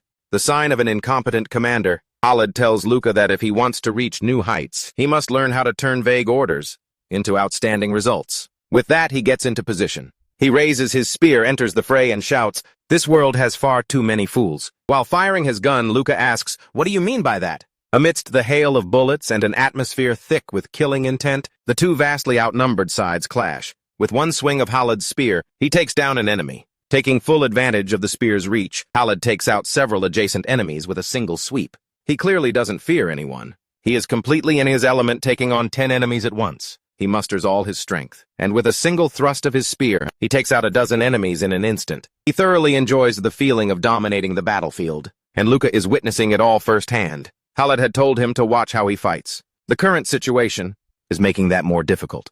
These guys don't even seem to care about friendly fire. I guess I can't underestimate these terrorists. Luca weaves through the chaos using his gun. He uses his cybernetic eye to analyze the optimal trajectory. One bullet takes out a gunman. Model. He readied his sword to block the attack from the melee fighter. The remaining enemy gunman fired a shot at the same time. Luca threw his empty gun. He focused entirely on blocking the sword, while also dodging the enemy's bullet. The shot came from behind, but the melee opponent fighting Luca dodged it. He dodged without even looking. No wonder they call this the terrorist's fighting style. He can fight me without any mechanical assistance. It must be because he can use the acid fighting method. Even so, we're on completely different levels. I can try something else and seize the opportunity. Luca blocked the enemy's sword with one hand. With his other hand, he reached out through an opening and grabbed the enemy's arm. As soon as he had the enemy immobilized, Luca swung his sword, decisively cutting the enemy in half. He lost his focus on the acid fighting style the moment I grabbed his arm. A skilled practitioner would have cut off their own arm the instant it was touched. Luca's face paled as he looked down at the lonely sight of the incomplete corpse and blood splattered everywhere. He raised his eyes and was stunned to see that Khaled had already wiped out all the enemy troops. It's over, right? Hearing Luca's question, Khaled looked back. Khaled said that Rick Kaiser was waiting over there. I bet he was planning to jump in when I got injured. Luca wondered, wouldn't it be better to set a trap to lure him in? But Khaled said that while that method could help them capture him,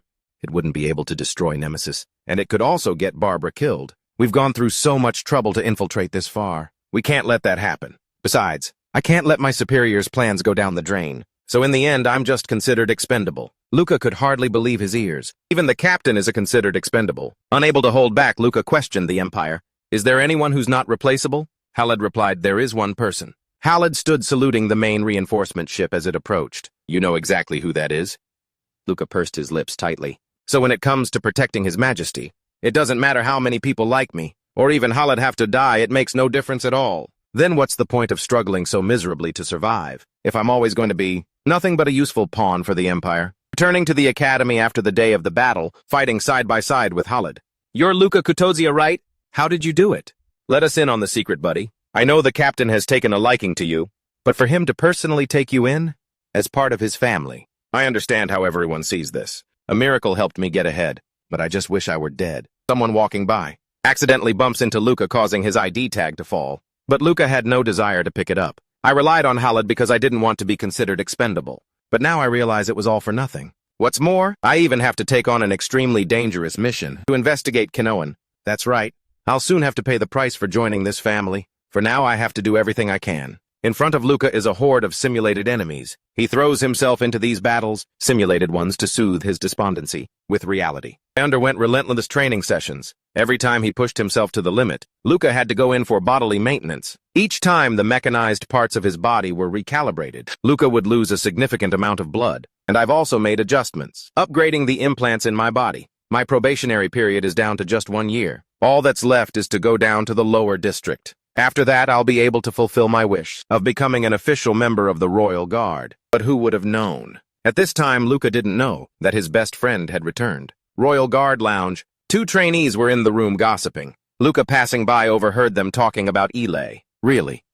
He doesn't seem like that type of person. He hides his true intentions behind a smile. Either way, he's no fool. Luca asked what was going on. A trainee said that Eli got rid of his older brother. Now, he's the one most likely to inherit the family title. He should be undergoing a psychological evaluation right now. Luca was stunned to hear this. Eli had returned after a long leave with his family. The sign on Eli Katika's door showed he was out. Luca sat at the foot of the stairs, thinking he got rid of his own brother, and now he's aiming to be the next heir. The same guy who was always indifferent about the family succession. I guess he couldn't forget the death of Liliana Monessa. In the end, he gave it his all, but still ended up with nothing. After all, he gave it his all, but still ended up with nothing. And that was all by his own 2 hands. A familiar voice called Luca's name. He looked up and saw the person who had arrived. Luca couldn't hide his joy. His noble friend Ile had returned. Ile spoke first. I appreciate you waiting for me. Should I call you Luca now? Luca said, of course it's me. Ile said, give me a minute. I just need to put my bag away. Luca felt somewhat relieved, seeing his friend so full of energy. The two of them found a secluded corner to sit and talk. Luca said, I was really impressed that you beat your own brother. Ile said it was an official match. Everything was done by the book. My brother's a pretty naive guy by nature, so he's really easy to provoke. Luca asked curiously, so how did you make him go ballistic? Ile told his friend, I slept with his girlfriend. She got with me in a heartbeat probably because I'm better looking. I feel bad for the guy. But Luca wasn't having it. He criticized, you're a real scumbag. Ile asked, and what about you? I know how families like that operate. They'd never just let you in for free, especially the Kutozia family. Luca said, his expression hard to read. My life has always been like walking on a tightrope. It's no different now. Ile. Comforting him, he said that even experts make mistakes sometimes. Luca said, but that doesn't mean they can stop their scheming. Ile glanced at his friend who clearly had something on his mind. As he stood up and declared to him, I've decided not to run away anymore. Luca asked, is it because of that woman? Ile replied, I want to restore this clan. Doesn't it make the most sense for me to become the successor? And if the Empire runs into problems, then I just need Leo to be powerful enough to handle it himself. Luca silently watched his friend, thinking to himself, you've always been a capable person. That's why I'm sure you can do it if you really try.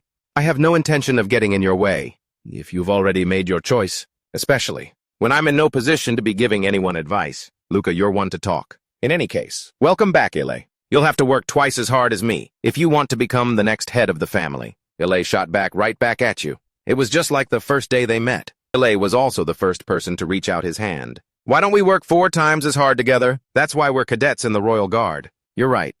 Luca, just like back then, chose to shake Ile's hand. Because all I can do is give it my all just to hang on. As if to prove his words, he volunteered for a mission to purge the native creatures on planet Nova. As for Luca, he continued his mission down to the lower district. While passing through a dark, filthy alley, someone there targeted Luca. Luca was walking while calling Gabriel. Meanwhile, a thug with ill intentions, thinking Luca was completely unaware, snuck up on him. He reached out, trying to grab the wallet on Luca's hip. But with a speed the thief's eyes couldn't follow, Luca quickly grabbed and crushed his meddling hand. The thief yelped in pain and ran off. That's typical for the lower-class areas. Anyway, why isn't he picking up? Luca went to Gabriel's place to find out what was going on. He opened the door and looked down. And of course he saw why. Gabriel was lying on the floor unconscious. But thankfully there was a glimmer of hope, as Gabriel moved weakly but stubbornly insisted, I'm not dead yet. Before Luca took the elevator down to the lower district, he had gone to a place to test his new sword. The weaponsmith asked Luca how he liked it. Luca gave his feedback.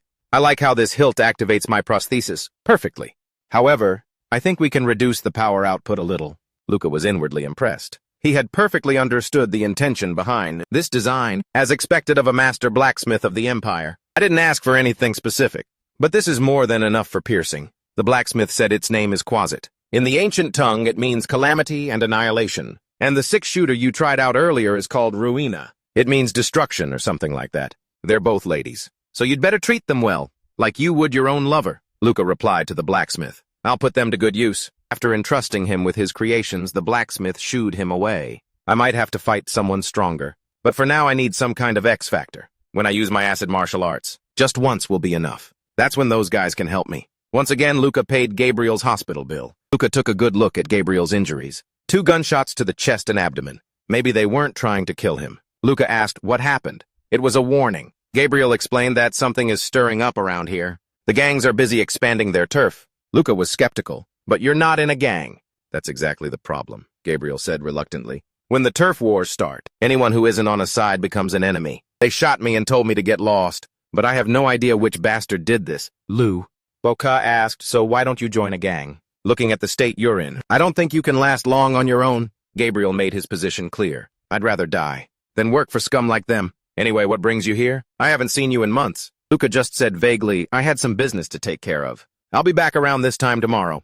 Give him the strongest painkillers you can, and was fully prepared. A vein bulged on Gabriel's forehead. That guy I just finished operating on. Ignoring Gabriel's nagging, Luca paid him no mind. He left the hospital and went deeper into the city's lower-class district at night. He opened up a series of virtual screens in front of him. The hospital where Gabriel is staying has armed guards stationed everywhere. He'll be safe there. Luca swiped his hand, scrolling through the virtual screens, And just as Kinuan said, it seems he was quite close with the former manager of the arena. If I can find out what Kinuan was doing during his time in the lower-class district, I might find some kind of clue. What on earth was he doing in a place like this? Luca looked at the dark place, illuminated only by the light of jarring neon signs. In this desolate place without dreams, Luca wandered through the deserted alleys. He wondered what that man had been up to. He just kept walking around the area until his footsteps suddenly came to a halt. An image from the past flashed through his mind. I've returned to my old stomping grounds out of habit. Luca quickened his pace, pulling his hood up. He glanced across the street.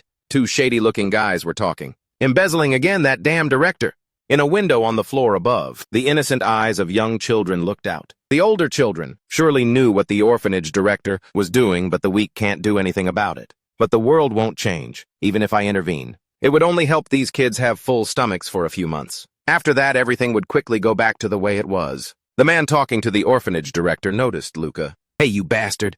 What the hell are you doing here? Get lost, Luca thought to himself. You've gone soft, Luca. But that was all the justification he needed to intervene. Seeing Luca approaching to start trouble, the guy pulled out his weapon. But just as he fired the shot, Luca swiftly moved his hand and caught the bullet. Witnessing Luca's godlike reflexes, the guy wisely backed down and left, leaving behind the director who had recognized Luca. Before the director could even manage a polite greeting, Luca punched his jaw crooked. Are you still running this scummy operation? You've already made a ton of money. The director tried to appeal to their past connection, telling Luca, I always treated you well.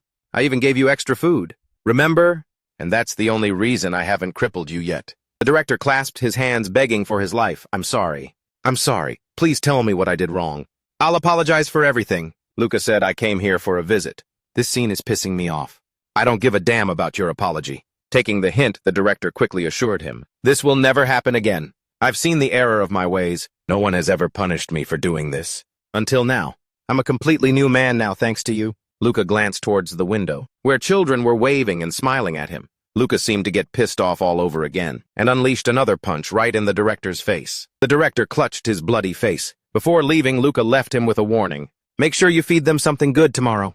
Then, like a silent hero, he vanished into a dark alley. Gabriel, who was following Luca, cursed from the pain. Hearing him, Luca had to warn him. Stop making such a fuss and act properly. Gabriel whined back. I just got shot yesterday. He's going to get shot, Luca thought to himself. Normally, I would have kicked him in the shins, but I restrained myself. Is it because I've been getting enough sleep? If so, I have to admit, beating up people I hate is really good for my mental health. Is this what Khalid was talking about? Luca and Gabriel arrived at the arena. The receptionist looked at Gabriel with suspicion. I heard you got shot. You don't have any matches today, Gabriel said. The rumor has already spread, huh? Anyway, we need to see Alex because of this guy. Not for me, the receptionist asked. Then who is he? Gabriel reminded him he's the good boy. He fought a few matches here before, remember? The receptionist immediately remembered the one who beat him. To a pulp, oh God. How long has it been? Hold on. Hello, it's me. Tell Alex that Gabby, Elle and the good boy are here. Luca once again went up to the room with two guards outside. Alex asked, Hey Gabriel, I heard you got shot. Are you okay? Luca whispered to Gabriel. Everyone is really worried about you. You must be pretty famous around here, Gabriel said proudly. Well, there's a reason. I've managed to survive this long. Alex hadn't forgotten Luca. Long time no see, good boy, Luca corrected him. Call me Luca. Alex asked, Isn't your master with you? Luca got straight to the point.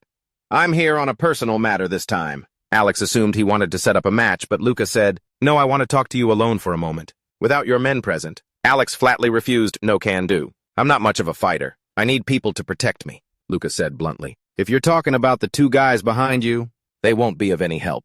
To me, they're just puppets. But Alep clearly doesn't value Luca as much as Kinuan does, so it doesn't matter if he calls Luca a good boy or anything else. Don't think you can act all high and mighty just because you know how to fight. I respect your acquaintance, but that doesn't mean I'll overlook your disrespect. Luca still said, Then you'd better listen to me. Alep impatiently crushed his cigarette and said, Hey, good little boy. Luca corrected him, I already told you it's Luca. Alep's two bodyguards didn't need a signal. They understood that Luca was lighting the fuse. Luca told Gabriel to close the door. Faced with a situation where a peaceful compromise was impossible, Gabriel heard Luca's signal and immediately used his bulletproof metal arm to charge towards the door. Luca jumped up, planting his hand on the ceiling. He gave the men in this room a confident smile. Gabriel finished his task of blocking the door and told Luca to hurry up. Luca jumped down. The hand of Alep's bodyguard holding a gun trembled slightly. Luca flicked both of his hands, causing the two men's guns to flip around. They ended up shooting off their own ears. Witnessing Luca do all this without even taking a single breath, taking down the two bodyguards as a warning, Alep didn't dare say another word. I admit you were right. That stuff is pretty much useless. Meanwhile, in the lower district, it was pouring rain outside. The scene shifts to a familiar repair shop. Zilda was helping Gabriel maintain his mechanical parts. Gabriel mumbled. My implants always ache whenever it rains. Luca had already told Gabriel, you haven't updated your regular waterproofing treatments.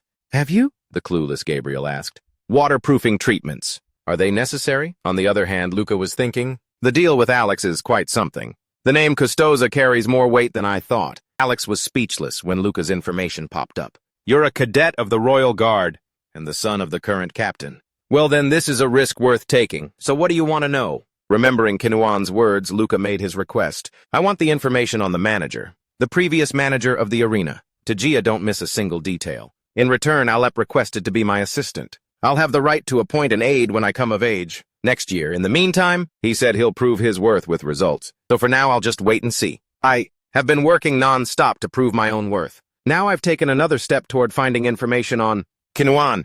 Gabriel kept grumbling. My implants are already waterproofed. So why do I have to pay extra to get them waterproofed again? Zilda said that no matter how well they're made, they'll still corrode over time, especially if they're exposed to the acid rain of Akbaza. At the very least, you should get them waterproofed at least twice a year. Gabriel brought up the age-old problem, but it's so expensive. I've been doing just fine until now, Zilda warned. But a lack of maintenance. I will reduce your motor functions, Gabby. He argued old machinery.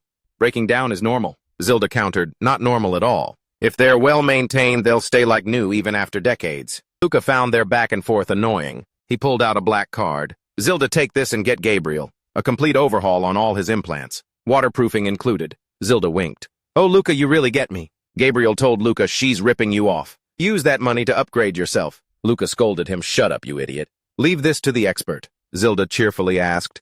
Are the cookies good, Luca? I baked them myself, albeit in an industrial oven. But I'm sure you'll be fine. While the other two were goofing around like elementary schoolers, Luca had to focus on the job. According to the report, when Alex took over the arena, those close to Tora were either killed or went missing. A very well-written report.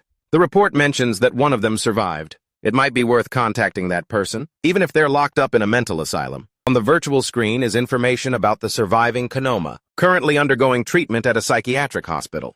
Crash. A black car chose to crash through the ceiling to get to its destination. Luca opened the car door. He complained under his breath. All this hassle just to get to a mental asylum? Gabriel mumbled, my gunshot wound hasn't even healed yet. Damn bastards. Luca probed Gabriel. You're not hiding anything from me, are you? Gabriel said innocently, what would I be hiding from you? Luca brought it up again. The guy who opened fire on us. His clothes were gang-related. Does that have nothing to do with why you got shot? Gabriel insisted he had no idea what he was talking about. I really don't know why they would target me. Anyway, how did you notice that in such a brief moment? Luca confirmed to himself. If he were hiding something, I would have noticed. But no one was supposed to know where we were going. Suddenly a voice called out, Hey, Gabriel! So you've decided to join Alex's faction, huh? You ignored our warning. Gabriel was dumbfounded. What, I'm not part of Alex's faction? The other side shouted, I know you went to Alex's office right after you got shot. Do you think we're stupid? Gabriel wanted to de-escalate, but he didn't know how to explain. Wait a minute.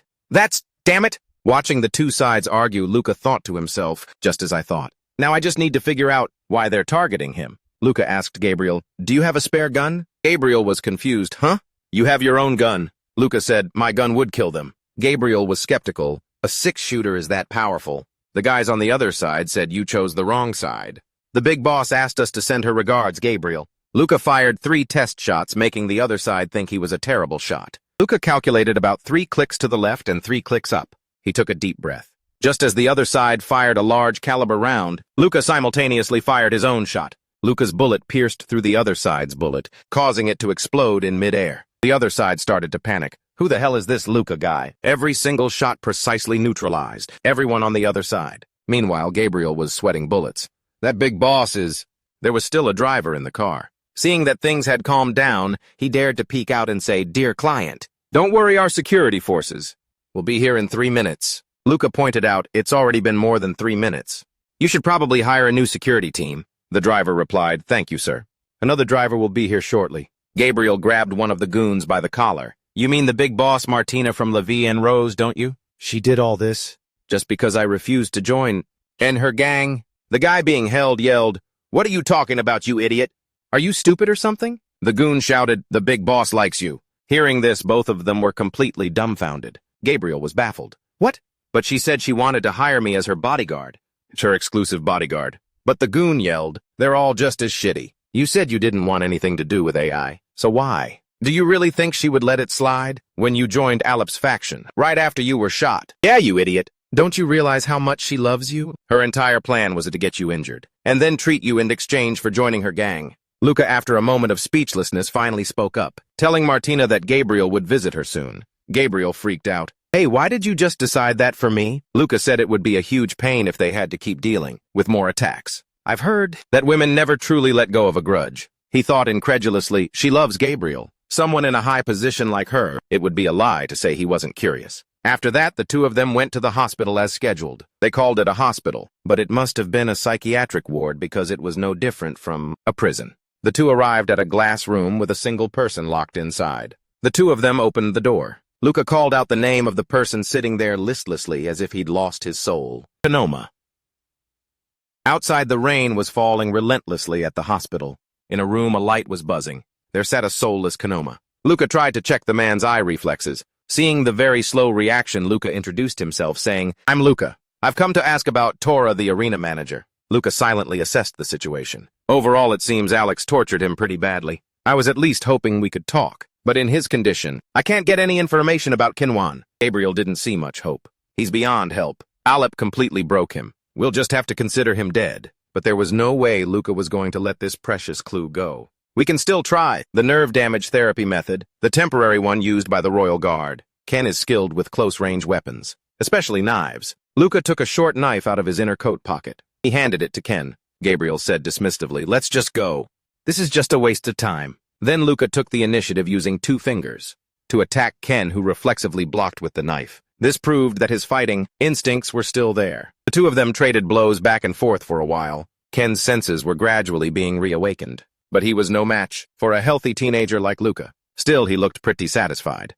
"This feeling, it's like I've just been pulled out of a swamp. It's been a long time, Luca. Looks like you came here to interrogate me, didn't you?" Gabriel was in disbelief. "What? How is he doing that?" Luca, on the other hand, couldn't be more pleased.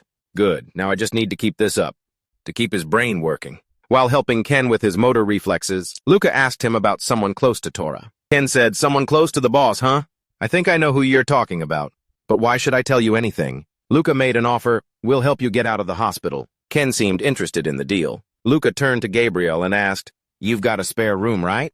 Gabriel was caught completely off guard.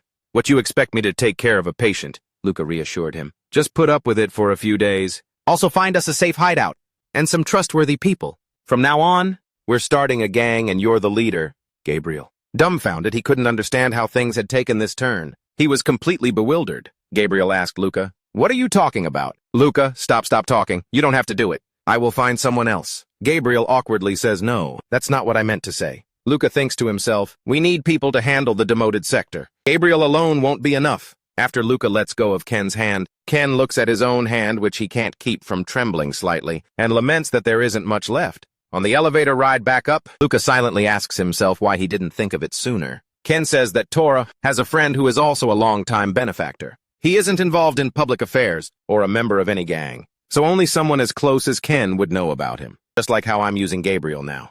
Kinuan also used Tora to establish his gang. He gathered followers from the lower levels to carry out unofficial missions and create his own army. Could it be that I'm both following and repeating Kinuan's path? And yet it's strange that I still can't picture it. Royal Guard data room. Luca is digging around for the information he needs. Just as he suspected, the time when Kinuan became an instructor coincides with the fall of Toza.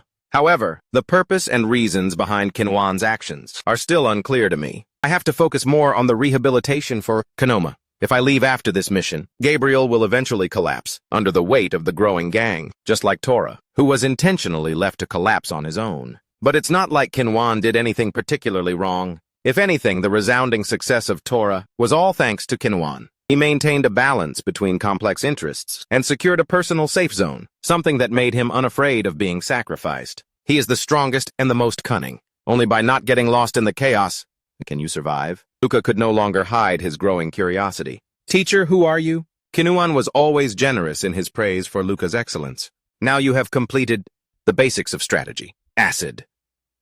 Luca quietly came to a realization. I get it now. The person I want to become is someone like Kinuan. Royal Guard Physical Training Center. Here, Kinuan taught Luca the next level. I didn't expect you to reach Mita so quickly. When Luca asked about it, Kinuan explained, only a person who has reached the level where they can teach the strategy of acid to others. In the past, the acid strategy was divided into many such levels. It was just like that. Now that even the bloodline has disappeared, the distinction is meaningless. Luca got straight to the point. I'm guessing you didn't call me out here just to tell me that. Kinuan said, you're itching for a fight with me, aren't you? Luca scratched his head and said frankly, sorry, I'm pretty hot-headed. You know that, right? Kinuan laughed and said, you really are something else. Indeed. Learning through experience is faster than through words. It's always been that way. No matter how much of an acid martial arts master Kinuan was, his physical limitations still existed. His body was no longer strong enough to fight. So now he doesn't stand a chance of beating me. But then Luca was shocked when he saw Kinuan's mechanical eye and arm light up. Kinuan warned, if you don't want to end up bedridden, you'd better protect your head and body. Wait, it looks completely the opposite. Even though he knew this deal would be tough, Luca still had to try. I might never get a chance like this again. So he got into his stance and said, thank you, coach. While Kinuan was relaxed and at ease, Luca deliberately took a cautious stance. However, he still decided to be the one to act first. The result wasn't very surprising. Luca was splayed out, staring at the ceiling. I lost again. Even an all-out attack was completely blocked by him with just one arm. Considering the conditions, I had the overwhelming advantage, and yet, Luca asked his coach probingly, can you see the future or something like that? Kinuan replied with an amused chuckle. If I had that power, do you think I would have to go through all this, Luca? The AC martial art is something you have to steal and learn. So far, you've learned how to expand your awareness and change your worldview. But your brain still has unused resources. Learn how to tap into them. We'll have our next lesson in a bit. Wait for me outside, Luca. Luca noticed Kinuan's arm trembling slightly, a phenomenon similar to what he had seen with Konoma. If I can't learn this on my own, does that mean I'm not qualified to move on to the next stage? How harsh. He went to support Kinuan, who seemed a bit weak. Let me help you. Kinuan accepted his help. In that case, I'll gladly accept. Luca said, don't worry about it. The person who knows everything is right beside me, but he won't give me the answers. For now, that's fine. I wouldn't believe him anyway. Because Kinuan and I both know that to maintain deep relationships, an emotional distance is necessary. As I helped Kinuan back to his office, we made small talk about meaningless things. We shared a fragile bond. I'd be lying if I said I didn't feel bitter, because we both knew that one day we would have to part ways. But Luca still secretly hoped, at least, I hope I don't have to carry out the mission, to finish off Kinuan. In a dusty area, a group of thugs were inside drinking and playing cards. Gabriel introduced Luca. These guys are the type to do anything for money. Luca, getting a headache, said, I told you to find useful people, not a bunch of idiots. Gabriel said, hey, do you think it's easy to find normal people in a place like this? These guys are pretty decent compared to the others. That was true.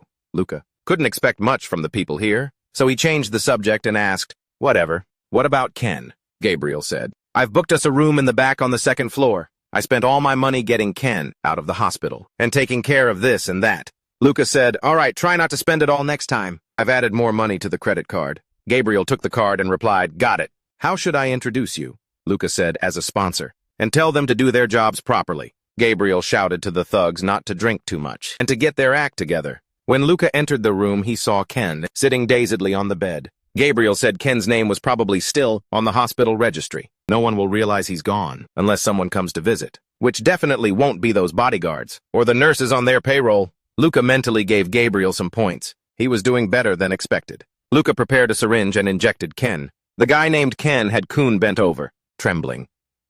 Luca suddenly threw something to him. Luca then asked Oma, do you recognize me, Ken? Oma. Catching the knife Luca threw him, he snapped back to reality and replied, of course. You're someone I can trust. Luca pointed his knife and said, then let's begin your recovery, Ken. Gabriel stood by and watched the two of them fight with knives. The whole scene made Gabriel's head spin. Ken looked invigorated. Luca thought to himself, he must have been something special before he was crippled. And so it went until Luca struck a heavy blow, making Ken lose his balance and fall backward. Ken plopped down on the bed, ending the warm-up. Ken asked curiously, my head feels so clear. What did you do? Luca replied, nothing much. Just a combination of a few drugs. Ken was surprised. I didn't know you were also knowledgeable about medicine. Luca got straight to the point. I'm trying to track down the person who sponsored Toza. I want to know why he came down to the lower district. and the reason he's backing Toza. Ken asked, "First of all, you gotta smoke," Luca shot back. "What do you think?" Ken lowered his demand, "At least a drink then." After that, he didn't ask for much else. He told him to relax. "What about you, soldier boy?"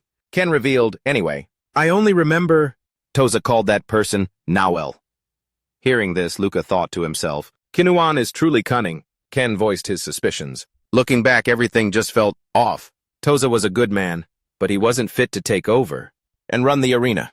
It must have been thanks to that person. Luca asked, "Anything else?" Ken replied. The profits from the arena were being funneled through other channels. "But first I want to ask you something, Luca." Luca guessed, "About Aleph," Ken mumbled, "so you know." "I don't think I can go on without getting my revenge on Aleph, the one who did this to me." Luca reminded him, "Aleph and I are working together." Ken said, "I'm not asking you for help directly. Just pretend you don't."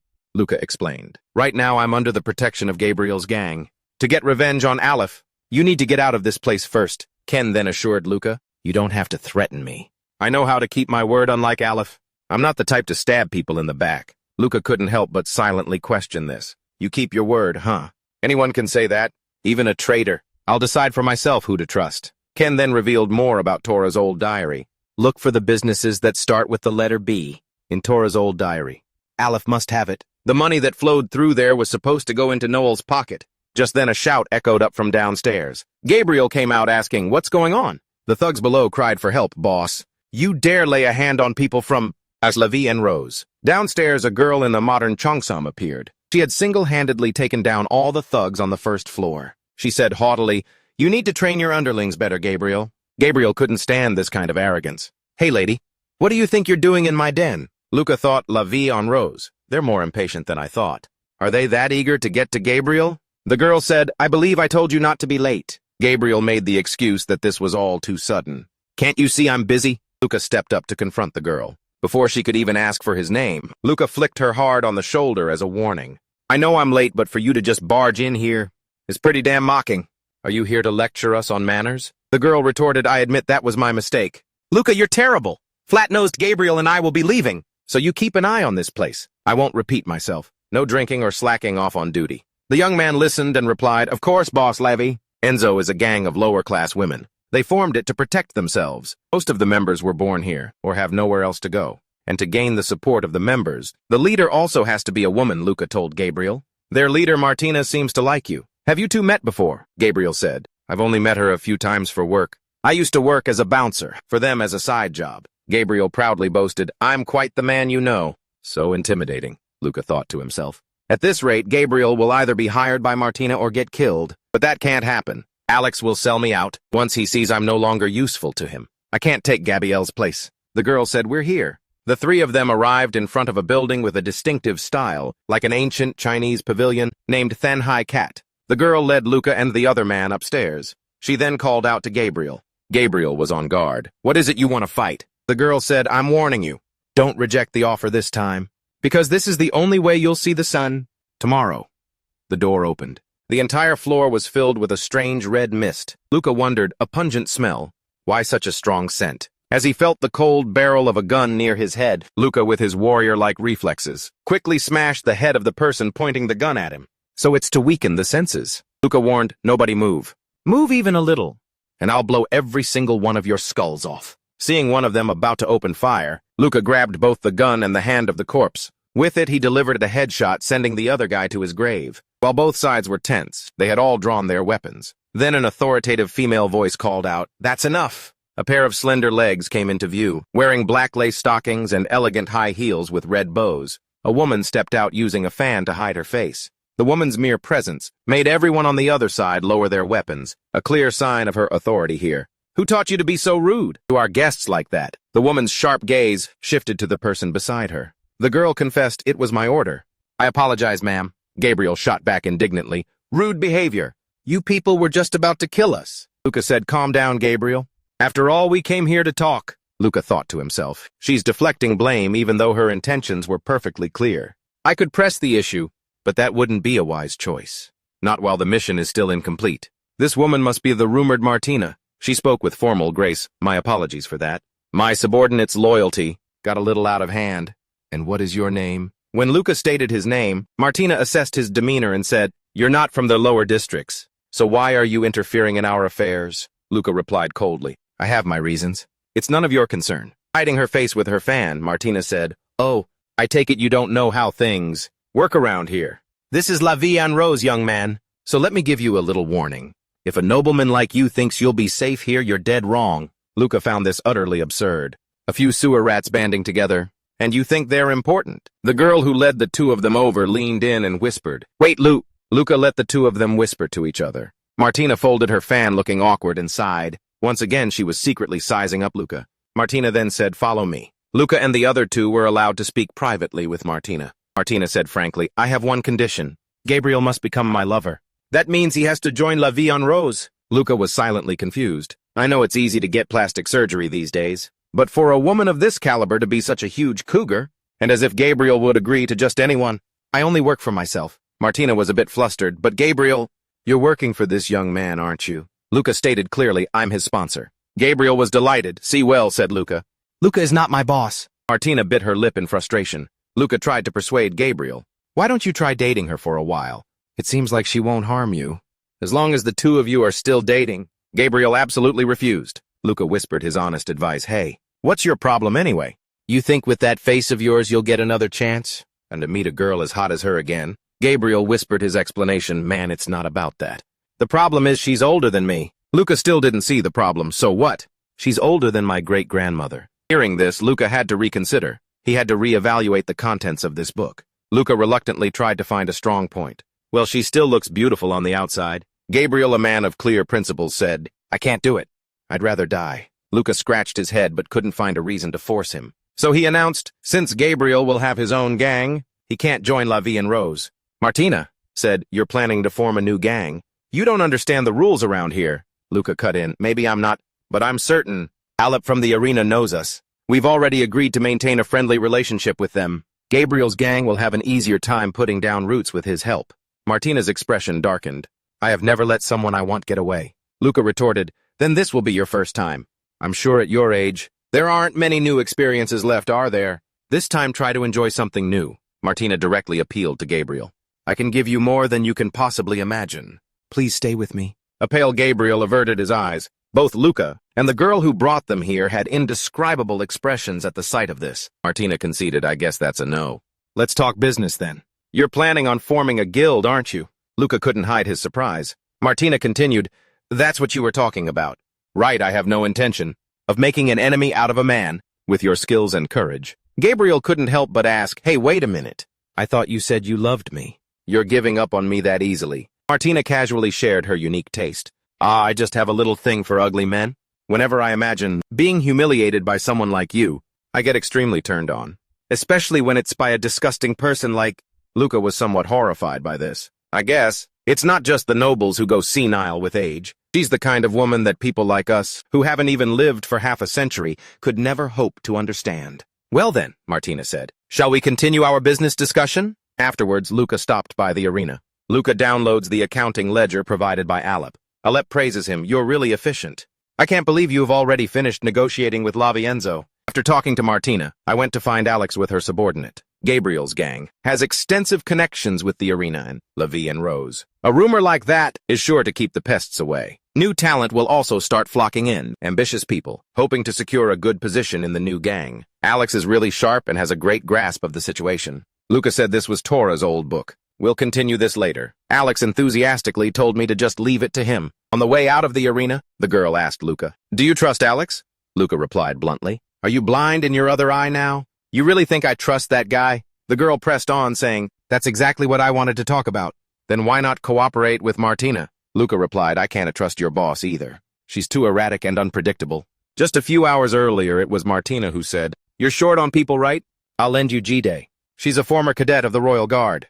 Even though she dropped out halfway, that's still a pretty impressive resume. Martina seems to want to dig into my identity and purpose, but that's fine. G-Day will be far more useful than the junkies that Gabriel rounded up. She even offered us a job patrolling the La Vie en Rose area. So for us, this is a more than profitable exchange. G-Day suddenly asked, Are you from a noble family with a military background? Luca turned back and asked, What makes you think that? G-Day replied, You're stronger than me. I never expected that I would lose to a kid, Luca said sarcastically. For someone who dropped out of the Royal Guard program, you're surprisingly confident, aren't you? G states, I didn't drop out because I lacked the ability. My scores were among the highest. Luca guesses, but perhaps it was due to a lack of skill. Jai doesn't want to talk about this. I don't think we're close enough to share personal stories. Luca says, you're right, you can leave now. That's all for today. Jai offers, I will escort you back to the department. Luca finds this amusing. You'll escort me, realizing she had misspoken? Jai corrects herself. My apologies, I'll see you later. After the two separated and went their own ways, Luca finds a secluded corner to stop and review the information. Ken said to look for businesses, starting with the letter B in Tora's books. The money invested in them would flow to Noel, in other words, into Kinuan's pocket. Luca checks a series of them and discovers they had all been closed for a very long time. I have no way of tracing dissolved companies. The databases in the lower-level districts are also easy to forge, and Kinuan has surely planted a lot of false information. I need to access a database. That's more secure. Something like the Empire's high-level network. Luca suddenly remembers someone. This is an expensive line to use for something like this, but I'm out of options. The display shows a call being connected. The person on the other end speaks first. I put my own work on hold for you, you know. My dear little brother. Nicholas asks cheerfully. So what do you need? Luca requests. I need access to the Empire's central database. The central one for the Empire. I had a feeling you'd have it. Nicholas says I have access as an official of the Empire, but I can't grant you that authority. As for Luca, can you investigate a few shell companies for me? Nicholas asked. Will this help with my goal of solidifying my position in the clan? Luca gave a vague answer. Perhaps, but Nicholas didn't ask any further. He said, send me the list. I'll have it done in a few hours. Luca asserted, I will definitely repay this favor. Nicholas simply replied, brothers have to help each other out, right? Just let me know anytime if you need anything. Luca silently admitted that he was indeed very capable. I'm sure Nicholas will make sure I repay this debt with interest, but I can deal with that later. I need to take care of this first. Luca took the elevator and left the lower levels. Alep from the Konoma Arena, Gabriel and Lavienzo's crew. My brain isn't working, because I haven't slept for the past 3 days. I've been busy handling things non-stop. I'm so tired. So I'll scream in Halad's face if he calls. So Luca prayed silently. Please just let me rest. The next day, Luca was stunned as he looked at the cadet mission logs. He saw his friend Alay's name everywhere. While I was away, how many missions did you do? It seemed he even volunteered to take on missions that weren't mandatory. I guess that's why I haven't seen him lately. He remembered what Ile had said. I've decided to go my own way from now on. Ile should have visited me by now. Luca checked the information and found out his friend was in the personal maintenance room. He thought to himself, I can't keep looking for him forever. Anyway, it seems like he's free right now. Well, visiting him once in a while wouldn't hurt. Just then a girl raised her hand and spoke to Luca. Did you see that? A girl told him Wile is on a rampage. They're saying he might even break the record for the number of missions completed by a single trainee. I don't know what you've been up to, but at this rate, you're going to lose the top spot to Wile. Luca, seeming unconcerned, said, let him. The girl, annoyed, said, are you getting cocky? Just because you joined the Kutozia family? I guess I'd be taking it easy too, if I were adopted by the captain. Luca glanced at this naive girl, thinking to himself, taking it easy. You have no idea.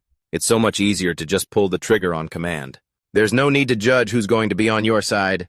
But I have to do that myself, when there's no one I can trust. And I have to suppress the desire to give up this whole act. Sometimes I miss the past and it's agonizing. I know this is the path I chose. Now I can't even turn back. The moment I hesitate, I'll be eliminated. Once I resolve all problems that arise, I can become like them, like Kinuan or Halad. Luca's silence made the girl nervous. So she said, Luca, I'm sorry. I didn't mean to criticize you. I know better than anyone that your skills are worthy of this new position. I was just worried because I haven't seen you lately. You should relax. Seeing the girl's timid attitude, Luca understood. So this is the power I have now. The prestige and authority I always craved. It all starts with the smallest privileges.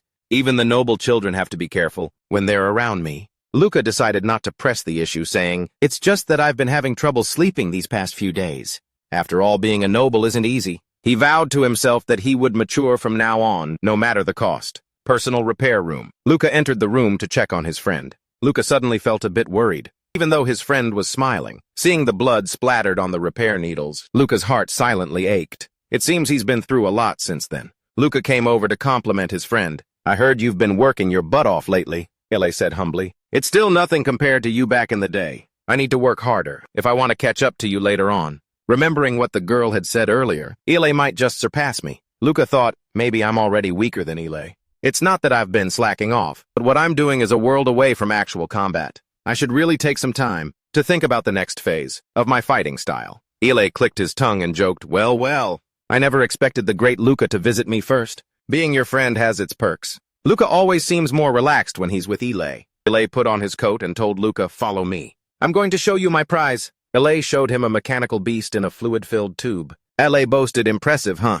Luca looked at the mechanical beast with understanding. Now I see why you're so proud. Beast discovered on planet Nova. It's made of metal and gears, instead of flesh and blood. I heard that capturing them alive is extremely difficult, due to their natural electromagnetic fields. Luca was happy for his friend's achievement. He then asked, how are the mechanical beasts related to the mysterious civilizations? L.A. explained that nothing has been confirmed yet, but it's highly likely that they're connected. The mechanical beasts aren't just coincidentally made of metal. Their actual structure is as complex as a living organism's, and I have no idea how it works. But I heard they can even grow and reproduce. Luca looked back and saw curiosity and passion shining in Ile's eyes. Ile reminded him of the brilliance and innocent eyes of his old friend. Luca looked at the mechanical beast moving inside the liquid chamber. He asked a researcher, so can you tame these things? The researcher replied, right now I can't give you a definite answer. But this is unprecedented. Luca quietly looked at the mechanical beast once more. Afterward, the two boys, following their tradition, went to a secluded spot to talk. Luca asked what would happen to that mechanical beast. Ile said sadly, this is the last time I'll get to see it. It will be transported to the research lab, affiliated with the palace, and I guess it will stay there. Ile turned and smiled at Luca. And this is the second spoil of war. A knife. Only bestowed upon commander-level equation warriors. A Aken boot. I heard it's a knife, made from the bone of an animal, native to their home planet. Apparently that species is now extinct, so it's almost impossible to get them anymore. Luca noted, this looks a lot like a ceremonial object. Can you really use it for combat? It's only made of bone after all. Right, Ile said, hold it steady. Ile suddenly struck the knife he had given Luca.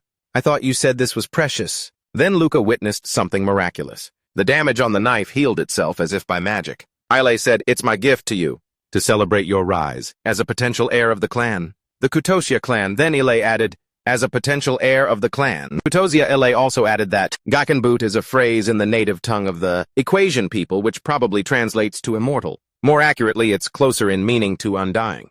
I'm not giving it to you that easily, Luca said. I don't even know if you're joking with me anymore. Ile said, I'm being completely sincere, my friend. Luca sheathed the knife like a knight sheathing his sword. He promised Ile, I will make good use of it. After taking a shower, he returned to his room. The more Luca looked at it, the more he liked the knife his best friend had given him. Gakenboot means integrity, but everything has an end. In a universe destined to cease to exist, our entire lives are but a tiny speck of dust. And so we dream of eternity. That integrity, this life and this relationship will come to an end. I'm getting more sentimental than usual. I guess it can't be helped, because this is the first sincere gift I've ever received. Luca then opened his electronic tablet. A projection appeared. Luca was impressed. Nicholas did a very good job. He even investigated whether the owners of the shell companies were real or not. Gathering this information would have taken me months, or even years. Luca looked at the neatly organized files. Nicholas had left a message. I'm starting to understand where all this money went. I should be able to confirm it in a few days. Luca felt he truly owed him a favor. I guess Nicholas is doing all this, because he knows I'll repay the favor in the future. Ungratefulness is not in my vocabulary, and if somehow I become the next head of the Kutosia family, Nicholas would be an excellent advisor. Luca felt a bit embarrassed and rubbed the back of his neck, thinking he was probably getting way ahead of himself. All right, I can put this on hold until Nicholas sends more information. But good news was followed by bad news. Outside, the rain fell ceaselessly. Luca froze at the death notice. Nicholas Kutosia is dead. A group of people dressed in black stood in a cemetery on a day of torrential rain. Emilio had now become fatherless. The entire Kutosia family and their relatives were shrouded in a heavy atmosphere. Luca let the pouring rain soak him. A flying vehicle had crashed into Nicholas while he was on his way home. They are currently investigating for more details. Luca silently blamed himself, thinking it was because of his request. The timing of the incident was too perfect to be a coincidence. If he died because of my request, he must have found something he shouldn't have messed with. Information powerful enough to get even a high-ranking official like Nicholas eliminated. The destination of the money flow from shell companies. That's my only theory right now. Is this information really that dangerous? If my suspicions are wrong, at least I can shake off this feeling of guilt. If it was an unfortunate accident, or an assassination plot by Dot. Everyone attending the funeral was almost completely silent before Nicholas's grave. Luca watched Lady Eva, crying quietly with her daughter beside her for comfort. Then his gaze shifted to the other parent. Khaled was just standing there like him letting the rain soak him. He was silent, showing no intense emotion. First, I need to report my conversation with Nicholas to Khaled. Nicholas might have died because of my request. And if Kinuan had something to do with his death, wouldn't that force Khaled to confront Kinuan directly? In any case, I need to report this as soon as possible. If our conversation is discovered later, I could be held responsible. A hand gently tugged on Luca's sleeve. It was Rao who said, "We need to talk." Model. Both of them were probably a little distraught, so they found a spot under a tree to talk in the rain. Rao thought this was absurd. Nicholas shouldn't have died at a time like this. "I think it was Roth's doing," Luca silently assessed. "Her brother is dead, but she seems more curious than sad. I guess Nicholas is willing to use his own child as a tool. Does family really mean so little?" Vidya questions Luca. "Do you know anything about this?" Luca is a bit stunned. "Is she trying to read me?" "I'm sorry, miss, but when it comes to hiding emotions, I'm one step ahead of you. I've already told you. More importantly, what are you going to do now?" Everyone in the family is leaning towards Zork. Vidya wonders, "Aren't you worried? You're the one who just made Zork lose face?" Luca states, "If Zork used his skills to deceive me, then I deserved it. But you're—" Luca stops Vidya from speaking further. "What are you two talking about? My dear siblings, let me join in. It's nothing. I was just asking about the funeral rites." Luca makes an excuse. "It's nothing. I was just asking about the funeral rites. I'm not very familiar with these things." Zork replies, "Well, if you don't know something, you should ask.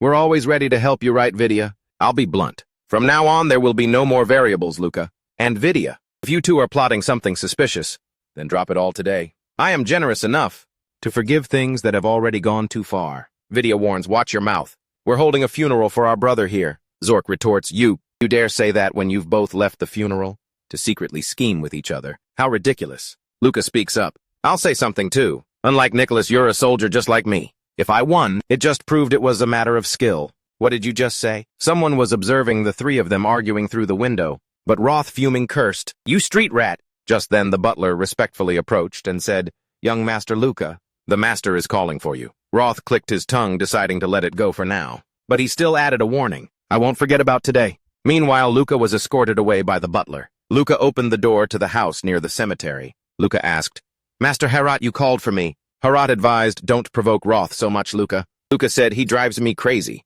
"Did you call me here because you were afraid we'd get into a fight?" Herat said that wasn't it. He pointed out, "The door is still open. Close it." Luca did as he was told and shut the door. "Why is my son dead?" Herat seemed to have teleported. In the blink of an eye, he was right in front of Luca, asking in a heavy voice, "Why is my son dead?" Luca froze. I didn't even feel him. How could he get so close? I don't know what Herat has found out, but if I lie, I'm a dead man.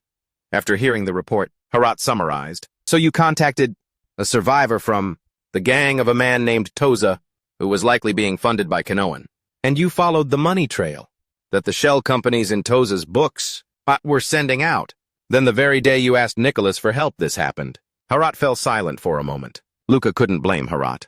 Of course he was angry. No matter how cold a warrior's blood runs, he had just lost his child, his son, the person he had spent most of his life with. Died at the hands of the very person he always suspected, Luca. He recalled the times he was as close as family with Khaled. He then said, "But I have no concrete evidence to prove that Kinuan was behind it.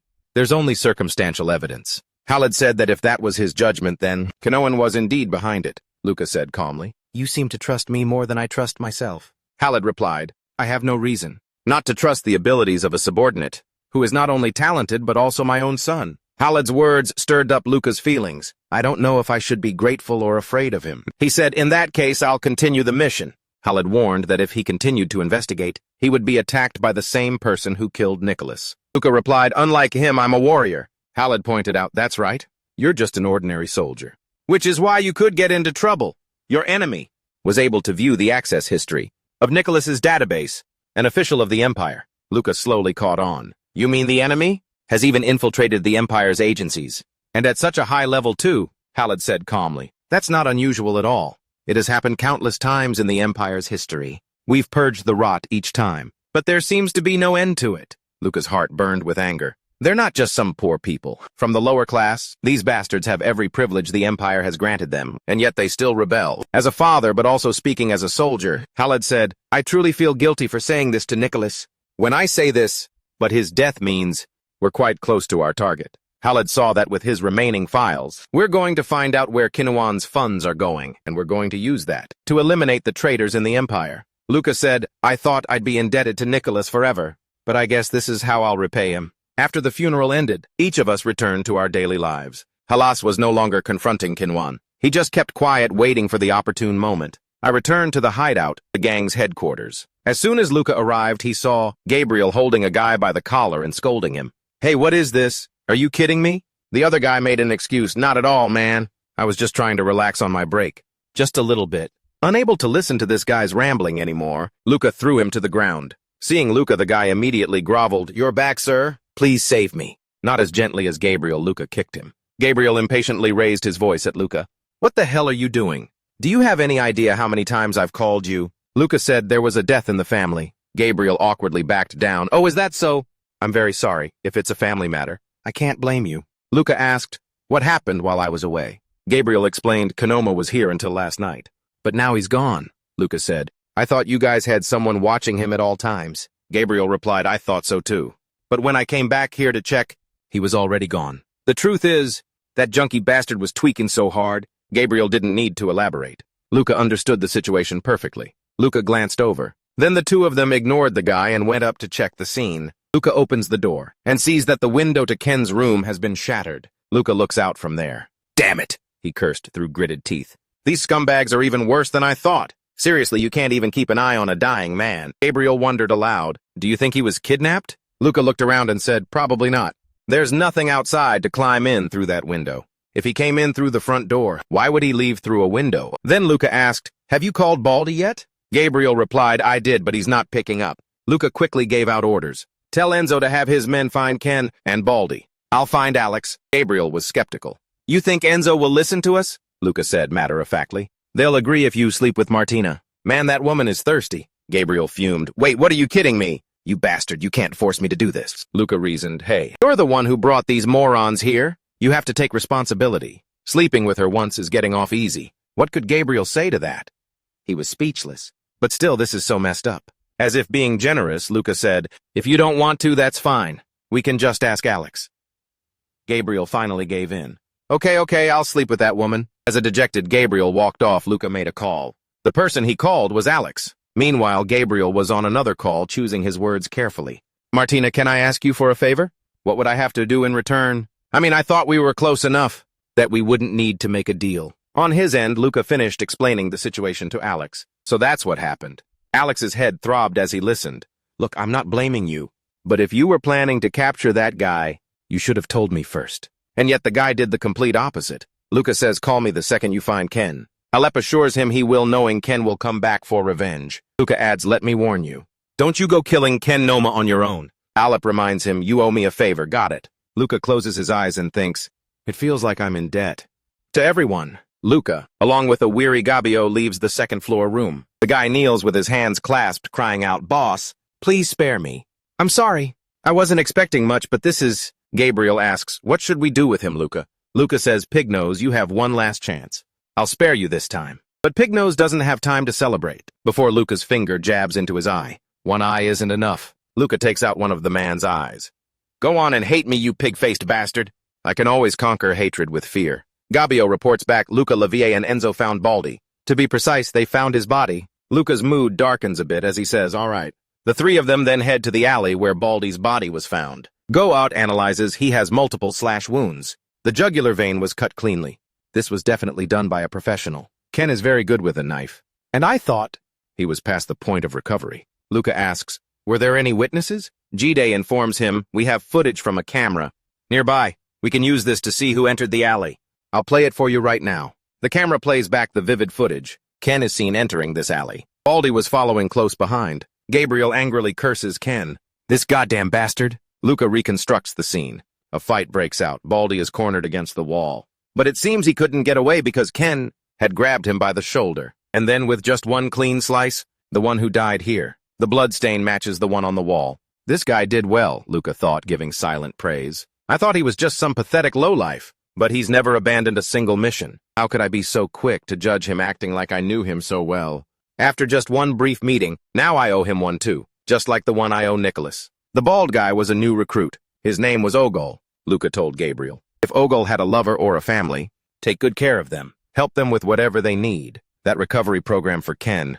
of yours is really something else. I can't believe a man who could barely even stand on his own could recover enough to wield a knife that skillfully. Luca was sure it wasn't just physical therapy. That wasn't it. A few sessions couldn't have brought him back to that level. Ken was definitely severely weakened. Is he hiding something from us? Gabriel called Luca with more information. We found the body of a drug dealer nearby. He bled out from a severed artery. It was likely the same perpetrator. If I piece this together, I might be able to figure out what's going on. But what the hell is happening? Alex called, desperately pleading with Luca. Sir, I need you to get here right away.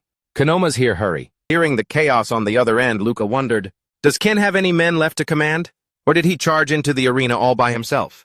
Whatever, I'll think about it on the way. The roar of an engine could be heard in the distance. The taxi Luca hailed arrived in an instant. Gabriel still wasn't used to this kind of taxi. Luca cut straight to the chase. We're heading to the arena. I'm going to make Ken spill whatever he's hiding. The black cab Luca called drove like a bat out of hell. It didn't care where the road was, or where people's houses were. The car just plowed through everything, without a care in the world. Even the landing felt like it was from a driving simulator. It wasn't satisfied until it flipped over. The taxi announced, "You have arrived at your destination." Except for Luca. The other two were in shock after that taxi ride. These black cab drivers have plenty of enemies. You have to pay before the doors will open. The driver requested, "Please provide your form of payment." No one knows what happens if you don't pay. Gabriel took the lead and kicked down the arena door. They were immediately greeted by two corpses sitting there. Gabriel was extremely cautious. Luca examined the body.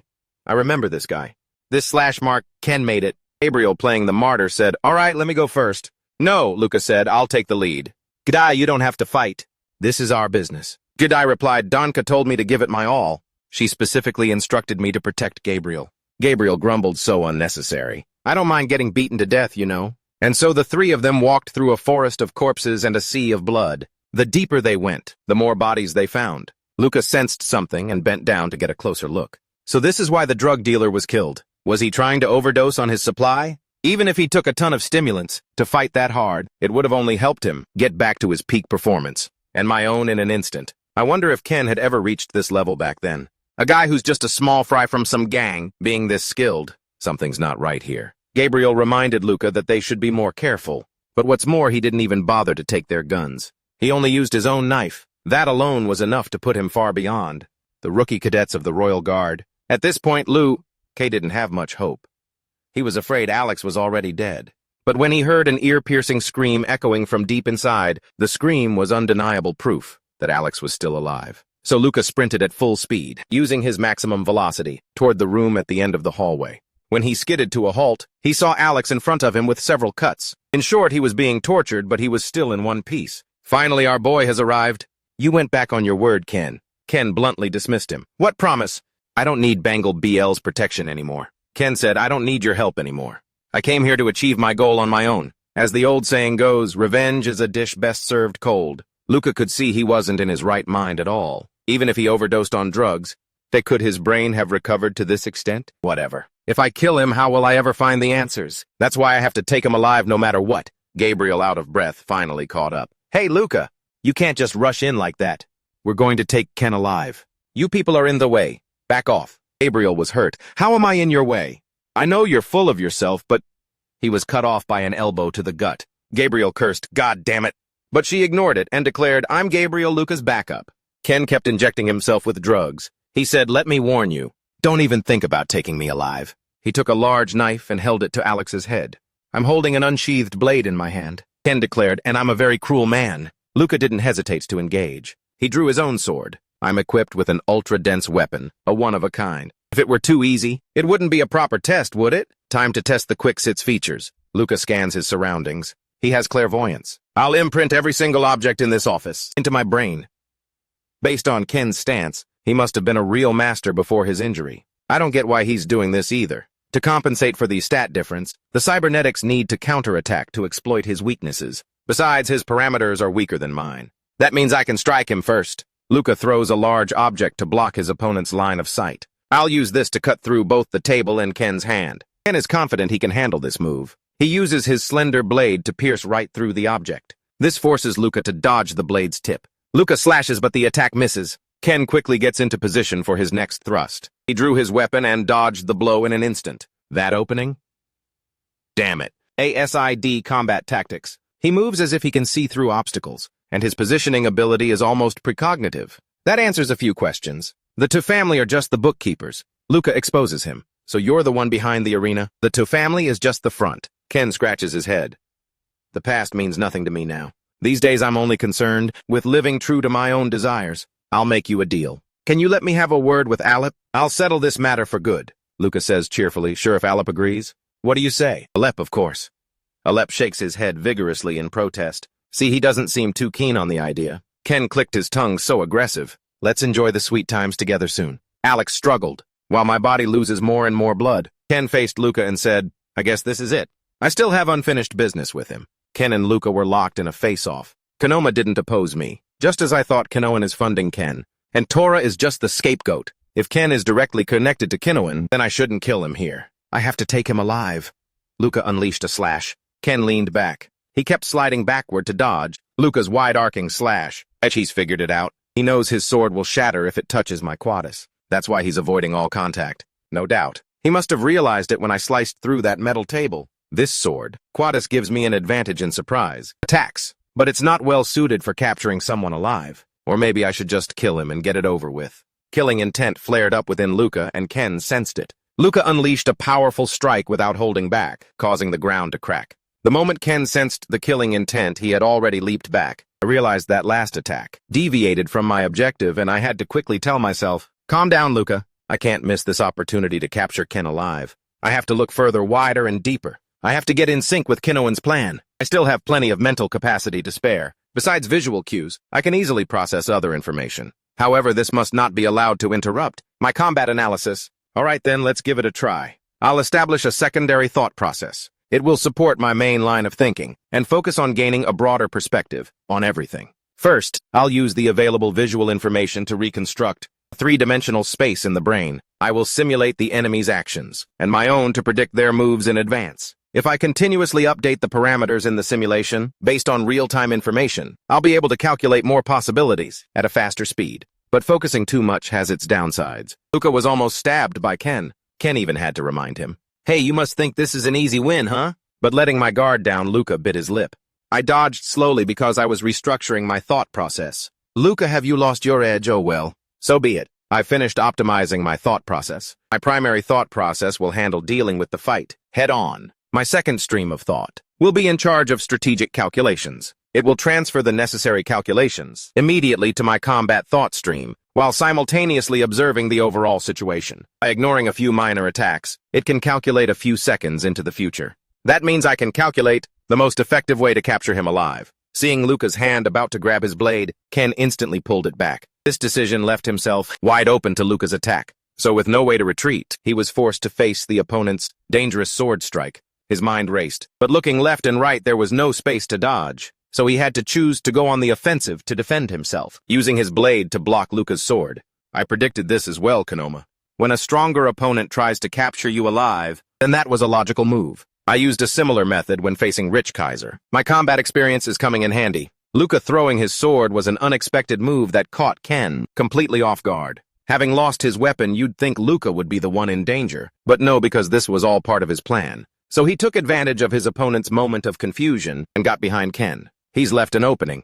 He's about to take a full-blown attack to the back. Ken tried to swing his arm and hit Luca's head with the hilt of his blade, but Luca swiftly disabled his arm with a flick. With his other hand, he grabbed his jaw. Luca then pinned him down for a while. After making sure Ken was down for the count, he could finally let out a sigh of relief. Seeing that it was quiet, Gabriel awkwardly came in and asked if it was over. Luca asked Gabriel to take Alex and Ken to the medical facility. Gabriel rubbed his head and said, "Got it." Gabriel grabbed one person under each arm and took them to the hospital as Luca requested. GZ complimented him. That was an amazing fight. Your skills are even better than I thought, Luca. Despite saying that, she also noticed that Luca's entire body was trembling slightly. It was proof that he also was bearing some kind of hidden burden. GZ chose her words carefully and asked, "Are you a cadet from the Royal Guard?" "That's none of your business." Luca made it clear he didn't want to engage with GZ, so she watched my fight. No wonder she's suspicious. My fighting style also incorporates the standard combat methods of the Empire. I won't report this to Gianca. This seems like pretty dangerous information.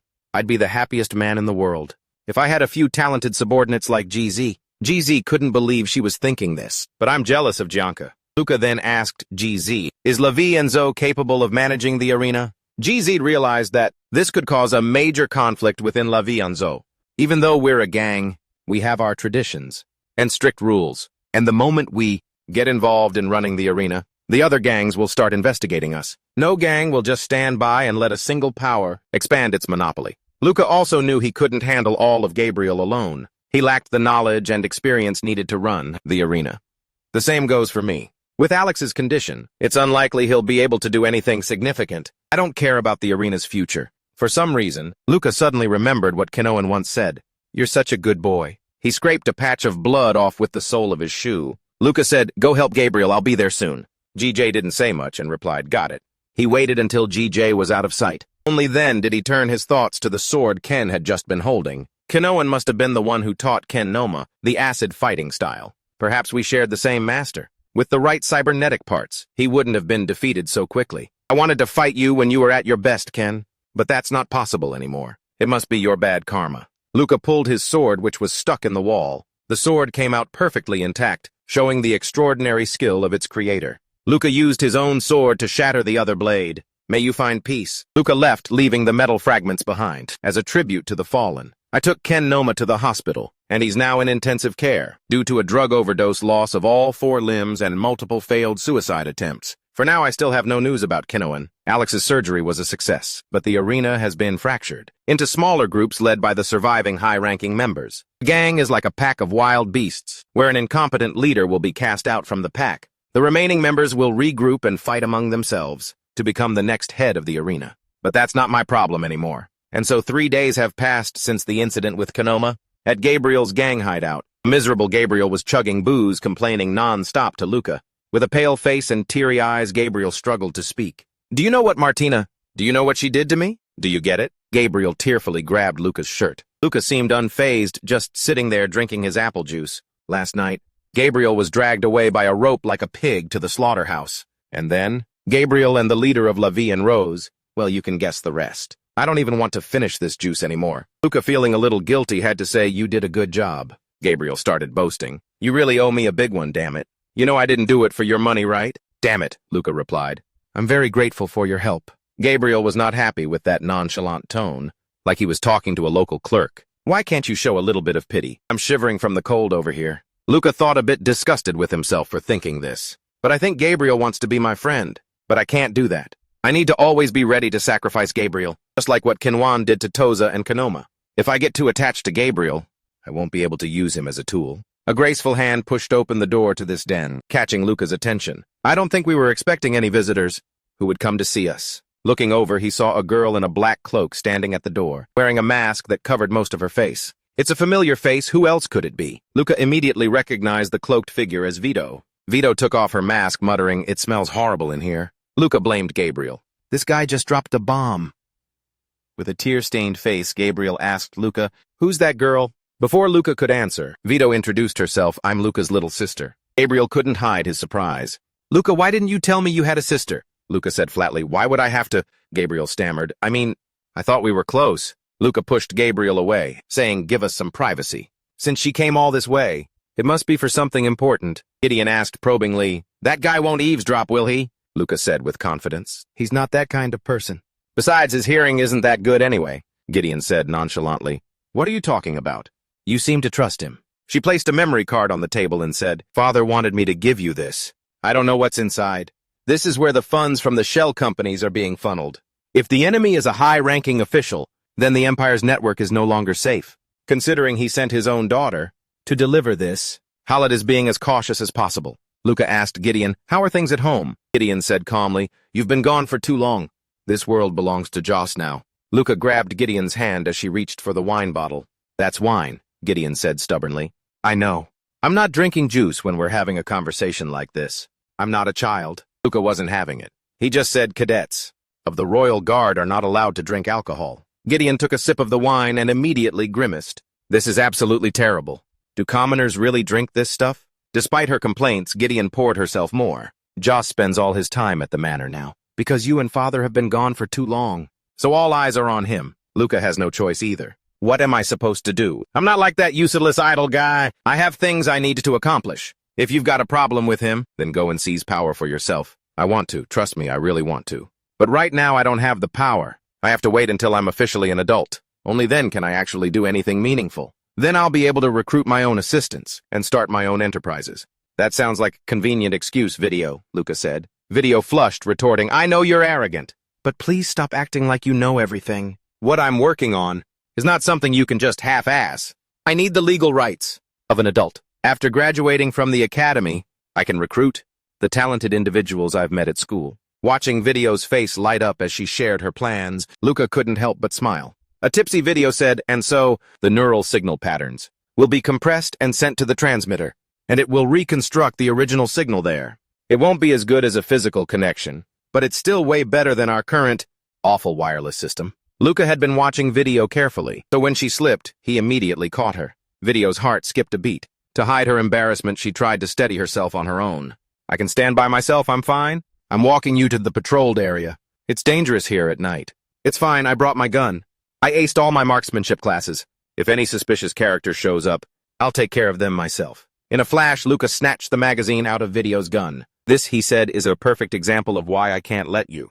Go off on your own, you see, don't be a fool. A gun alone isn't going to keep you safe. I can't let anything happen to you. A dim light shines on Gabriel's den. Luca carefully pulls Vito's hood back up. Vito then obediently follows Luca. Oh, I'm sorry, Luca. I just meant to bring the tea and then head home. But I guess I got a little too excited. By the way, I mean I was excited to leave the house. This is my first time coming down to the lower district by myself. Luca tells her there's no need to explain. I know you feel bad. Vito looks left and then right. She reveals her uneasiness by tightly grabbing onto Luca's arm. You grew up in a place like this. Luca explains, I wouldn't go out after dark. Countless children have disappeared going out at night, and that's exactly why I'm so terrified. It's like a bottomless pit. One wrong move and I'll fall right in. After all, I'm not a true noble. When the two of them reach a place with a camera, on patrol, Luca lets Vito go and says, see you later. Vito asks, can I come visit again next time? Faced with her sparkling, expectant eyes, Luca responds with a calm expression. Snap out of it. This isn't a place for you to be messing around. Vito bites her lip, suppressing her emotions.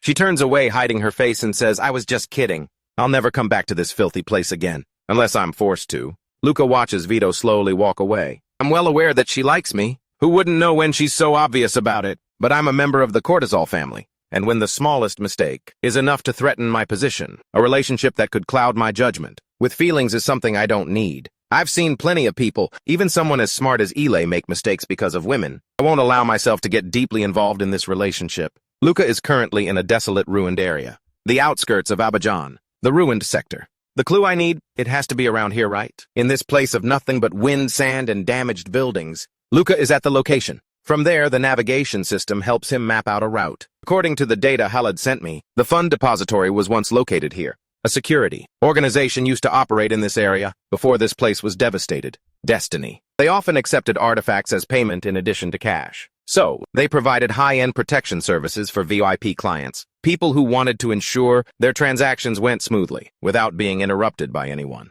Shell corporations linked to the arena would convert their credits into assets that were untraceable and do business with Destiny. Sometimes, they would even add another middleman into the mix to make the transaction more secure. As a result, anyone who wasn't a high-ranking official of the Empire would have a hard time tracing this flow of money. That's why Nicholas wanted to learn more. As he was walking down the street, an old person called out to him. A friendly-looking old woman said, I don't know what you're looking for, but I can show you the way, if you pay the right price, of course. The moment she got close, Luca immediately kicked the suspicious old woman away. And sure enough, Luca's kick wasn't for nothing because that old woman was far from harmless. Judging by his reaction speed, he must have been implanted with a large number of illegal parts. I intended to cripple him with that kick. Anyway, at least no one will dare to mess with me after that. Luca continued on, meeting no resistance. With his target pinpointed, Luca was sure that Dazonen's headquarters was somewhere around here. He stood and surveyed the entire area. Luca approached the edge of the abyss, cursing under his breath, and then leaped from his position. Luca ventured deeper into this desolate place, until he saw a tilted bank building. Luca guessed that this was likely the building. He immediately broke through the glass door and jumped inside. Luca looked around. Amidst the chaotic mess, he wiped away the dust and saw a metal plate that read 9F. The sign indicated that the headquarters of Dazonen was once located on the 9th floor. Luca looked up at the flights of stairs. But honestly, I don't expect much from investigating their headquarters. If an organization capable of assassinating Nicholas is behind Desonin, they wouldn't leave any clues behind, unless they made a colossal mistake. I don't think there will be many clues, but the one who is obstructing my investigation is extremely cautious. After much effort, Luca finally found the door marked Desonin. It must be because they wanted to erase all traces. Luca tore open the steel door. He jumped inside the abandoned headquarters and began rummaging around, searching for anything useful that might be left. It's best to take all the documents that are left just in case. Just as he was about to leave, his cybernetic eye alerted Luca to a nearby life form. Luca looked toward where the glaring light was shining from. But think about it. How could they shut down this investigation and then eliminate all the evidence? With his hand on his sword, he prepared for battle. They would eliminate the one who is tracking them. That's the surest way. That must be why the dust here carries energy particles. There's no reason for them not to kill me. Not when they've already killed Nicholas. My enemies will be here to kill me any minute now. It's a pleasure to see you again, Luca. The one who choked me and permanently crippled Philip. Magic Kaiser. My special weapon was created just for you. He recalled the master blacksmith's explanation of the weapon's capabilities. Ever since that defeat, I've simulated this battle countless times. Its range is also quite short. But the reason it still has its own advantages is that's because it possesses extremely powerful firepower, far surpassing any other personal weapon. Luca fired a shot. Of course, the enemy wouldn't just stand there and take it. This was all part of my calculations. He used the shot as a way to close in for melee combat with Rick. Although the slash didn't faze Rick, he still had words of praise. It seems you've equipped yourself with some rather interesting weapons. You've gotten stronger in just a short amount of time. To think you were able to shatter my armor. You truly are a combat genius, aren't you? Luca was secretly quite happy. Even though he's the enemy, I feel happy being praised by him. Luca fought back using his gun. I think killing him with my own hands will be far more satisfying. From the large hole on the 9th floor, a blinding light of energy shone through. The second shot was fired. Rick's combat armor can't withstand Ruina's shots, so he'll have no other choice but to dodge them. As long as he has one, fewer option. I can predict his movements that much more easily. When Rick got close enough for hand-to-hand combat, Luca was already one step ahead. Jumping high, he swung his sword down. But Rick was still fast enough to dodge. He had to think faster than Luca. Every time the neurons in the brain register new information, all sorts of chemicals and hormones follow. Instantly the feeling, my unnecessary emotions have been suppressed. I feel no remorse or fear. There is only aggression, ferocity, and a thirst for battle running through me, turning me into a fighting machine. And above all, my secondary thought process is stored, entirely with combat awareness and logic. It's a perfectly maintained state. I don't feel distracted for even a second. I'm in my peak condition. And this hunk of metal feels like my own flesh and blood. Completely natural. Today is the day I go all out. Luca continuously fired powerful shots, narrowing Rick's space to evade, until he had Rick cornered. Just like in Ken's match, Luca could now easily deliver a fatal blow to Rick, the enemy of the Empire. This one's for Philip. Luca had intended to cut Rick down for good, but Rick still managed to move during the attack, making the cut shallow. So by the time Luca's powerful slash dissipated, Rick had only lost an arm. Luca couldn't help but feel thrilled. For sure, no attack could have surpassed that one. I can only imagine how amazing it would have felt if that had been Rick's neck, instead of his arm. My brain is about to melt from this sense of accomplishment. Even so, there's one thing that bothers me. Why isn't he using a weapon? It doesn't seem like he's hiding one either. Schick commented from the side. You will surely become an outstanding member of the Royal Guard. Even after losing an arm, he still hasn't drawn his weapon. That is definitely not normal, and he made it clear that now he was finally getting serious. Let me show you a special trick. Consider it a gift for your achievements. Luca's scanner is alarming. A massive energy surge. What's going on? It's not just about speed. His body has completely vanished, Luca. I'm not going to waste my breath telling you things like that. The Empire is not worthy of your loyalty, or how the people are suffering. You're a rather selfish person, Luca. Just when I started to feel confident, this dreadful feeling. It's so familiar. That's the power, just like what you experienced during the Royal Night incident. But now that you've seen this, I can't let you go back. Don't expect a miracle this time, because I won't let things happen the way they did before. You will die because I'm going to crush your brain. Luca thought to himself, I'm screwed. I can't find a way out, in any of the scenarios that I'm running through my head. With his ability to teleport instantly, I don't stand a chance of winning. I'm willing to give you a chance, Luca. Make your choice. He reaches out his hand. You will live as a machine for 2 people. This is your last chance. Luca was a little bewildered. A machine for 2 people. I don't understand what he's saying. All I know is that my chance of winning is incredibly slim, and that bastard will kill me if I refuse. In the past, my loyalty to the Empire was absolute, like a naive child who blindly trusts their parents. However, I've come to realize many things. The Empire isn't always right, and there's a lot of evil within it. Even so, the Empire accepted me. Halid accepted me. Ilay Katika is my friend. Giselle is my family now. I also have Gabriel and Zilda. No matter what he says, I am still a man of the Empire. This time, Luca was able to crack a smile. He declared clearly, my name is Kai Kutozia, the sword and shield of the Royal Guard. Luca asked for real. Are you going to live your whole life doing dirty work? Until you get thrown away like a piece of trash, Kai said without a hint of hesitation. That is what the Empire desires of me. Luca scratched his head and sighed. There's your answer, Kinuan.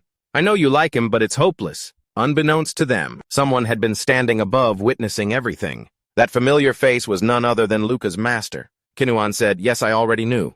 I knew I would have to face you, Kinuan. Luca asked him, so master, are you also an enemy of the Empire? Kinuan gently called out, Luca. Luca said I should consider whether you're an enemy or an ally. I don't need to know anymore. I wish I could stand with you. When Rick heard this statement, Luca also heard him loud and clear. He lowered his sword, a vague answer.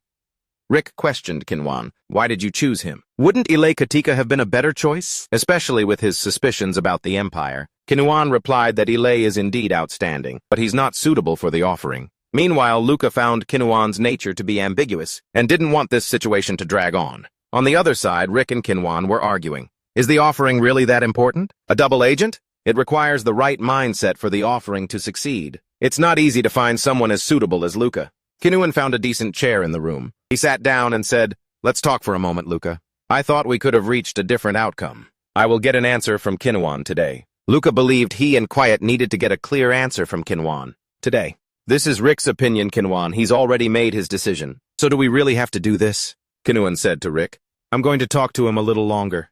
Help me out here as a friend. So although he was unhappy about it, Rick turned and left. I'll keep this short. I need someone to take my place, because I don't have much time left, Luca said firmly. I have no intention of betraying the Empire. You of all people should know that, Kinuan. And I am also well aware that you are constantly doubting me. Given the current situation, you'll become a royal guard, a glorious warrior of the Empire. You won't be lacking in prestige, power, or wealth. But in return, you'll have to become a cog in that machine, Luca retorted. Becoming a cog in the machine is just a matter of perspective. I won't become a part of the core. I will make use of it, just like we've always done with other cybernetic systems. Kinuan glared and scoffed. Then he turned back to Luca. There are no perspectives here. The core cannot be run by a human brain. Through their training, all royal guards have their humanity erased. They end up becoming living weapons. With only logic left in their heads, they are all reborn as organic computers. One of the critical components of the core. I think you're very intelligent, so I'm sure you understand what I'm saying. Luca recalled Harris's advice that he would need illogical impurities to survive in the long run. He didn't understand it back then, so realizing it now came as a shock. It meant that Harris's advice had truly come from the heart. Luca said firmly, let's just say that's true. But that's no reason to betray the Empire, and I just need to make sure that I don't get swallowed up by the Legion. Rick said, that's enough, Kinuan. He has already decided, Rick declared. Let's end it here. Kinuan stood up muttering, how unfortunate. What a complete joke. Just when it seemed Kinuan was going to leave Luca for Rick to eliminate, he suddenly uttered a sentence. I have to kill you, Rick. Then he stabbed him straight up from under the chin. He quickly and cleanly finished off the man he had just called a friend, even coldly remarking, I'm quite disappointed. Luca was stunned by this sudden turn of events. A master whom Luca couldn't yet surpass was now a lifeless corpse. This caused Luca's mind to be unable to keep up with the situation. He stammered, what's going on? Kinuan spoke as if it were nothing, as you can see. I've just killed an enemy of the Empire. Luca said, that's not what I'm asking about. Kinuan rubbed his chin. He flipped open Rick's mask, but Rick must have really cherished his treasure. Luca watched in horror as he gouged out Rick's eye. Did he intend to take it to his grave with him? Luca recognized the object that had just been dug out. That was an ancient artifact. Kinuan rambled on saying, if you had accepted Rick's offer, I wouldn't have had to kill him myself. Instead, I would have added you to the list of people to monitor and reported on you periodically. Luca realized, Master, you're a double agent. I don't know what to believe about you anymore. Instructor Kinuan said, good. That's proof that I'm doing a very good job at being a double agent. Luca was still bewildered. So it was all just an act, Inuandak. Do you think I could fool both you and Rick? With just a performance, the Empire isn't perfect, and I truly trust my own critical thinking. But the Empire cannot be allowed to fall. It is absurd to suggest tearing down a wall simply because it isn't perfect. Luca, flustered, kept raising and lowering his sword, asking who he was. There are some things I must say before I answer you. Luca Kutozea, you have walked a narrow path. In a world where right and wrong are blurred, you have crossed a sea of chaos, even faced death. And in your moment of desperation, when all hope seemed lost, you did not lose your moral compass. It is because I understand the turmoil you have endured that I commend you for doing so. Luca gasped. He knew deep down that he had to face a difficult truth.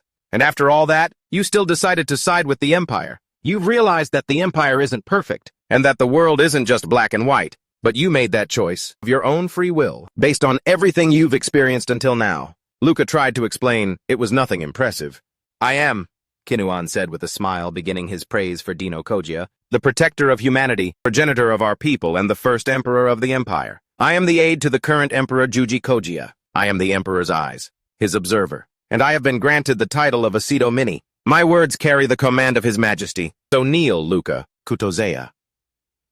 Upon learning the truth about Kinuan, Luca thought it would resolve his inner conflict, but it only made him more unsure of how to judge right from wrong. How so? The upper class and the lower class, the privileged and the poor. I see nothing but inequality everywhere I look. However, I'm sure it's not just the Empire that's like this. The child born with the name Luca has now become Lukai of House Kutozea. In the name of the absolute order, carry out the mission of the Esidomini. We do not exist anywhere, but we are everywhere, Luca repeated mechanically. We do not exist anywhere, but we are everywhere. Rise, young observer, said Kinuan. The eyes of the Emperor and his supervisors, Asidomini, a title, and an existence that are not recorded in any files. Even the Empire will never acknowledge their existence.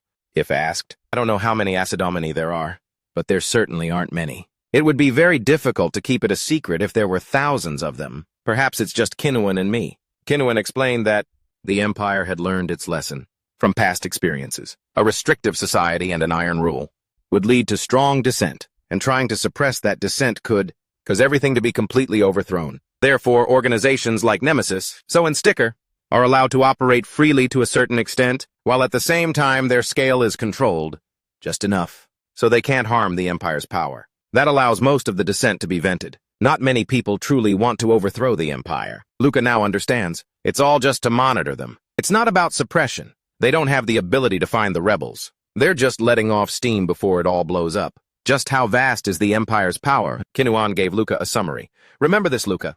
If people believe that things are changing for the better, their anger will subside. The human brain lives on hope, not despair. A hope that things will get better allows them to overcome hardship and suffering. Kinuan took a sip of hot tea to clear his throat. It can even allow them to overcome the horrors of reality, Luca thought to himself. So even these dangerous ideals are a part of his loyalty. As an observer of the Empire, did Rich Kai, sir, truly hope to overthrow the Empire? This question would perhaps remain unanswered forever. Kinuan said, just keep pretending you're investigating me. Bringing back Rich's body will help with your promotion. You'll become a royal guard later on, with the most achievements as a cadet. Luca was surprised. So, even the captain doesn't know about the observers. Kinuan remarked that Halat is loyal to a fault. If he were a little more flexible, things would have been easier for me.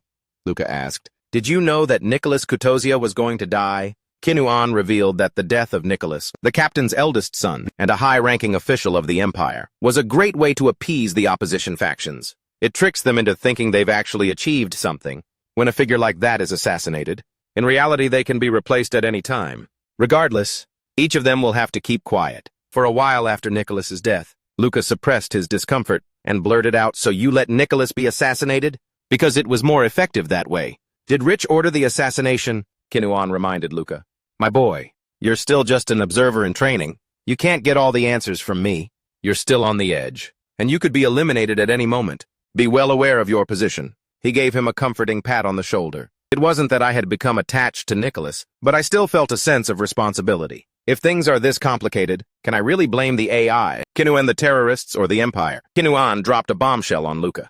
When the time is right, the Emperor will summon you. He left him with a knowing look, then turned and walked away offering some advice. Until then, you will likely face countless questions and insecurities. But keep them under tight control. Luca was left with this new information, unsure of what to do. Aceto Mini. What does this role have to do with the offering? Could he be its creator? Noel Mulinka, the man who led the first rebellion? Was he really a traitor? Is it possible he was working for the Empire? Luca then contacted his superior. Yes, I have eliminated Jich Sylvanus. I encountered him while investigating Dazonin, and subsequent events proceeded as reported.